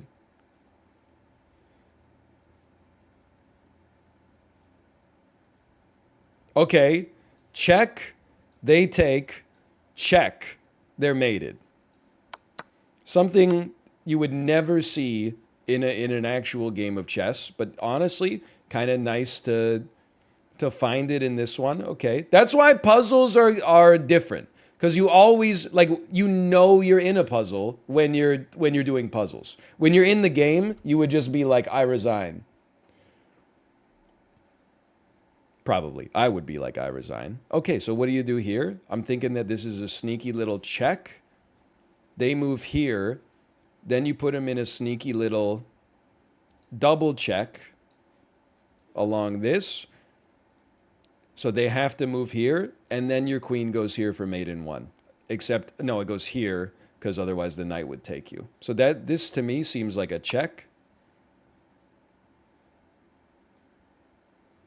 The reason this is not the play is because they would do that. Okay, fair enough. Or even just this. Sure. Or even just this. Okay, fair enough. Fair enough. Then you do check, double, oh my God. Sack the queen, check, checkmate. You son of a, you piece of crap. Always look for the queen sacrifice in puzzles, man. It's a gimme.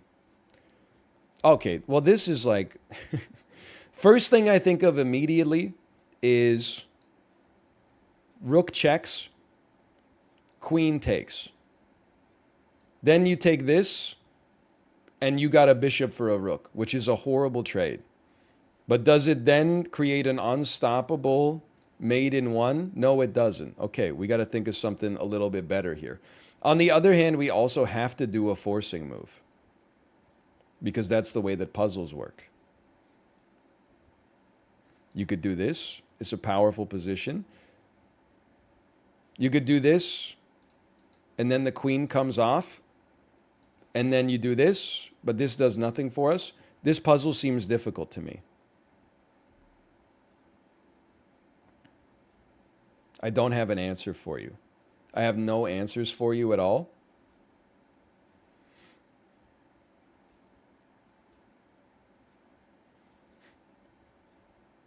If we ever get to the point where it's this, then I'm retiring from puzzles. I like this. Distract queen, take bishop. I really, dude, to be honest with you, I think you have to do this. Because it's, okay, I just figured it smelled like a puzzle move to me. The only other thing I could think of would be, what if, okay, honestly, what about this? Okay, that's insane. I don't know. A part of me thought that only losing a bishop maybe could somehow lead to mate. Okay, let's see what we got here.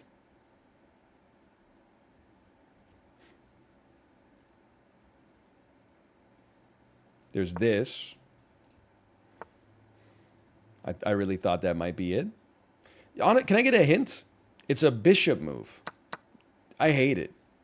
That's not a puzzle. You didn't do a puzzle on me. Just trading the bishops? You tricked me into thinking it was a puzzle, but actually it was just a position. How dare you? And then following it up with this. Because they can't protect their knight then. Then you take... Okay, that's a tough puzzle, man. Puzzle rating 1752. How dare you? I like the endgame positions. Typically, you're going to end up with a check. Then they will play king to here.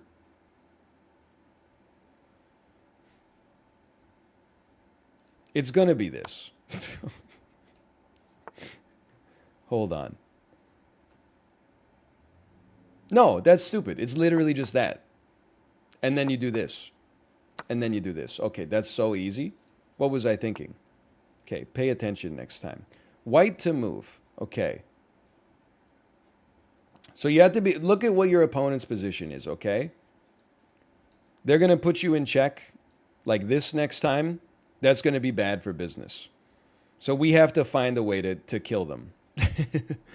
I guess, you know what's interesting is that you could do bishop to here, check, move here, and then they would have to move bishop here to put you in check again. So I feel like that actually is not that bad, and then you have a beautiful discovered attack that they probably then get out of. If I go here, here, here, they then have a chance to get out of the discovered attack. No, they don't, because they can't move their king anywhere. And we have to protect our rook. So you know what? You play this. Then you move here. Okay, well, hold on a second, because no, you still move there. And then you take with the bishop, and they've given up. Okay, I'm feeling better. That was a 1478 ELO puzzle. I'm a little embarrassed. I would have said 2,500 personally. Black to move. So we've been placed in check. We have no choice but to move unless we can capture the knight, which we can't. We should not block this. So I think we have to play that. They place me in check again. Then I think we go here, because this queen blocks is bad because we have this unprotected piece right here. Queen blocks is really bad because they take, I take. Well, I guess they don't get a piece because we have this cover, but it's not that good. I would say you do this. No! Monica!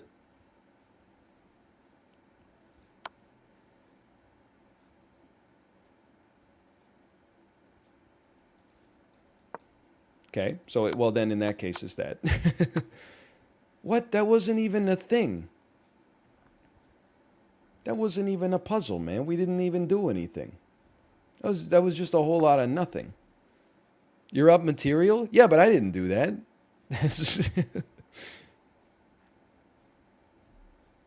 The computer did that. Okay. This is a mateable position, right? So like, is this for check? Their only choice is that. Then you play queen over here for the check on the diagonal. They have nothing to do but this. Your rook takes their rook for checkmate. I can't believe they're sending me like the 1,200 ELO puzzles now. That hurt me. That one's that's a classic puzzle right there. Okay. Now you got to think about this one as well.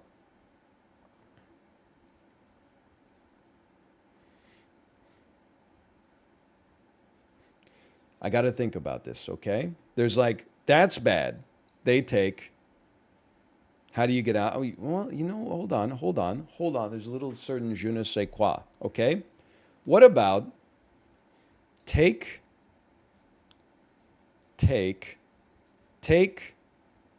No, this is horrible. Okay. What about check? They probably have to move here, and then you get a rook for free. What about check? And then take. And then you get the rook for free. Don't be cheeky with it. Okay, that's better. Black to move. Black to move and win. So you could promote. That doesn't seem to do a whole lot for us right now. You can do this. If they swap here, you get your queen one turn faster. I don't know if that's enough. But it is something. I don't know what else you could do in theory. I think you have to do that. Oh, well, if they do that, then that's easy enough. I would probably just take and then do this again. Okay, and then, well, obviously if they're gonna... Oh, because then if we promoted here, their king was still over here, they would have promoted and we would have just skewered and taken the queen. Okay, fair enough. That's a valid point. I didn't really see that. Okay, it's a cheeky little puzzle here.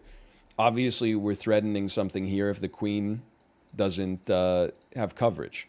You could do this. Take, take. Now the queen's not covering it, but now you can't do that because you don't have anything covering it. We gotta think about this one.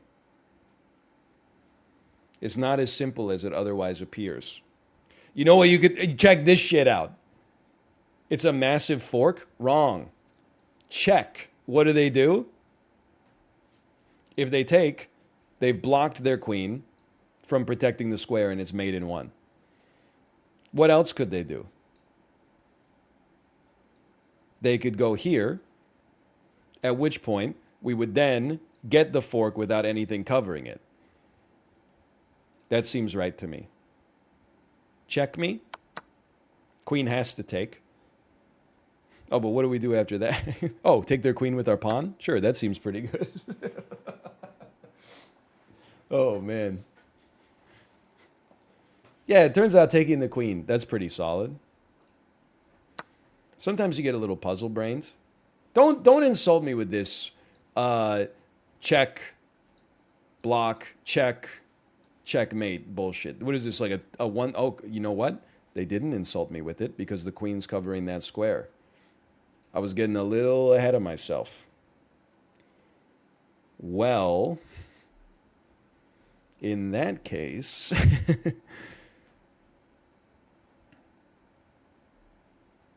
what's wrong with taking the pawn? We go up a material. They can't take our pawn because then if they do this, we have a mate. So, do they mate us if we take their pawn? They would do check, maybe. I would go here. They would go here, and then I would have mate. What if instead I take the pawn, and instead of doing that check right here, they do this check? Then I would go here. I could not be placed in check. I would have mate in one.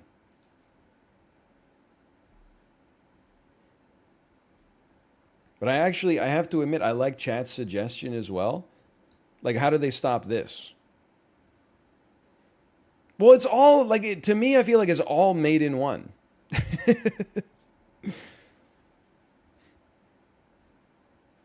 Like, if I do this, they still probably go like, well, if I do that, then they put me in check. I move back. They have to move their queen, and then we have, dude, I think it's all good. But I have to almost trust myself. Like, why wouldn't this work? What stops me from making this work? You get checkmated? How? I don't think I get checkmated.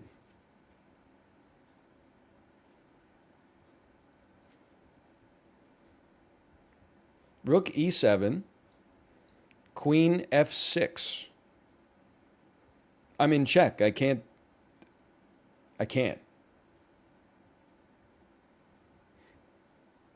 Rank 7 queen and rook mate. Just tell me the moves. Like, because I'm walking it through myself.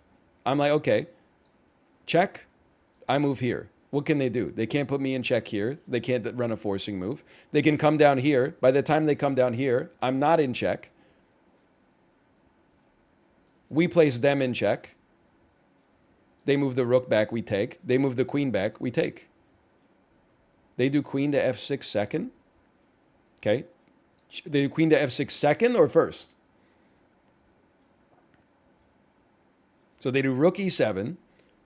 I fall back to here. Oh, and I see. No, you're right. Because I was thinking, well, like, if I know they're going to do queen f6, then I would just do this. And then that wouldn't be check. But obviously, I have to go here, because if they do this and I do this, then this is mate. So you're right. They have two different mates. That explains why this is the move. I think you just fall back here. You don't block, because then you get into an equivalent. Well, okay, I mean, that's also great. You get into an equivalent trade with a pass pawn. They're not going to be able to stop this pawn from promoting, so that probably wins. this probably wins. However, I know I'm going to get myself into trouble, but I'm like, this seems great to me. Can't put you in check on the diagonal. Can't put you into check here. We have the easiest mate in one of all time. I think the move is king to g7. The king is on g7. I think you just play this. I think you just fall back. Holy cow, I'm actually the world's smartest man. I had to have some serious intestinal fortitude to do that. When everybody was screaming, put the rook on f7, but it just made sense to me. One for you, one for me.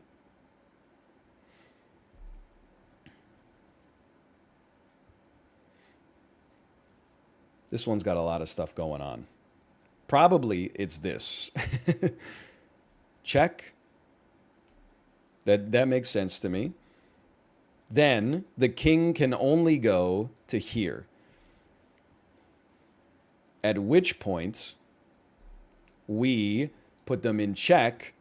The king can take our knight, or it can go to here, at which point we put them into checkmate. I think it's this. This, sack the knight, checkmate. That makes the most sense to me.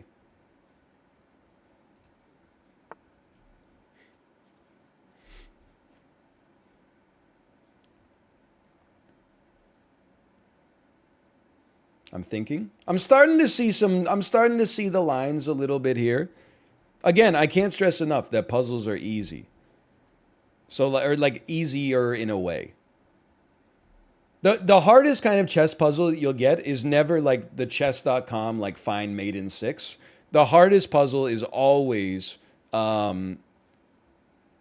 like find the move that gives you a best position. And that's literally just what chess is on every single move to begin with. So here's what I think in all honesty, here's what I think it is. I think it's queen takes on f2, king takes. Bishop to h4, check. They probably play this forward. You take with the bishop again. They move king back to here. You take their queen. You have to put them in check first. Because if you don't, and you've moved your bishop, like if you do this first, they do this, and then like this, and like then you're moving, like you're just, you kind of get blown out. Like you kind of get owned, I think. So I think you have to start there. Then you go with the check. And then they're like, that's good enough. Okay, fair enough.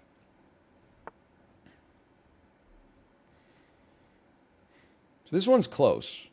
Like it's rook from h3 to h6 check. King is forced to go to f5. Knight to g3 check. I don't see how this delivers like a killing blow. Knight to g3 first. That's way smarter. Holy, that's a genius move because they have no forcing moves. You're absolutely right. You still have to do it like this. It's like this. Maybe you don't have to do it like that because now they can go here. And what do we do after that? You can take the bishop, but then you would lose. I don't know. I still think it's good. Because it's not checkmate, but it is a free piece. So that's pretty good. Rook to g7 after. If we did rook to g7, they just take your rook on h6, unfortunately. Because we would have nothing covering it. Like the knight would be covering here and here. Was that a smarmy, unfortunately? Maybe a little bit. Look, I make horrible mistakes in chess all the time. And what's great is that like I make them and then I don't see it until I do the game review at the end. And when I do the game review, they're like, this move is actually, the move you thought was like a +1 was actually a -8. And then I'm like, why? And they're like, oh, because your queen can be captured by a knight. And I'm like, oh yeah, good point. Fair, fair. That's pretty fair. This one does seem a little challenging. I feel like you have to start with a forcing move. So it's check, and then they take you.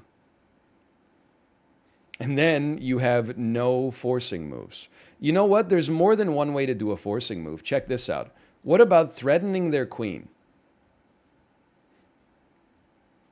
Then, no, this is, well, okay, you threaten their queen, they take your bishop, you put them in a check here, they can't use their bishop to take the piece. I don't know. There's a part of me. Hey, Noah the Boa, thanks for the gifted subscriptions. Thank you. Glad you're enjoying the puzzles. Here's what I'm thinking, okay?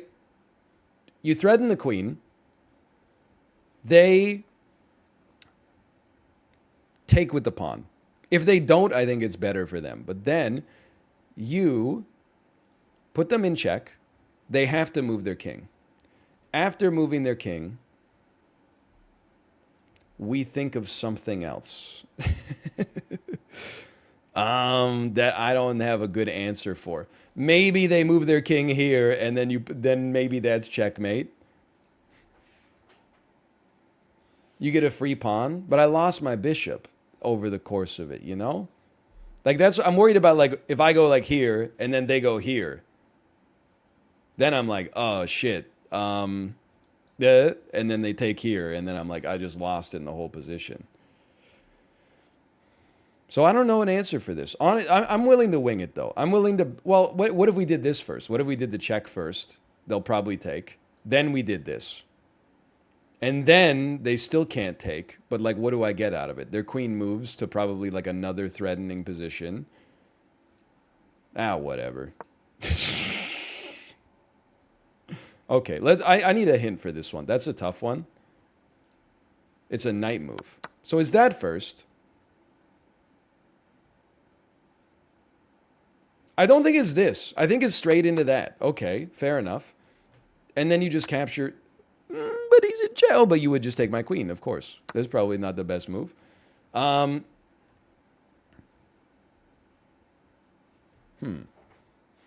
on these knight moves. Very true. You know what? That's true. Hold on. But they're winning in material, right? They have, because, like, we could discover to attack their queen. But then, no, that's horrible. Because then they take my queen, which is giving the check. And I am forced to take. And then their queen takes my bishop. It's horrendous. Is god awful. There's a part of me that thinks it's just like, it's literally like queen to e8. Okay? It's not, for the record.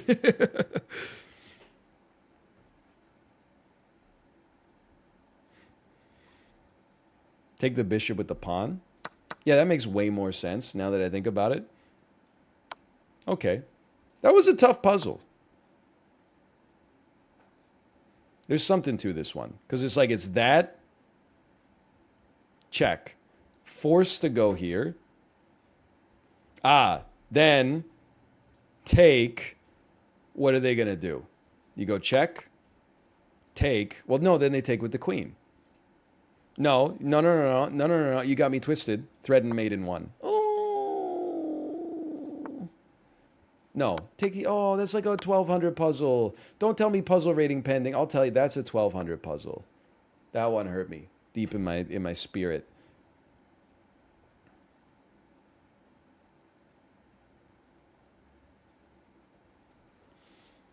I'm thinking, just for the record, in case you were wondering what's happening right now, it's hard to imagine that it's not this.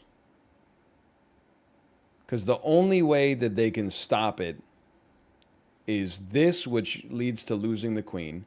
This, which leads to losing the queen. Okay, that's an easy puzzle. I think is just that. And then this.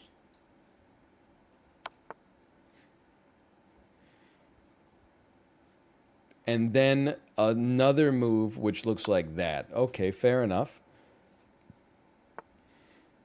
Don't be hard on yourself if you're not figuring these out. I miss a lot of them, obviously. And chess puzzles are just, they're like a little hard, man. It's not easy. It's an interesting one. We have to move the knight. I think maybe you look at something like this. In game, I would look at something like this because it's covered by a pawn. But in Outside of the game, I might be like, well, it's a puzzle, so let's do something fast. Or let's do something cool. I don't know. I'm like, this, they take, I take, they take, I take, they take, I take. I think that is a better position for them. This, they take, I take. That's not so bad. Ah, you piece of crap. This is literally what I just did. Okay, try me. Okay, it's not either of those. You're right. That's much better. We win a bishop for free. Okay, that's a good one to think about. To think about why we didn't figure that one out faster. Okay, we got real problems. Here's what I'm thinking right now.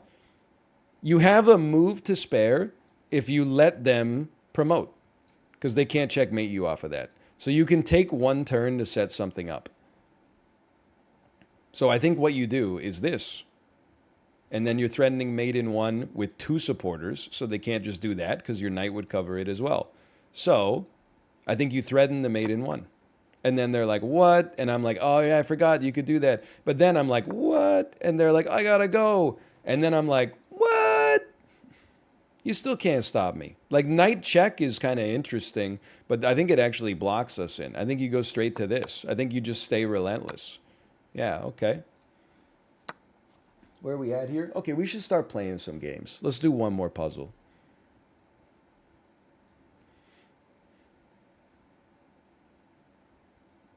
I have a play. It's this, and then if they do this, you pin the queen. But what if they do this? Then you come over here, and then they're like, I'm back, and then you're like, okay, let me think. What about this? And then they go here, and then you're like, surprise, it's checkmate. Hey, okay. All right. I don't believe it. We actually gained some rating there. Well, with a little bit of chat's help, so that's not maybe too surprising. I'm going to play 5 minutes for now. The screen region is going to be a little bit messed up. It's not going to be like quite right. It's not that bad. I just don't like having chat on the screen in chess.com as a just in case me. So I tend to like do something like that instead and something like this. But then it's like so narrow. No, wait, I like chat on the screen. Hold on, my game's gonna auto abort. Because then we get to see the game review. So I think we actually like this. Okay, let me get a new 5 minute. I play the Caro Kann defense sometimes, even though I don't know what it's all about. I do prefer the exchange variant, thank you. You want me to take with my knight? I would take with my knight. I got no problems there. So, again, I need to stress, in case you haven't seen me play chess in a while, I don't know openings. I know how to play chess. I know the theory. I know endgames reasonably well. I used to play somewhat more seriously as a child. Before all this real life stuff got in the way. Just give me a simple play right there. But I'm not a big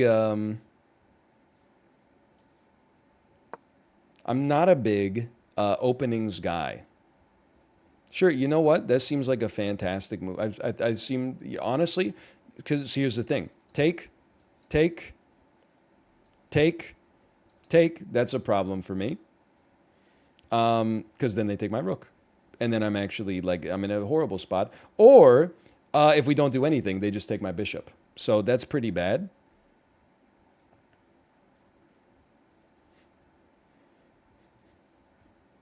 You can do this, but then I don't think that really gets us out. I honestly think we got opening trapped on move 10. No, it is bad because if we do something like this, they just take.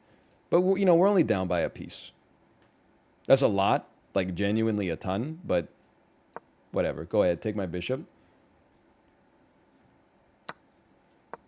Then we do something like that. Then we do something like this and go on the all-out attack. Go on like a psycho attack. Here comes the psycho attack. We got to watch out for this guy because he's covering the bishop. Don't get it twisted. Give me something like this.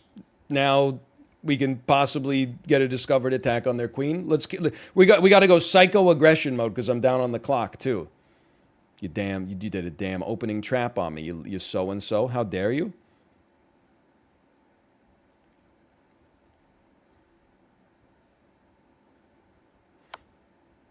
You've placed me in check.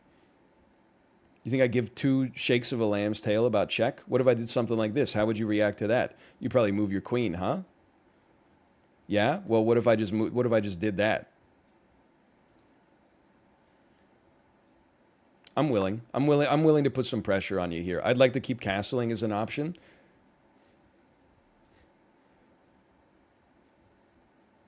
Just take it. Oh, they take back with the queen. I don't like it. It resolves too easily. I think we castle, and then we go straight back to real fork hours. And we also talk about a position that we got right here. We talk about getting our queen somewhere. I don't know where yet. I haven't decided yet. So where are you going to go? You have to go here again. But then I can't really go someplace. Like, I can't get the discovered check into the kill. Because anywhere I go, I could place them in check, the queen could just take me instead. So we got to think about this. See, we knew you had to go there. That's a given. Now, what's the next question? I would say the next question is let's put some pressure on you. Let's force you to move this. Okay, then I'm like, I can put you, no, well, yeah. Okay, hold on a second here. Is this how we get our piece back? Check. If they don't do anything, we capture the queen. Check. They take with the queen. We take their bishop. No, because we lost a piece to set it up. Not good. What about this? I don't know. I feel like it resolves too easily. What about this? What about that? Can't go here. Can't go here. Goes here. Check. Then the queen can't take us. Now that is what I want to see in the game review, because that's a little unusual. Holy cow. They have to take with the knight or the pawn. We take their queen.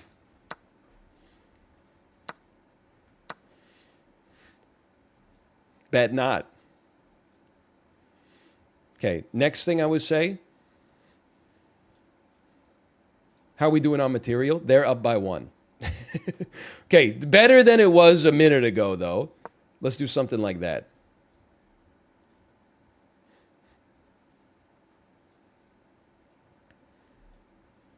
Hey, down by 1, much better than down by 3.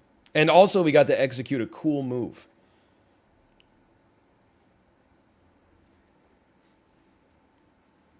We'd love to do this, then this, but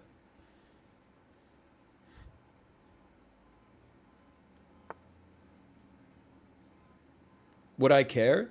I missed the part where I care, I think. We just do it.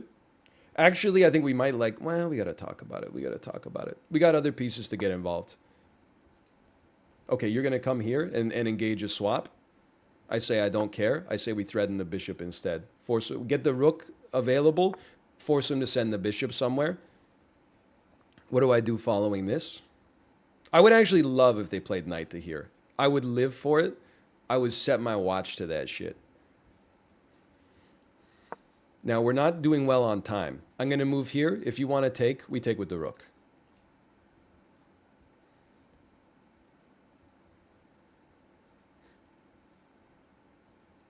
Things I don't cry about. They choose not to interact. They do something like this. We take. They take. We come in here. We stay hungry. We devour. Well, we got to figure out how to kill them at the end of the day. They move their king up. Things I don't understand. So here's something you could do. You could fork. Here's what I like about this. You lose the bishop, but then you gain the bishop with the discovered attack. So we're even on that. Because we have the check here. And then you figure out where you want to go from there. And I don't have a great answer for you. At all. At all. We have 1 minute and 2 seconds left. I don't love this because they get like a free move. So you know what I do? I'm going to just force them to make a move. We gotta pay attention to our clock. I don't think you take the bishop. I think their bishop is presently useless. Now, they can do this. They can put me in check, but to what end? Maybe it wins them this pawn. Oh, maybe they just take my pawn. I didn't really think about that. Fair. That's pretty fair. Let's put some pressure on this knight now that it's in a different position. Let's not give them the ability to get an incredible fork on me. It's falling apart. Okay, I mean, we knew the check was coming, but there's nothing we could do about that, really. At this point, I'm playing this game to see if they thought that my h5 move was brilliant. Okay, they gave me a rook and I denied it like a fool. This was not the right move. Yes, that was a bad move. Or was it? Well, it certainly wasn't good. I probably would have taken the free rook given the chance on that one. But now we're in a damn puzzle. I'm about to be placed in a nightmare check. I have 21 seconds on the clock. Oh, you're right. It wasn't a free rook because they would have put me in check anyway and then taken my queen. They might not have seen it. I mean, we are 1400. How about something like this? We have to do this trade, I think. There's no way. Like our king... Well, I guess our king could move there, but I don't know what we're going to do about it. It's not looking good. Let's just call it like we see it. You know what I like, though? I love this, because now we've blocked these rooks being, partners with one another. We also can move our queen nowhere, which is not great. That's a check. That might be a check. Hold on, though. If you don't put me in check, I got plays.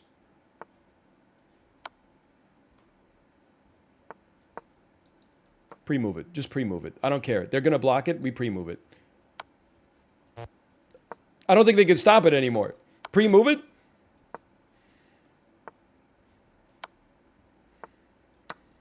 They stopped it. They took my queen. They took my queen.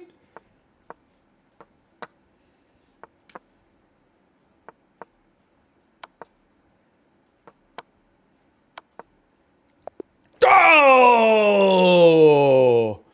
What a dishonorable victory.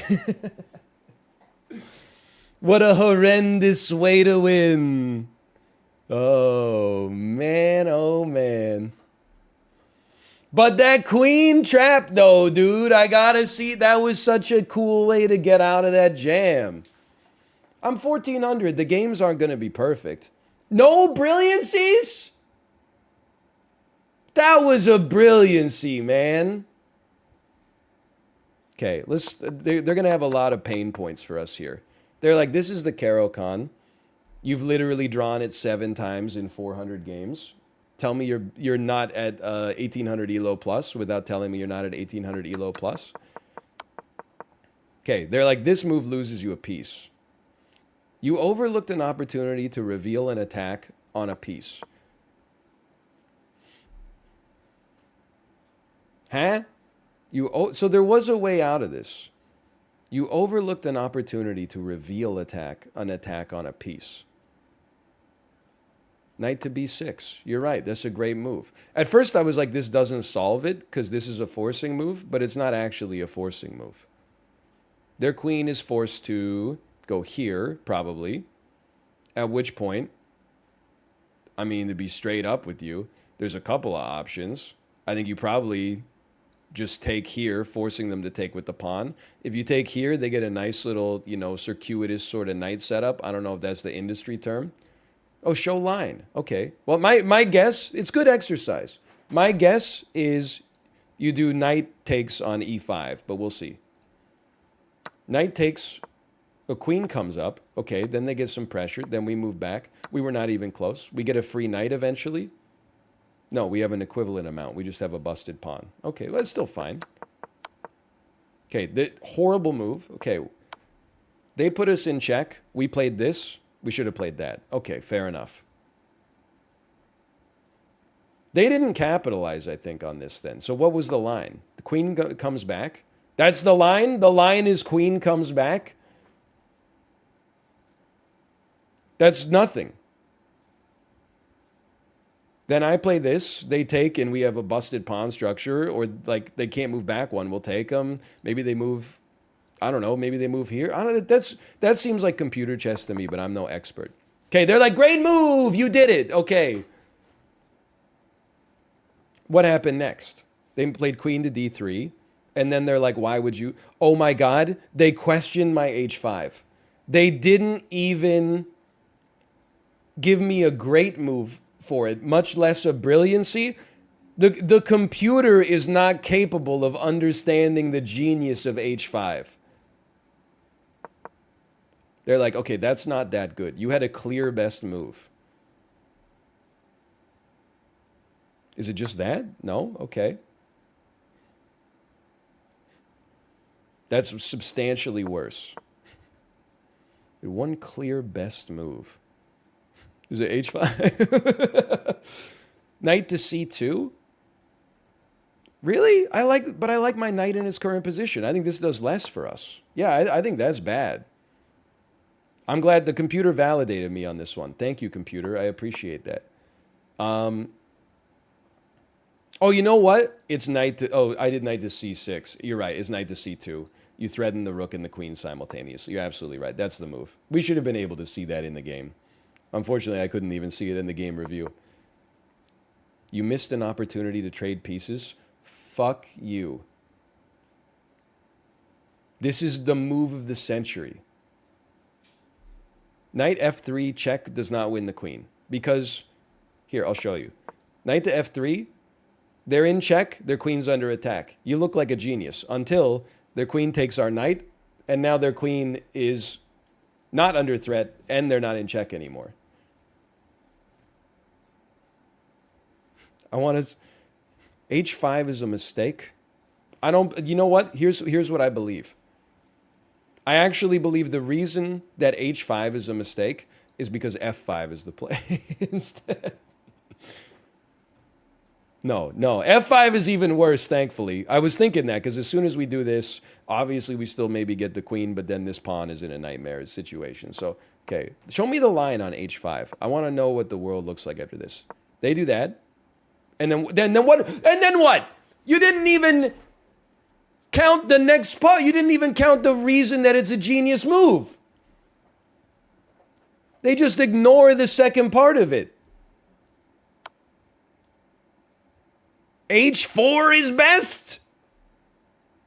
But this move is insane.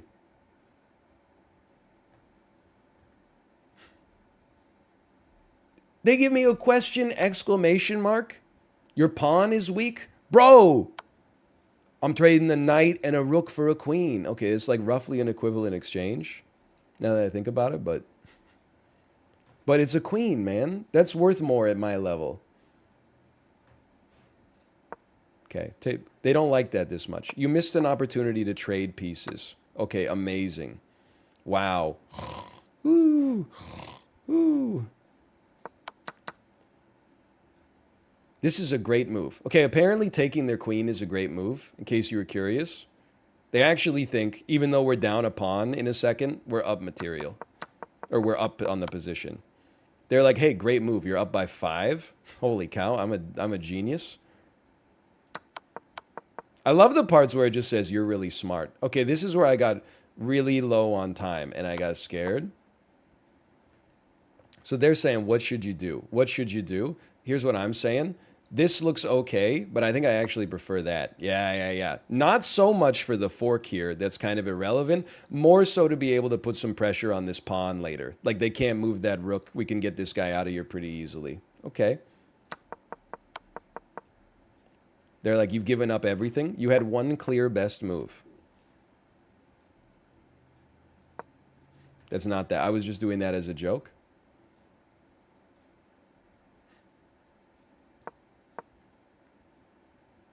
Take the rook?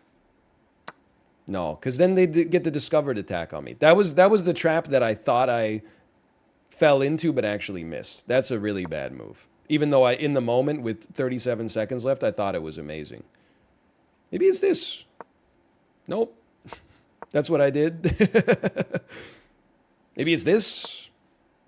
All right. Why don't you just tell me what you'd like me to do? Oh, it's move your king. Right. My mistake. It's king to e8. All right. You know what? I think we've gone through enough of that game. We can fit in one more here real quick. We won. I mean, it's easy to forget that we won that game. Okay. You want to play a little Petrov's defense? I don't think so. I play the Scotch game now.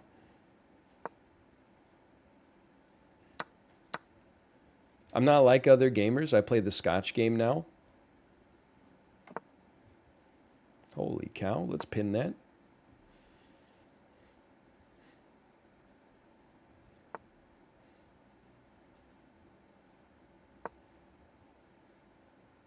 I feel like I like the way my pieces are developed. I like the way that my squad looks right now.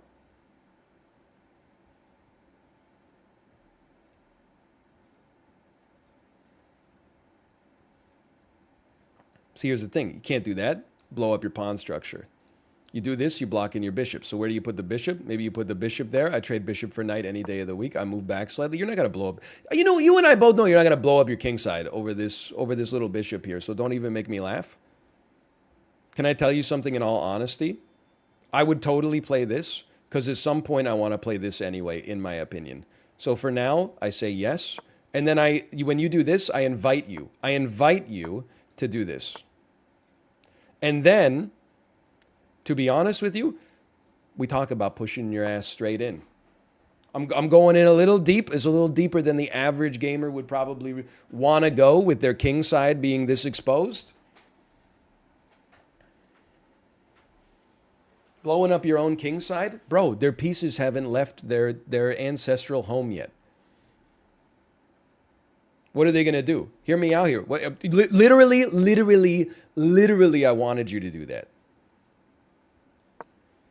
You want to swap? Okay, by all means. I don't know, maybe they got a way out there.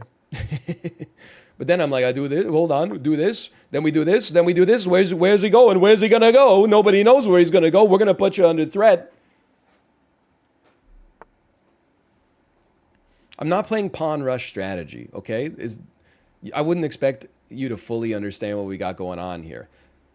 Push, push, push. They go here. Well, no, they don't go there. They don't go... Like, almost anywhere they move except here loses them a piece, okay? And then we got two pieces on this. We take, they take.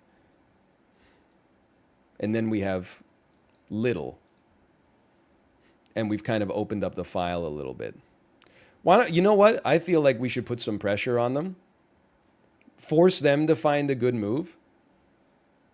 This is not so bad. That scares me a little bit. Force them to find a good move and do a little...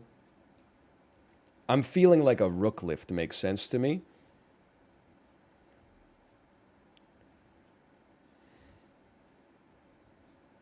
But I don't want to go here because then they go here and blow us out. I don't want to go here because then I'm like, what if this,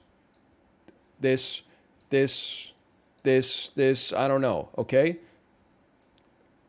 We got stuff to do. We got to get our queen out of here first. Get the queen out of there so that the rook lift doesn't take one extra move. Okay? They're going to try to push my bishop off the area, or push my knight. They're going to do something. We're going to come here. They could go for a fork on that. We got to think about this, man. You know what? Like, I got to find a way out of this bucket of syrup. If they do this, I don't know what I'm going to do. I'm just, okay, yeah. Not unexpected, necessarily. Do I care? I think I missed the part where I care.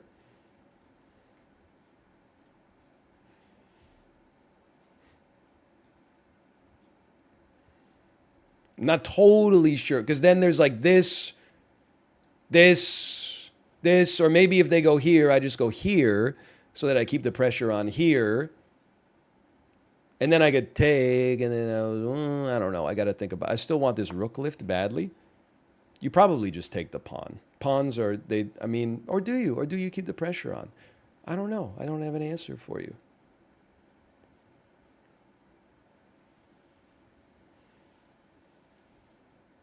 Give me the pawn.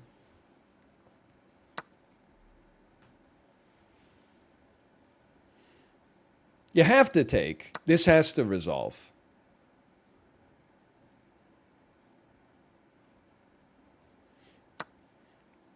And then you got to do something like the rook's obviously in a lot of trouble. I don't know. I think their position is like vastly superior.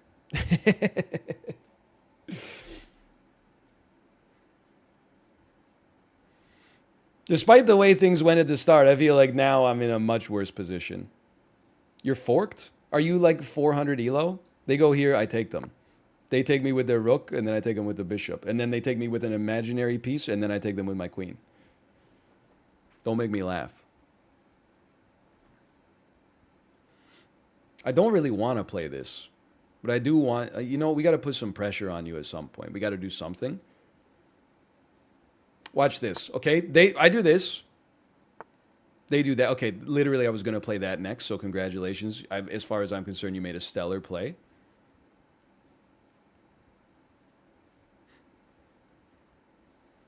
We have 1 minute and 42 seconds left. Not amazing.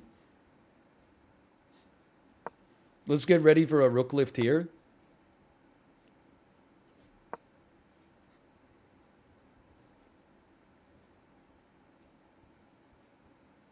Don't have a whole lot of time.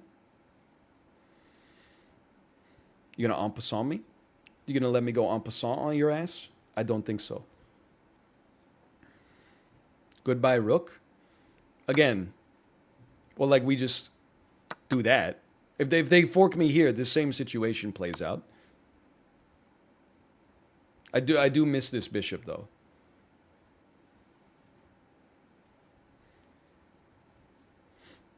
The next step is this. They have to go here. We go here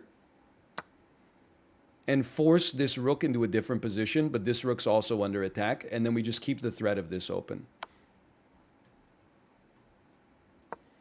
I think that might have just won us the game right there. If I can resolve it right.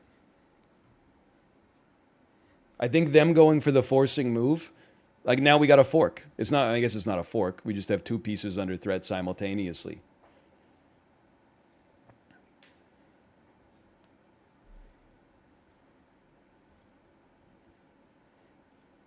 And for once, we're like almost, actually we have every piece of theirs under threat simultaneously.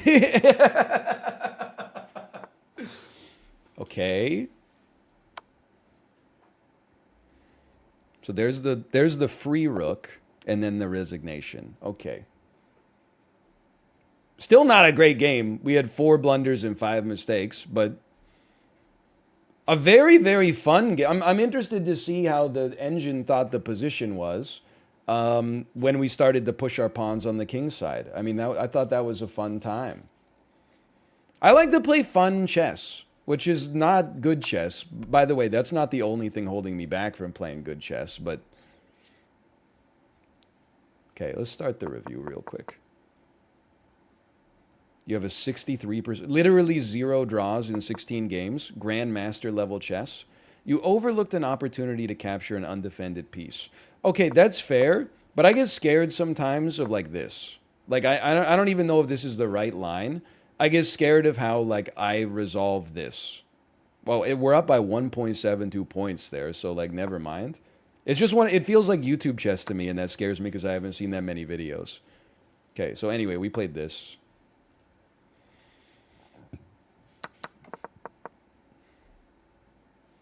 That's a mistake.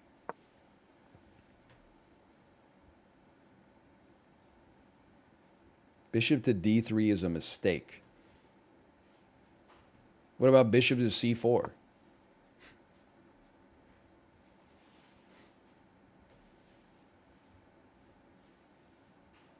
They hate it.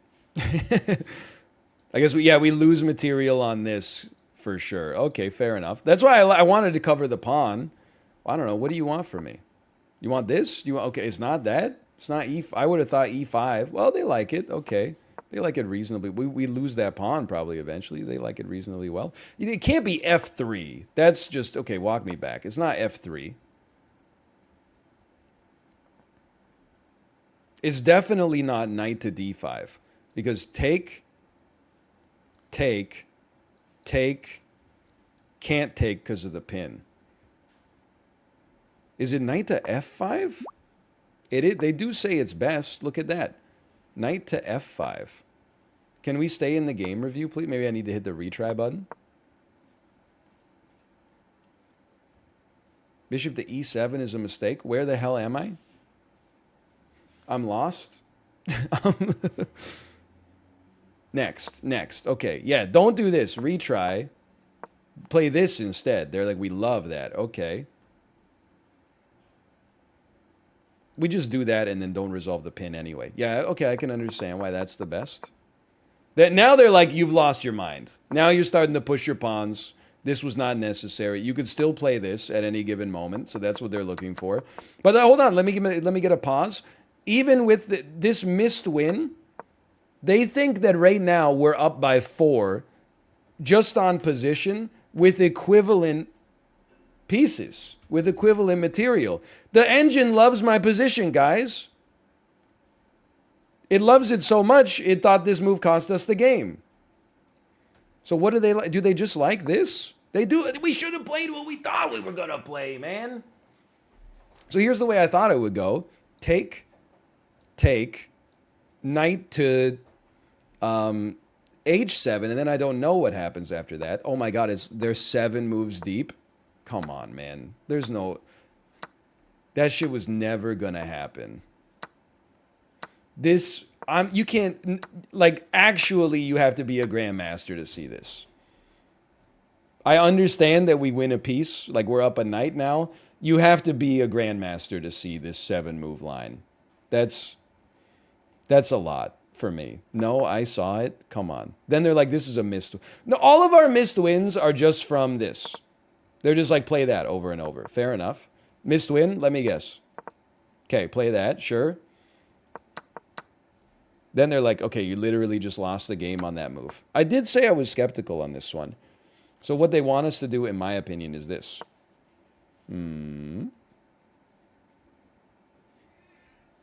What they want us to do is this. Told you. You missed an opportunity. Well, they were down by 6 right now, even though we're up by a pawn.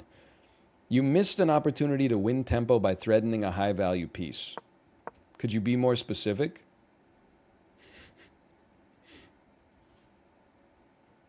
You missed an opportunity to win tempo by threatening a high-value piece. The only conceivable answer is knight to d5, which still leaves us losing, but that's not the engine's fault. That's my fault. They're like, literally, what are you doing?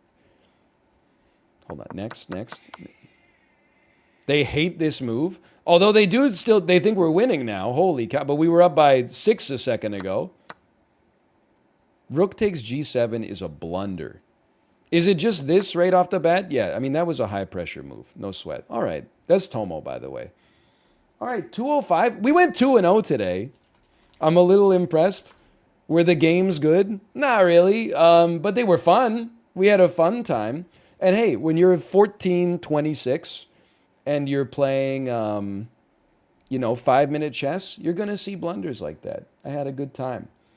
Let me make sure my wife is ready to go. Let me find her here. Hello. Are you ready to stream?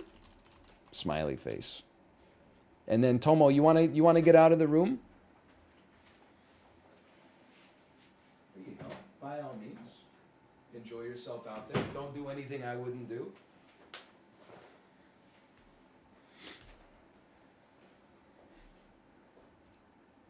My wife said yes, she is ready to stream.